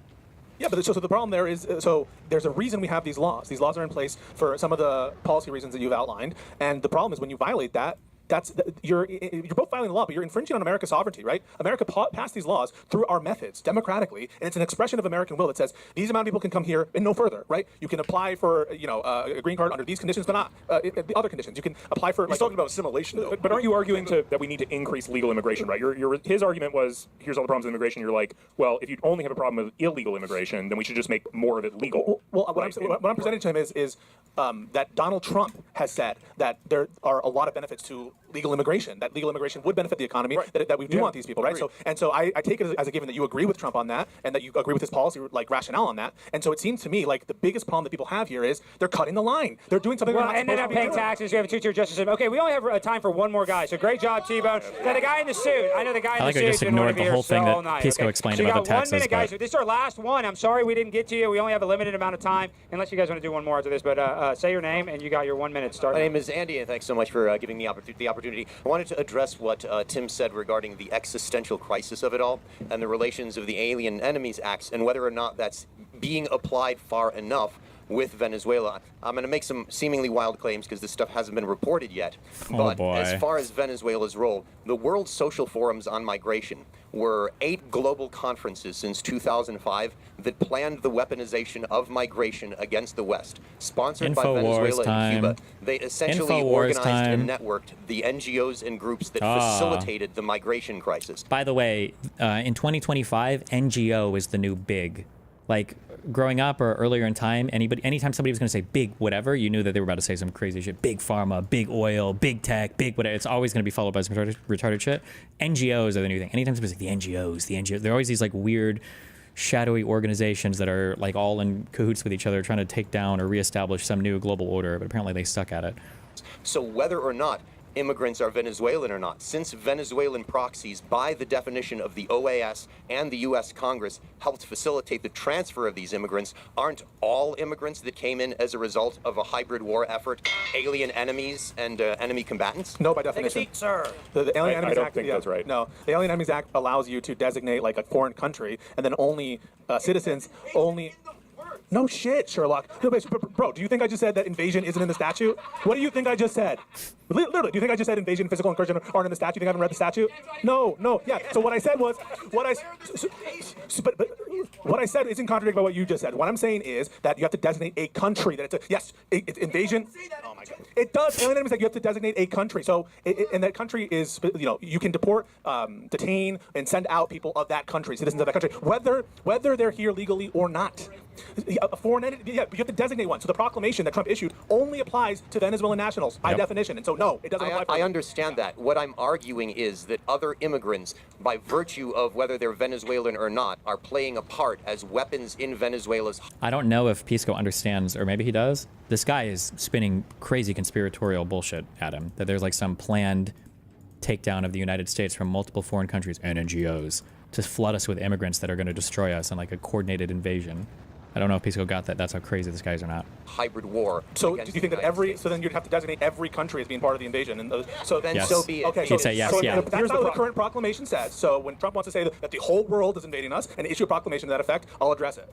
I mean, I think the problem is that's so attenuated from the underlying, 100%. right? Like, is that, and also it would swallow up every other part of immigration law. Like, basically, it would. You could deport anyone here legally or illegally for any reason. Right. So I think that as a result, I think that. I don't even know if we actually disagree that much. No, I guess we probably disagree on whether or not there is a Deport predatory everybody, incursion. even Americans, white people, Christians, everyone's got to go. Nobody can stay. But just be clear, the alien, so if the Supreme Court were to uphold Trump's power under the Alien Enemies Act in this case, he could deport any Venezuelan, whether they're here legally or not. Yep. So if they're here legally, you could get rid of them too. The Alien Enemies Act is a very powerful ability for the administration to get rid of any alien, and that it means any non-citizen, really. I do think that, just real quick, we can interpret however the powers that be interpret. I mean, whoever's in charge interprets it the way they want, they enforce it the way they want. And I really do feel like whenever we have these debates, and I feel it's a lot on the culture war, I'm like, we're sitting here acting like we don't understand these laws all the time, because maybe we don't. 2 different sides, 3 different sides, different political factions all saying, no, the law means this, no, the law means that. And it's really, at its core, my moral worldview would be this, no, my moral worldview would be this, and the law is less material to the argument. Let's say that I cede the fact that, okay, it applies only to Venezuela. Well, then all of their proxies, which, again, you can demonstrate that these groups that facilitated migration are, under U.S. and OAS definitions, proxies of foreign enemy states. Shouldn't they be prosecuted and jailed under the... for what crimes? For Foreign Agent Registration Act. They're acting as proxies of foreign governments and has not to be at stating direction, it. taking direction from them. RICO, Prove since it. this is a hybrid war that carries all 12 dimensions of the hybrid war. I shared some research beforehand, and I hope you look Yeah, through so it. You can always under investigate. FARA, you need to have so if you have specific evidence that they're failing to register and engage in some kind of lobbying effort, and you can point to specific individuals, I guess. FARA also applies not just to other countries, but to foreign principles, and so that can include like foreign. One of the reasons why we should have the Burisma conversation at some point is that Burisma would be considered a foreign principle under FARA, and that's one of the issues of the Hunter Biden situation. And so I can see a cognizable case if you can show me the evidence that the specific individuals involved should It's not. failing to register. It's not been reported yet, but trust me. Citizensintelligence.net has a There you go. downloadable PDF with 600 sources, about 100. Oh, citizensintelligence.net. Let me open this on my other monitor first.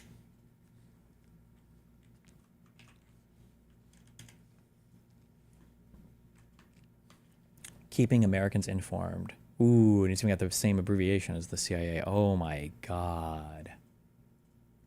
United Socialist Party of Venezuela, a hybrid threat to the United States. From Dr. Ariel Sheen, Director of Operations, Citizens Intelligence Agency. Ooh. 120-page PDF. God damn. International Castro Chavismo Data. Oh, shit. A collaborative effort between state actors, Cuba and Venezuela, foreign state actors, and NGOs to subvert democratic governments abroad. Castro Chavismo leaves numerous traces of its existence. While their efforts are frequently commented upon in indictments and pacts written by government agencies or articles written by NGOs, there are a few instances where they are cataloged. Holy shit. Careful. 50 pages long, and it's free along with network maps. So can I ask about the moon necklace? It's a pig tusk from Vanuatu. Pigs are considered sacred there because this is like mining your own pig coin. The more they curl, the more they're worth. So they pull the top teeth so the pig tusks continue to curl. And if you got a pig with a triple curled tusk, it costs somebody a pig just to take a look at it. There's a YouTube thing called Vanuatu's Piggy Bank that's like a 15-minute Australian This guy special. is insane. Okay, all right, get off stage. Wait, you're almost done. The guy with the sunglasses in the back. Well, you've been looking at me all night. Come on down. What do you do? You took one the minute? microphone already, though. I know, but I'll just hand him mine. What do you just come up here real quick? You've been looking at me creepy. You in the so one guy in the sunglasses. Hurry up. We only got 1 minute. I can already tell this guy's gonna be weird. Here, take my mic. What do you want to say? Stand back there. I do have a quick question about You have one question. okay, constitutional rights. I don't know, I'm not a lawyer, but if an illegal immigrant were to come here, would they have the constitutional right, like Second Amendment rights to buy firearms? I think they do, yeah. The Constitution is very clear when it refers to persons and when it refers to citizens. So we had this conversation. I think you agreed with it. I mean, and it could be an issue of how they've changed. Like when the 14th Amendment was made, it draws a distinction between the rights of persons and the rights of citizens. But I would also add that creates an abortion issue for you if you do accept that argument. I'm not actually sure either of you are right about this. Wait, so for example, it says the security of so the right of the people to keep and bear arms shall not be infringed, and that's the people and other parts in the Constitution, including the requirements for president, to run for president, the requirements for Congress. It refers to U.S. citizens, and in the privileges or immunities clause of the 14th Amendment, which is what he was referencing, it refers to. Okay, I hear all that, right?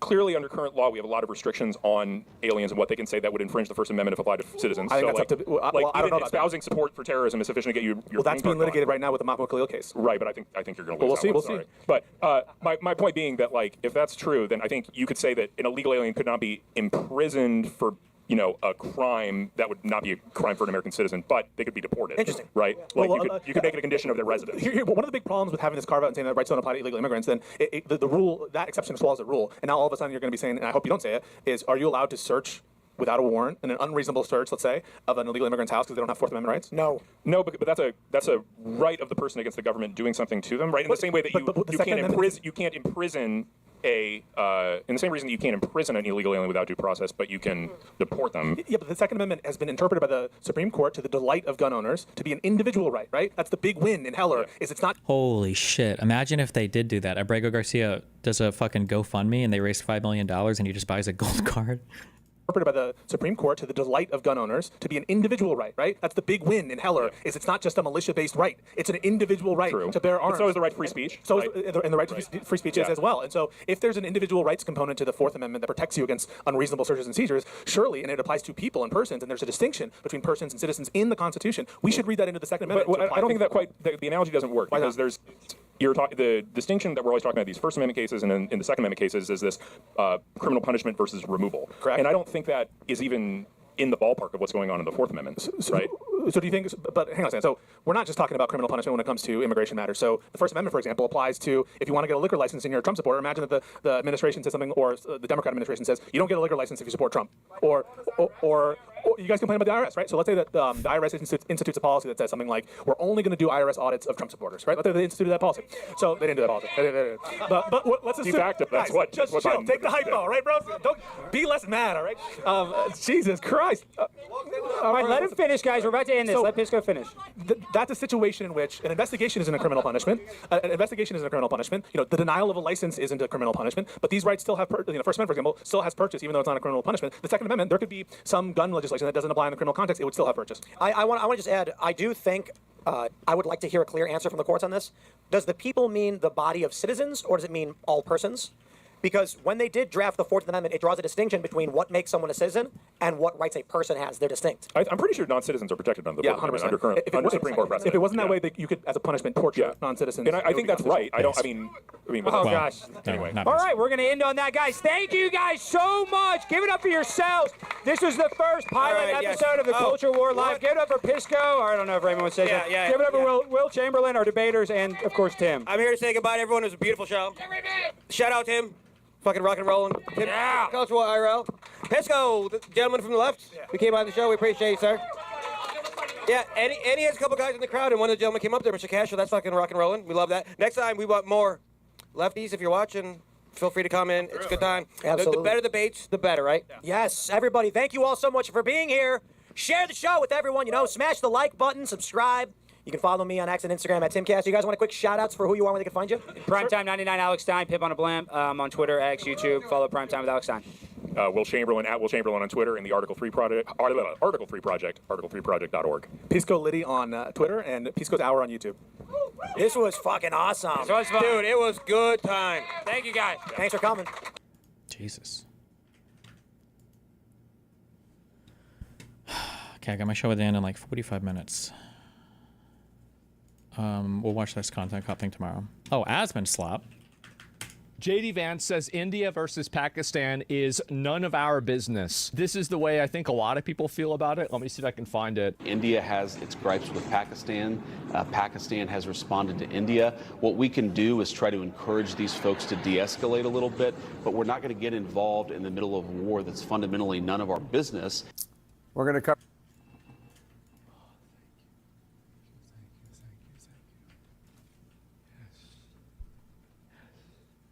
Wow, bro. So epic. Holy fuck. Jesus. Cover this now from India and from Pakistan. Jesus. CNN's Nick Robertson is in Islamabad, Pakistan. Yes. CNN's Matthew Chance is in New Delhi. Nick, you visited the line of control recently. You hiked into Kashmir. What is the situation on the ground right now? Yeah, right now along that line of control, there's intense shelling. People are beginning to flee the border area, an exodus, Yeah, I as bet. some of the locals there are describing it. So that's I'll be pretty getting the hot, fuck pretty out of there active. as well. JD Vance describing it as a war. That's going to sound right to those people here. In the rest of Pakistan, 29 drones over the past 24 hours came over from India. It's kind of funny if you think about it. Now you have to stretch and apply your brain a little bit to see why they're retarded, and they probably wouldn't immediately get it. But one of the biggest reasons why people like Asmund Slurp would say that we should never be involved or do anything related to Russia and Ukraine is because of the threat of some kind of nuclear war, escalation to World War III, right? Well, imagine if there was some way that the United States could be involved or could, I don't know, mediate or do something to mitigate the chances of World War III or nuclear winter or whatever because of India and Pakistan. Like, there is no advocation there. The United States should be doing something to lower the temperature. It's like, no, don't get involved. Don't do anything. No involved. Nothing. Don't involve at all. Don't do anything. Nothing. It's like, okay, so even if the U.S. could improve the situation, we don't have to like send fucking bombs there, right? There's like other stuff we could do to move the parties towards some kind of peaceful resolution. No, but whatever. They went to Karachi in the south. 4 soldiers, 4 military personnel injured in Lahore. That's the massive city, 30 million people, just 13 miles from the border with India. Yeah. And just down the road from here, 10 miles away in Rawalpindi, where there's a massive cricket tournament going on. Foreign Minister saying the stadium there was hit by one of those incoming missiles. The country's on edge. The schools are closed. You tell me the stadium was hit by a missile? I mean, couldn't you like? Wouldn't that be like 100 people would get killed if it was a stadium that got hit by a missile? Here in Islamabad tomorrow, major dam across the country are being cancelled in Punjab, along the east of the country here, border with India, of course. It was empty? Schools all closed there. So there's a real feeling that this is rolling on in a way that the country has not experienced before. These drones, this is different.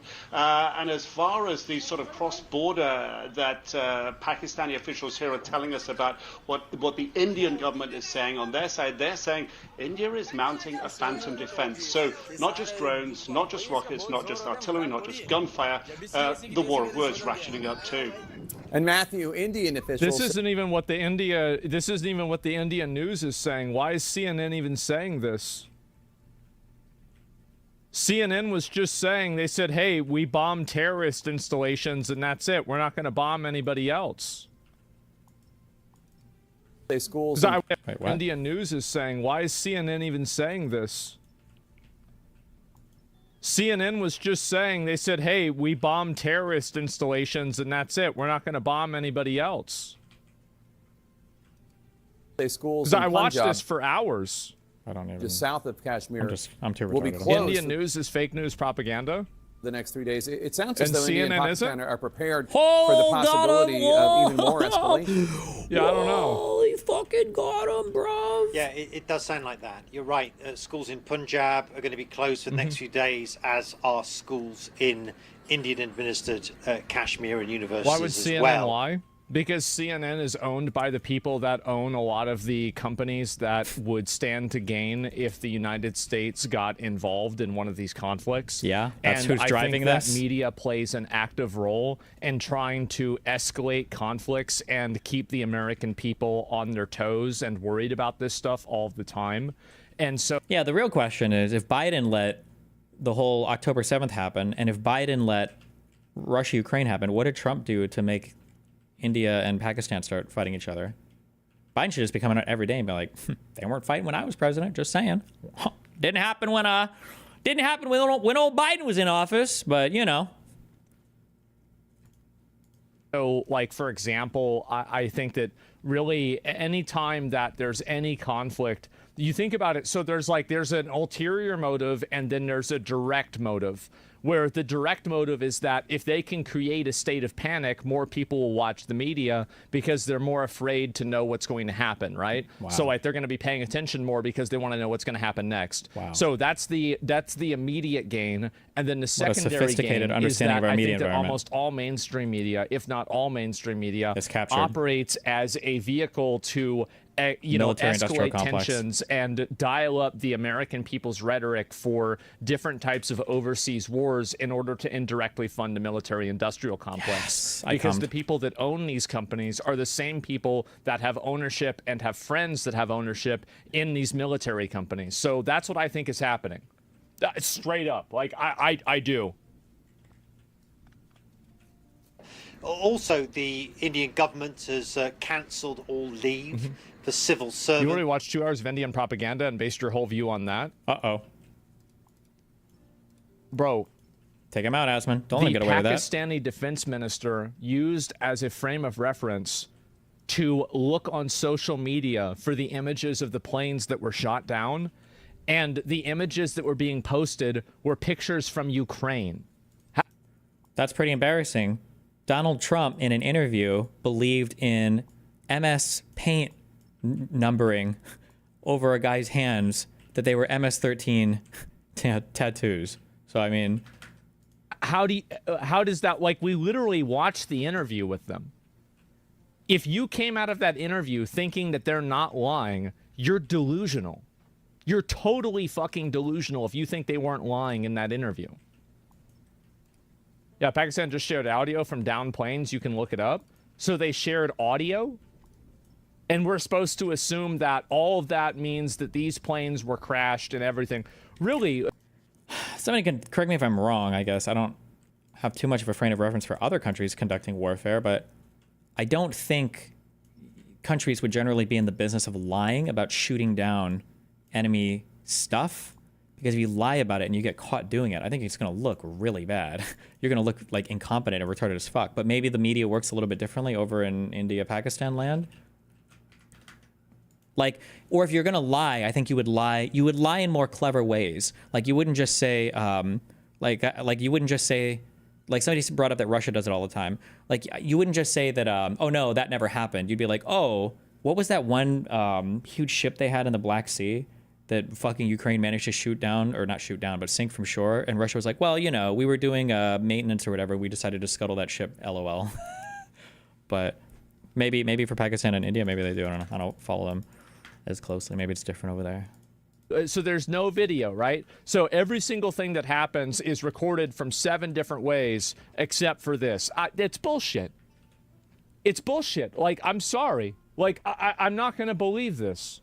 Especially after they've already had a history of making shit up. How is it that they're bombing civilians, but notable terrorists just happen to die? What is this? How can anybody believe this for even a second? In the country in preparation for what it says is a potential emergency response. And so that all gives that impression that the country is sort of bracing itself for further escalation. Within the past couple of hours, you mentioned it already, but you know, we were hearing these reports. We can't go there ourselves, unlike Nick over there in Pakistan.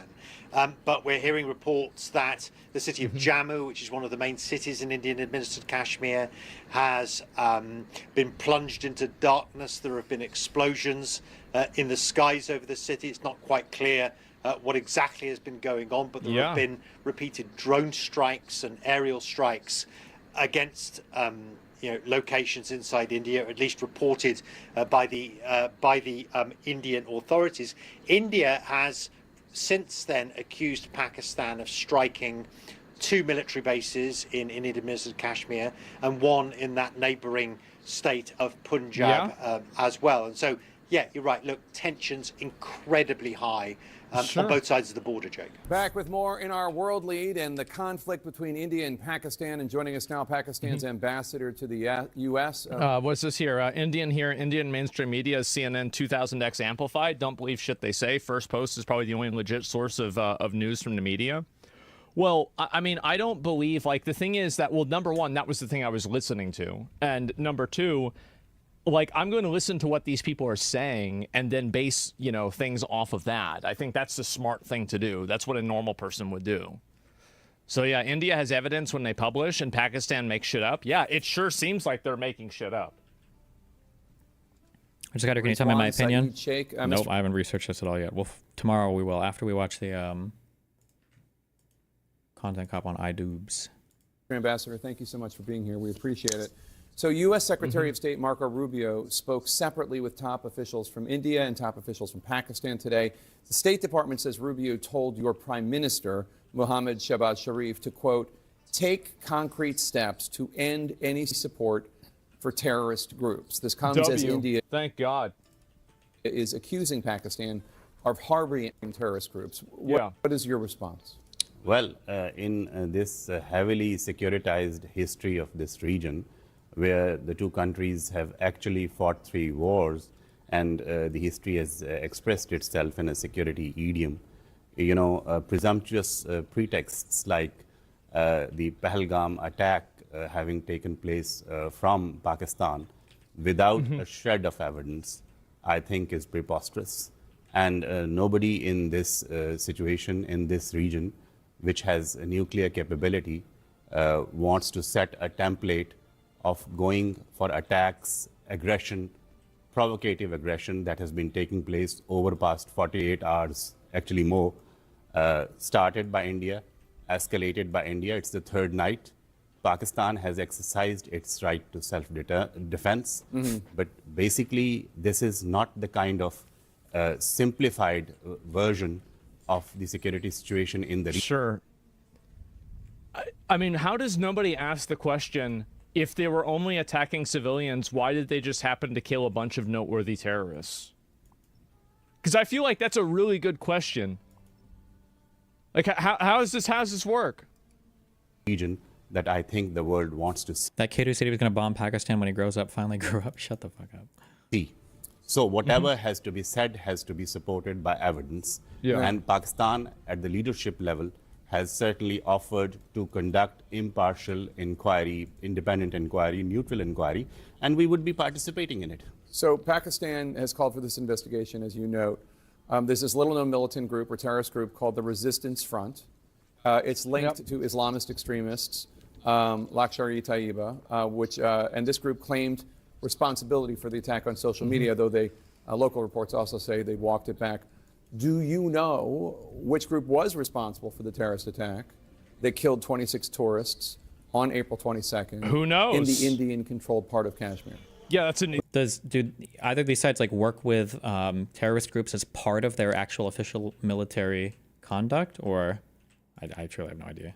Well, that's the a good 26 question. Tourists killed in the Indian illegally occupied part of Jammu and Kashmir were basically an attack that took place 230 kilometers plus Don't from ask this the chat line anything, of control. bro. So we He's are saying it was That's fair. illegally occupied, as if that's a justification for asking somebody their religion and then shooting them if they give the wrong answer. It doesn't really matter whether it's illegally occupied or not. The civilians there weren't the ones committing the crime. It super matters if things are illegally occupied, because legitimate claims to territory is a big basis by which people can invoke things like war crimes or who's responsible for what, or Kashmir, there's 6 disputed territories, I think, between these 3 countries. And people are always going to be careful. When an Israeli talks about the West Bank, they don't say the West Bank or Zionists now, they say Judea and Samaria. Or when Palestinians talk about it, they'll say like the occupied West Bank or the occupied territories. And I'm sure when Pakistan, I'm sure when India, and I'm sure when China talks about any of these regions, anytime they talk about the other people in some area, they'll call it illegally occupied. And anytime they talk about them, you know, occupying some place, they'll refer to it as such. Like, these claims of ownership are incredibly important to people. You're targeting civilians and then killing them, like, systematically based off of religious grounds. How is this not just something that you can't immediately condemn? How is this hard to just immediately condemn this and say this was horrible, it was bad, we're working to try to make it not happen? It's insane. Asking for inquiry because we want to know. Why would we know? If had we known, why would we ask for inquiry? And just going ahead and exercising provocative aggression on an arch rival is something that Pakistan has bearing with a degree of restraint thus far. But as we were pointing out, they're exercising aggression against an arch rival. These are you killed 26 civilians, not you, but like, you know, what is this? Like an arch rival? Is this Pokemon? Like, what's going on? Note how he doesn't answer the question asked. Yeah. That we would not be the ones going for escalation. India did. Now the responsibility for de-escalation is on India. Well, I don't think so. I think that Pakistan knew that these things were happening and they let them happen. This is what I think. This is what seems like what's happening, right? I mean, like, I don't see how you can't come to this conclusion. This is the country that housed Osama bin Laden. They had multiple other, you know, like fucking MVP, you know, career terrorists there. They get bombed, and then after they get bombed, after this terrorist attack, then you have the main generals from the Pakistani army that are at the funeral for these murdered, or not murdered, I mean, killed, in some way murdered, terrorists. Why would that even happen if they weren't working hand in hand and they didn't know each other? It's so obvious and so blatant that it's amazing that they would even try to come on and defend it. Jesus. How much do you think I have to drink? I need this level of confidence. Well, hold on. I'm so sorry. It could be that Asmongold has extensively studied, or at least done some kind of preliminary research into this region, and that's why he's able to speak so confidently about what these people should be saying or shouldn't be saying on TV. I shouldn't make that assumption. Yeah, my bad. I feel like it would be better just to not make any comments. Like, that's what I would do if I were them. Just don't say anything. That'd be the smart thing to do. Constraints on restraint. Pakistan reserves the right to respond back. There is enough pressure from our public opinion on the government to respond, and respond we will, because this aggression has been going on now for too long. Earlier today, CNN interviewed the Indian ambassador to the United States. Take a listen to what he said. When we did this day before yesterday, our assumption was that we have completed what we set out to do ourselves vis-a-vis the terrorists. We, from our perspective, had brought a certain finality to it, but it was, of course, subject to whether Pakistan has brought finality to it. Pakistan chose to escalate it further. Now, it's duty-bound for us to respond to that. They say they were responding to the terrorist attack. No, there is no situation like responding to the terrorist attack by attacking a sovereign country. Is that a template that the international community would want to set going forward without any... If you have terrorists there and you're working with them and the military is, yeah. Yeah, absolutely. What they say. They say, yes, I mean, they can say what they want to say. But attacking Pakistan and expecting us to sit back like sacrificial lambs and not responding is something that they shouldn't even have thought of. And whatever is being done, it's the third night, has on each night been initiated by India. And Pakistan has only been responding in self-defense. Our civilians have been killed, 30 plus civilians, 57 plus casualties. What kind of terrorist infrastructure they were attacking? Civilian lives. So there were 30 something civilian people that died, but then 50 something total deaths. Well, what about the other ones? Who were they? Have been lost. Why did they attack a cricket field? Where is the terrorist infrastructure expected in the cricket field? Is there any conversation going on at all between India and Pakistan right now? Yeah, 30 civilians and 57 casualties. Who are the remaining 27? Yeah, like, what is this? Like, I think there have been contacts at the level of NSAs, but then this escalation both... Okay, we'll get there. All right, we're doing anything else on Kick? Kick.com/Destiny. We'll be starting in like 30 minutes at 7 o'clock sharp, because that's what we do. Okay, Kick.com/Destiny. We'll be there. Be careful. See you soon. Okay.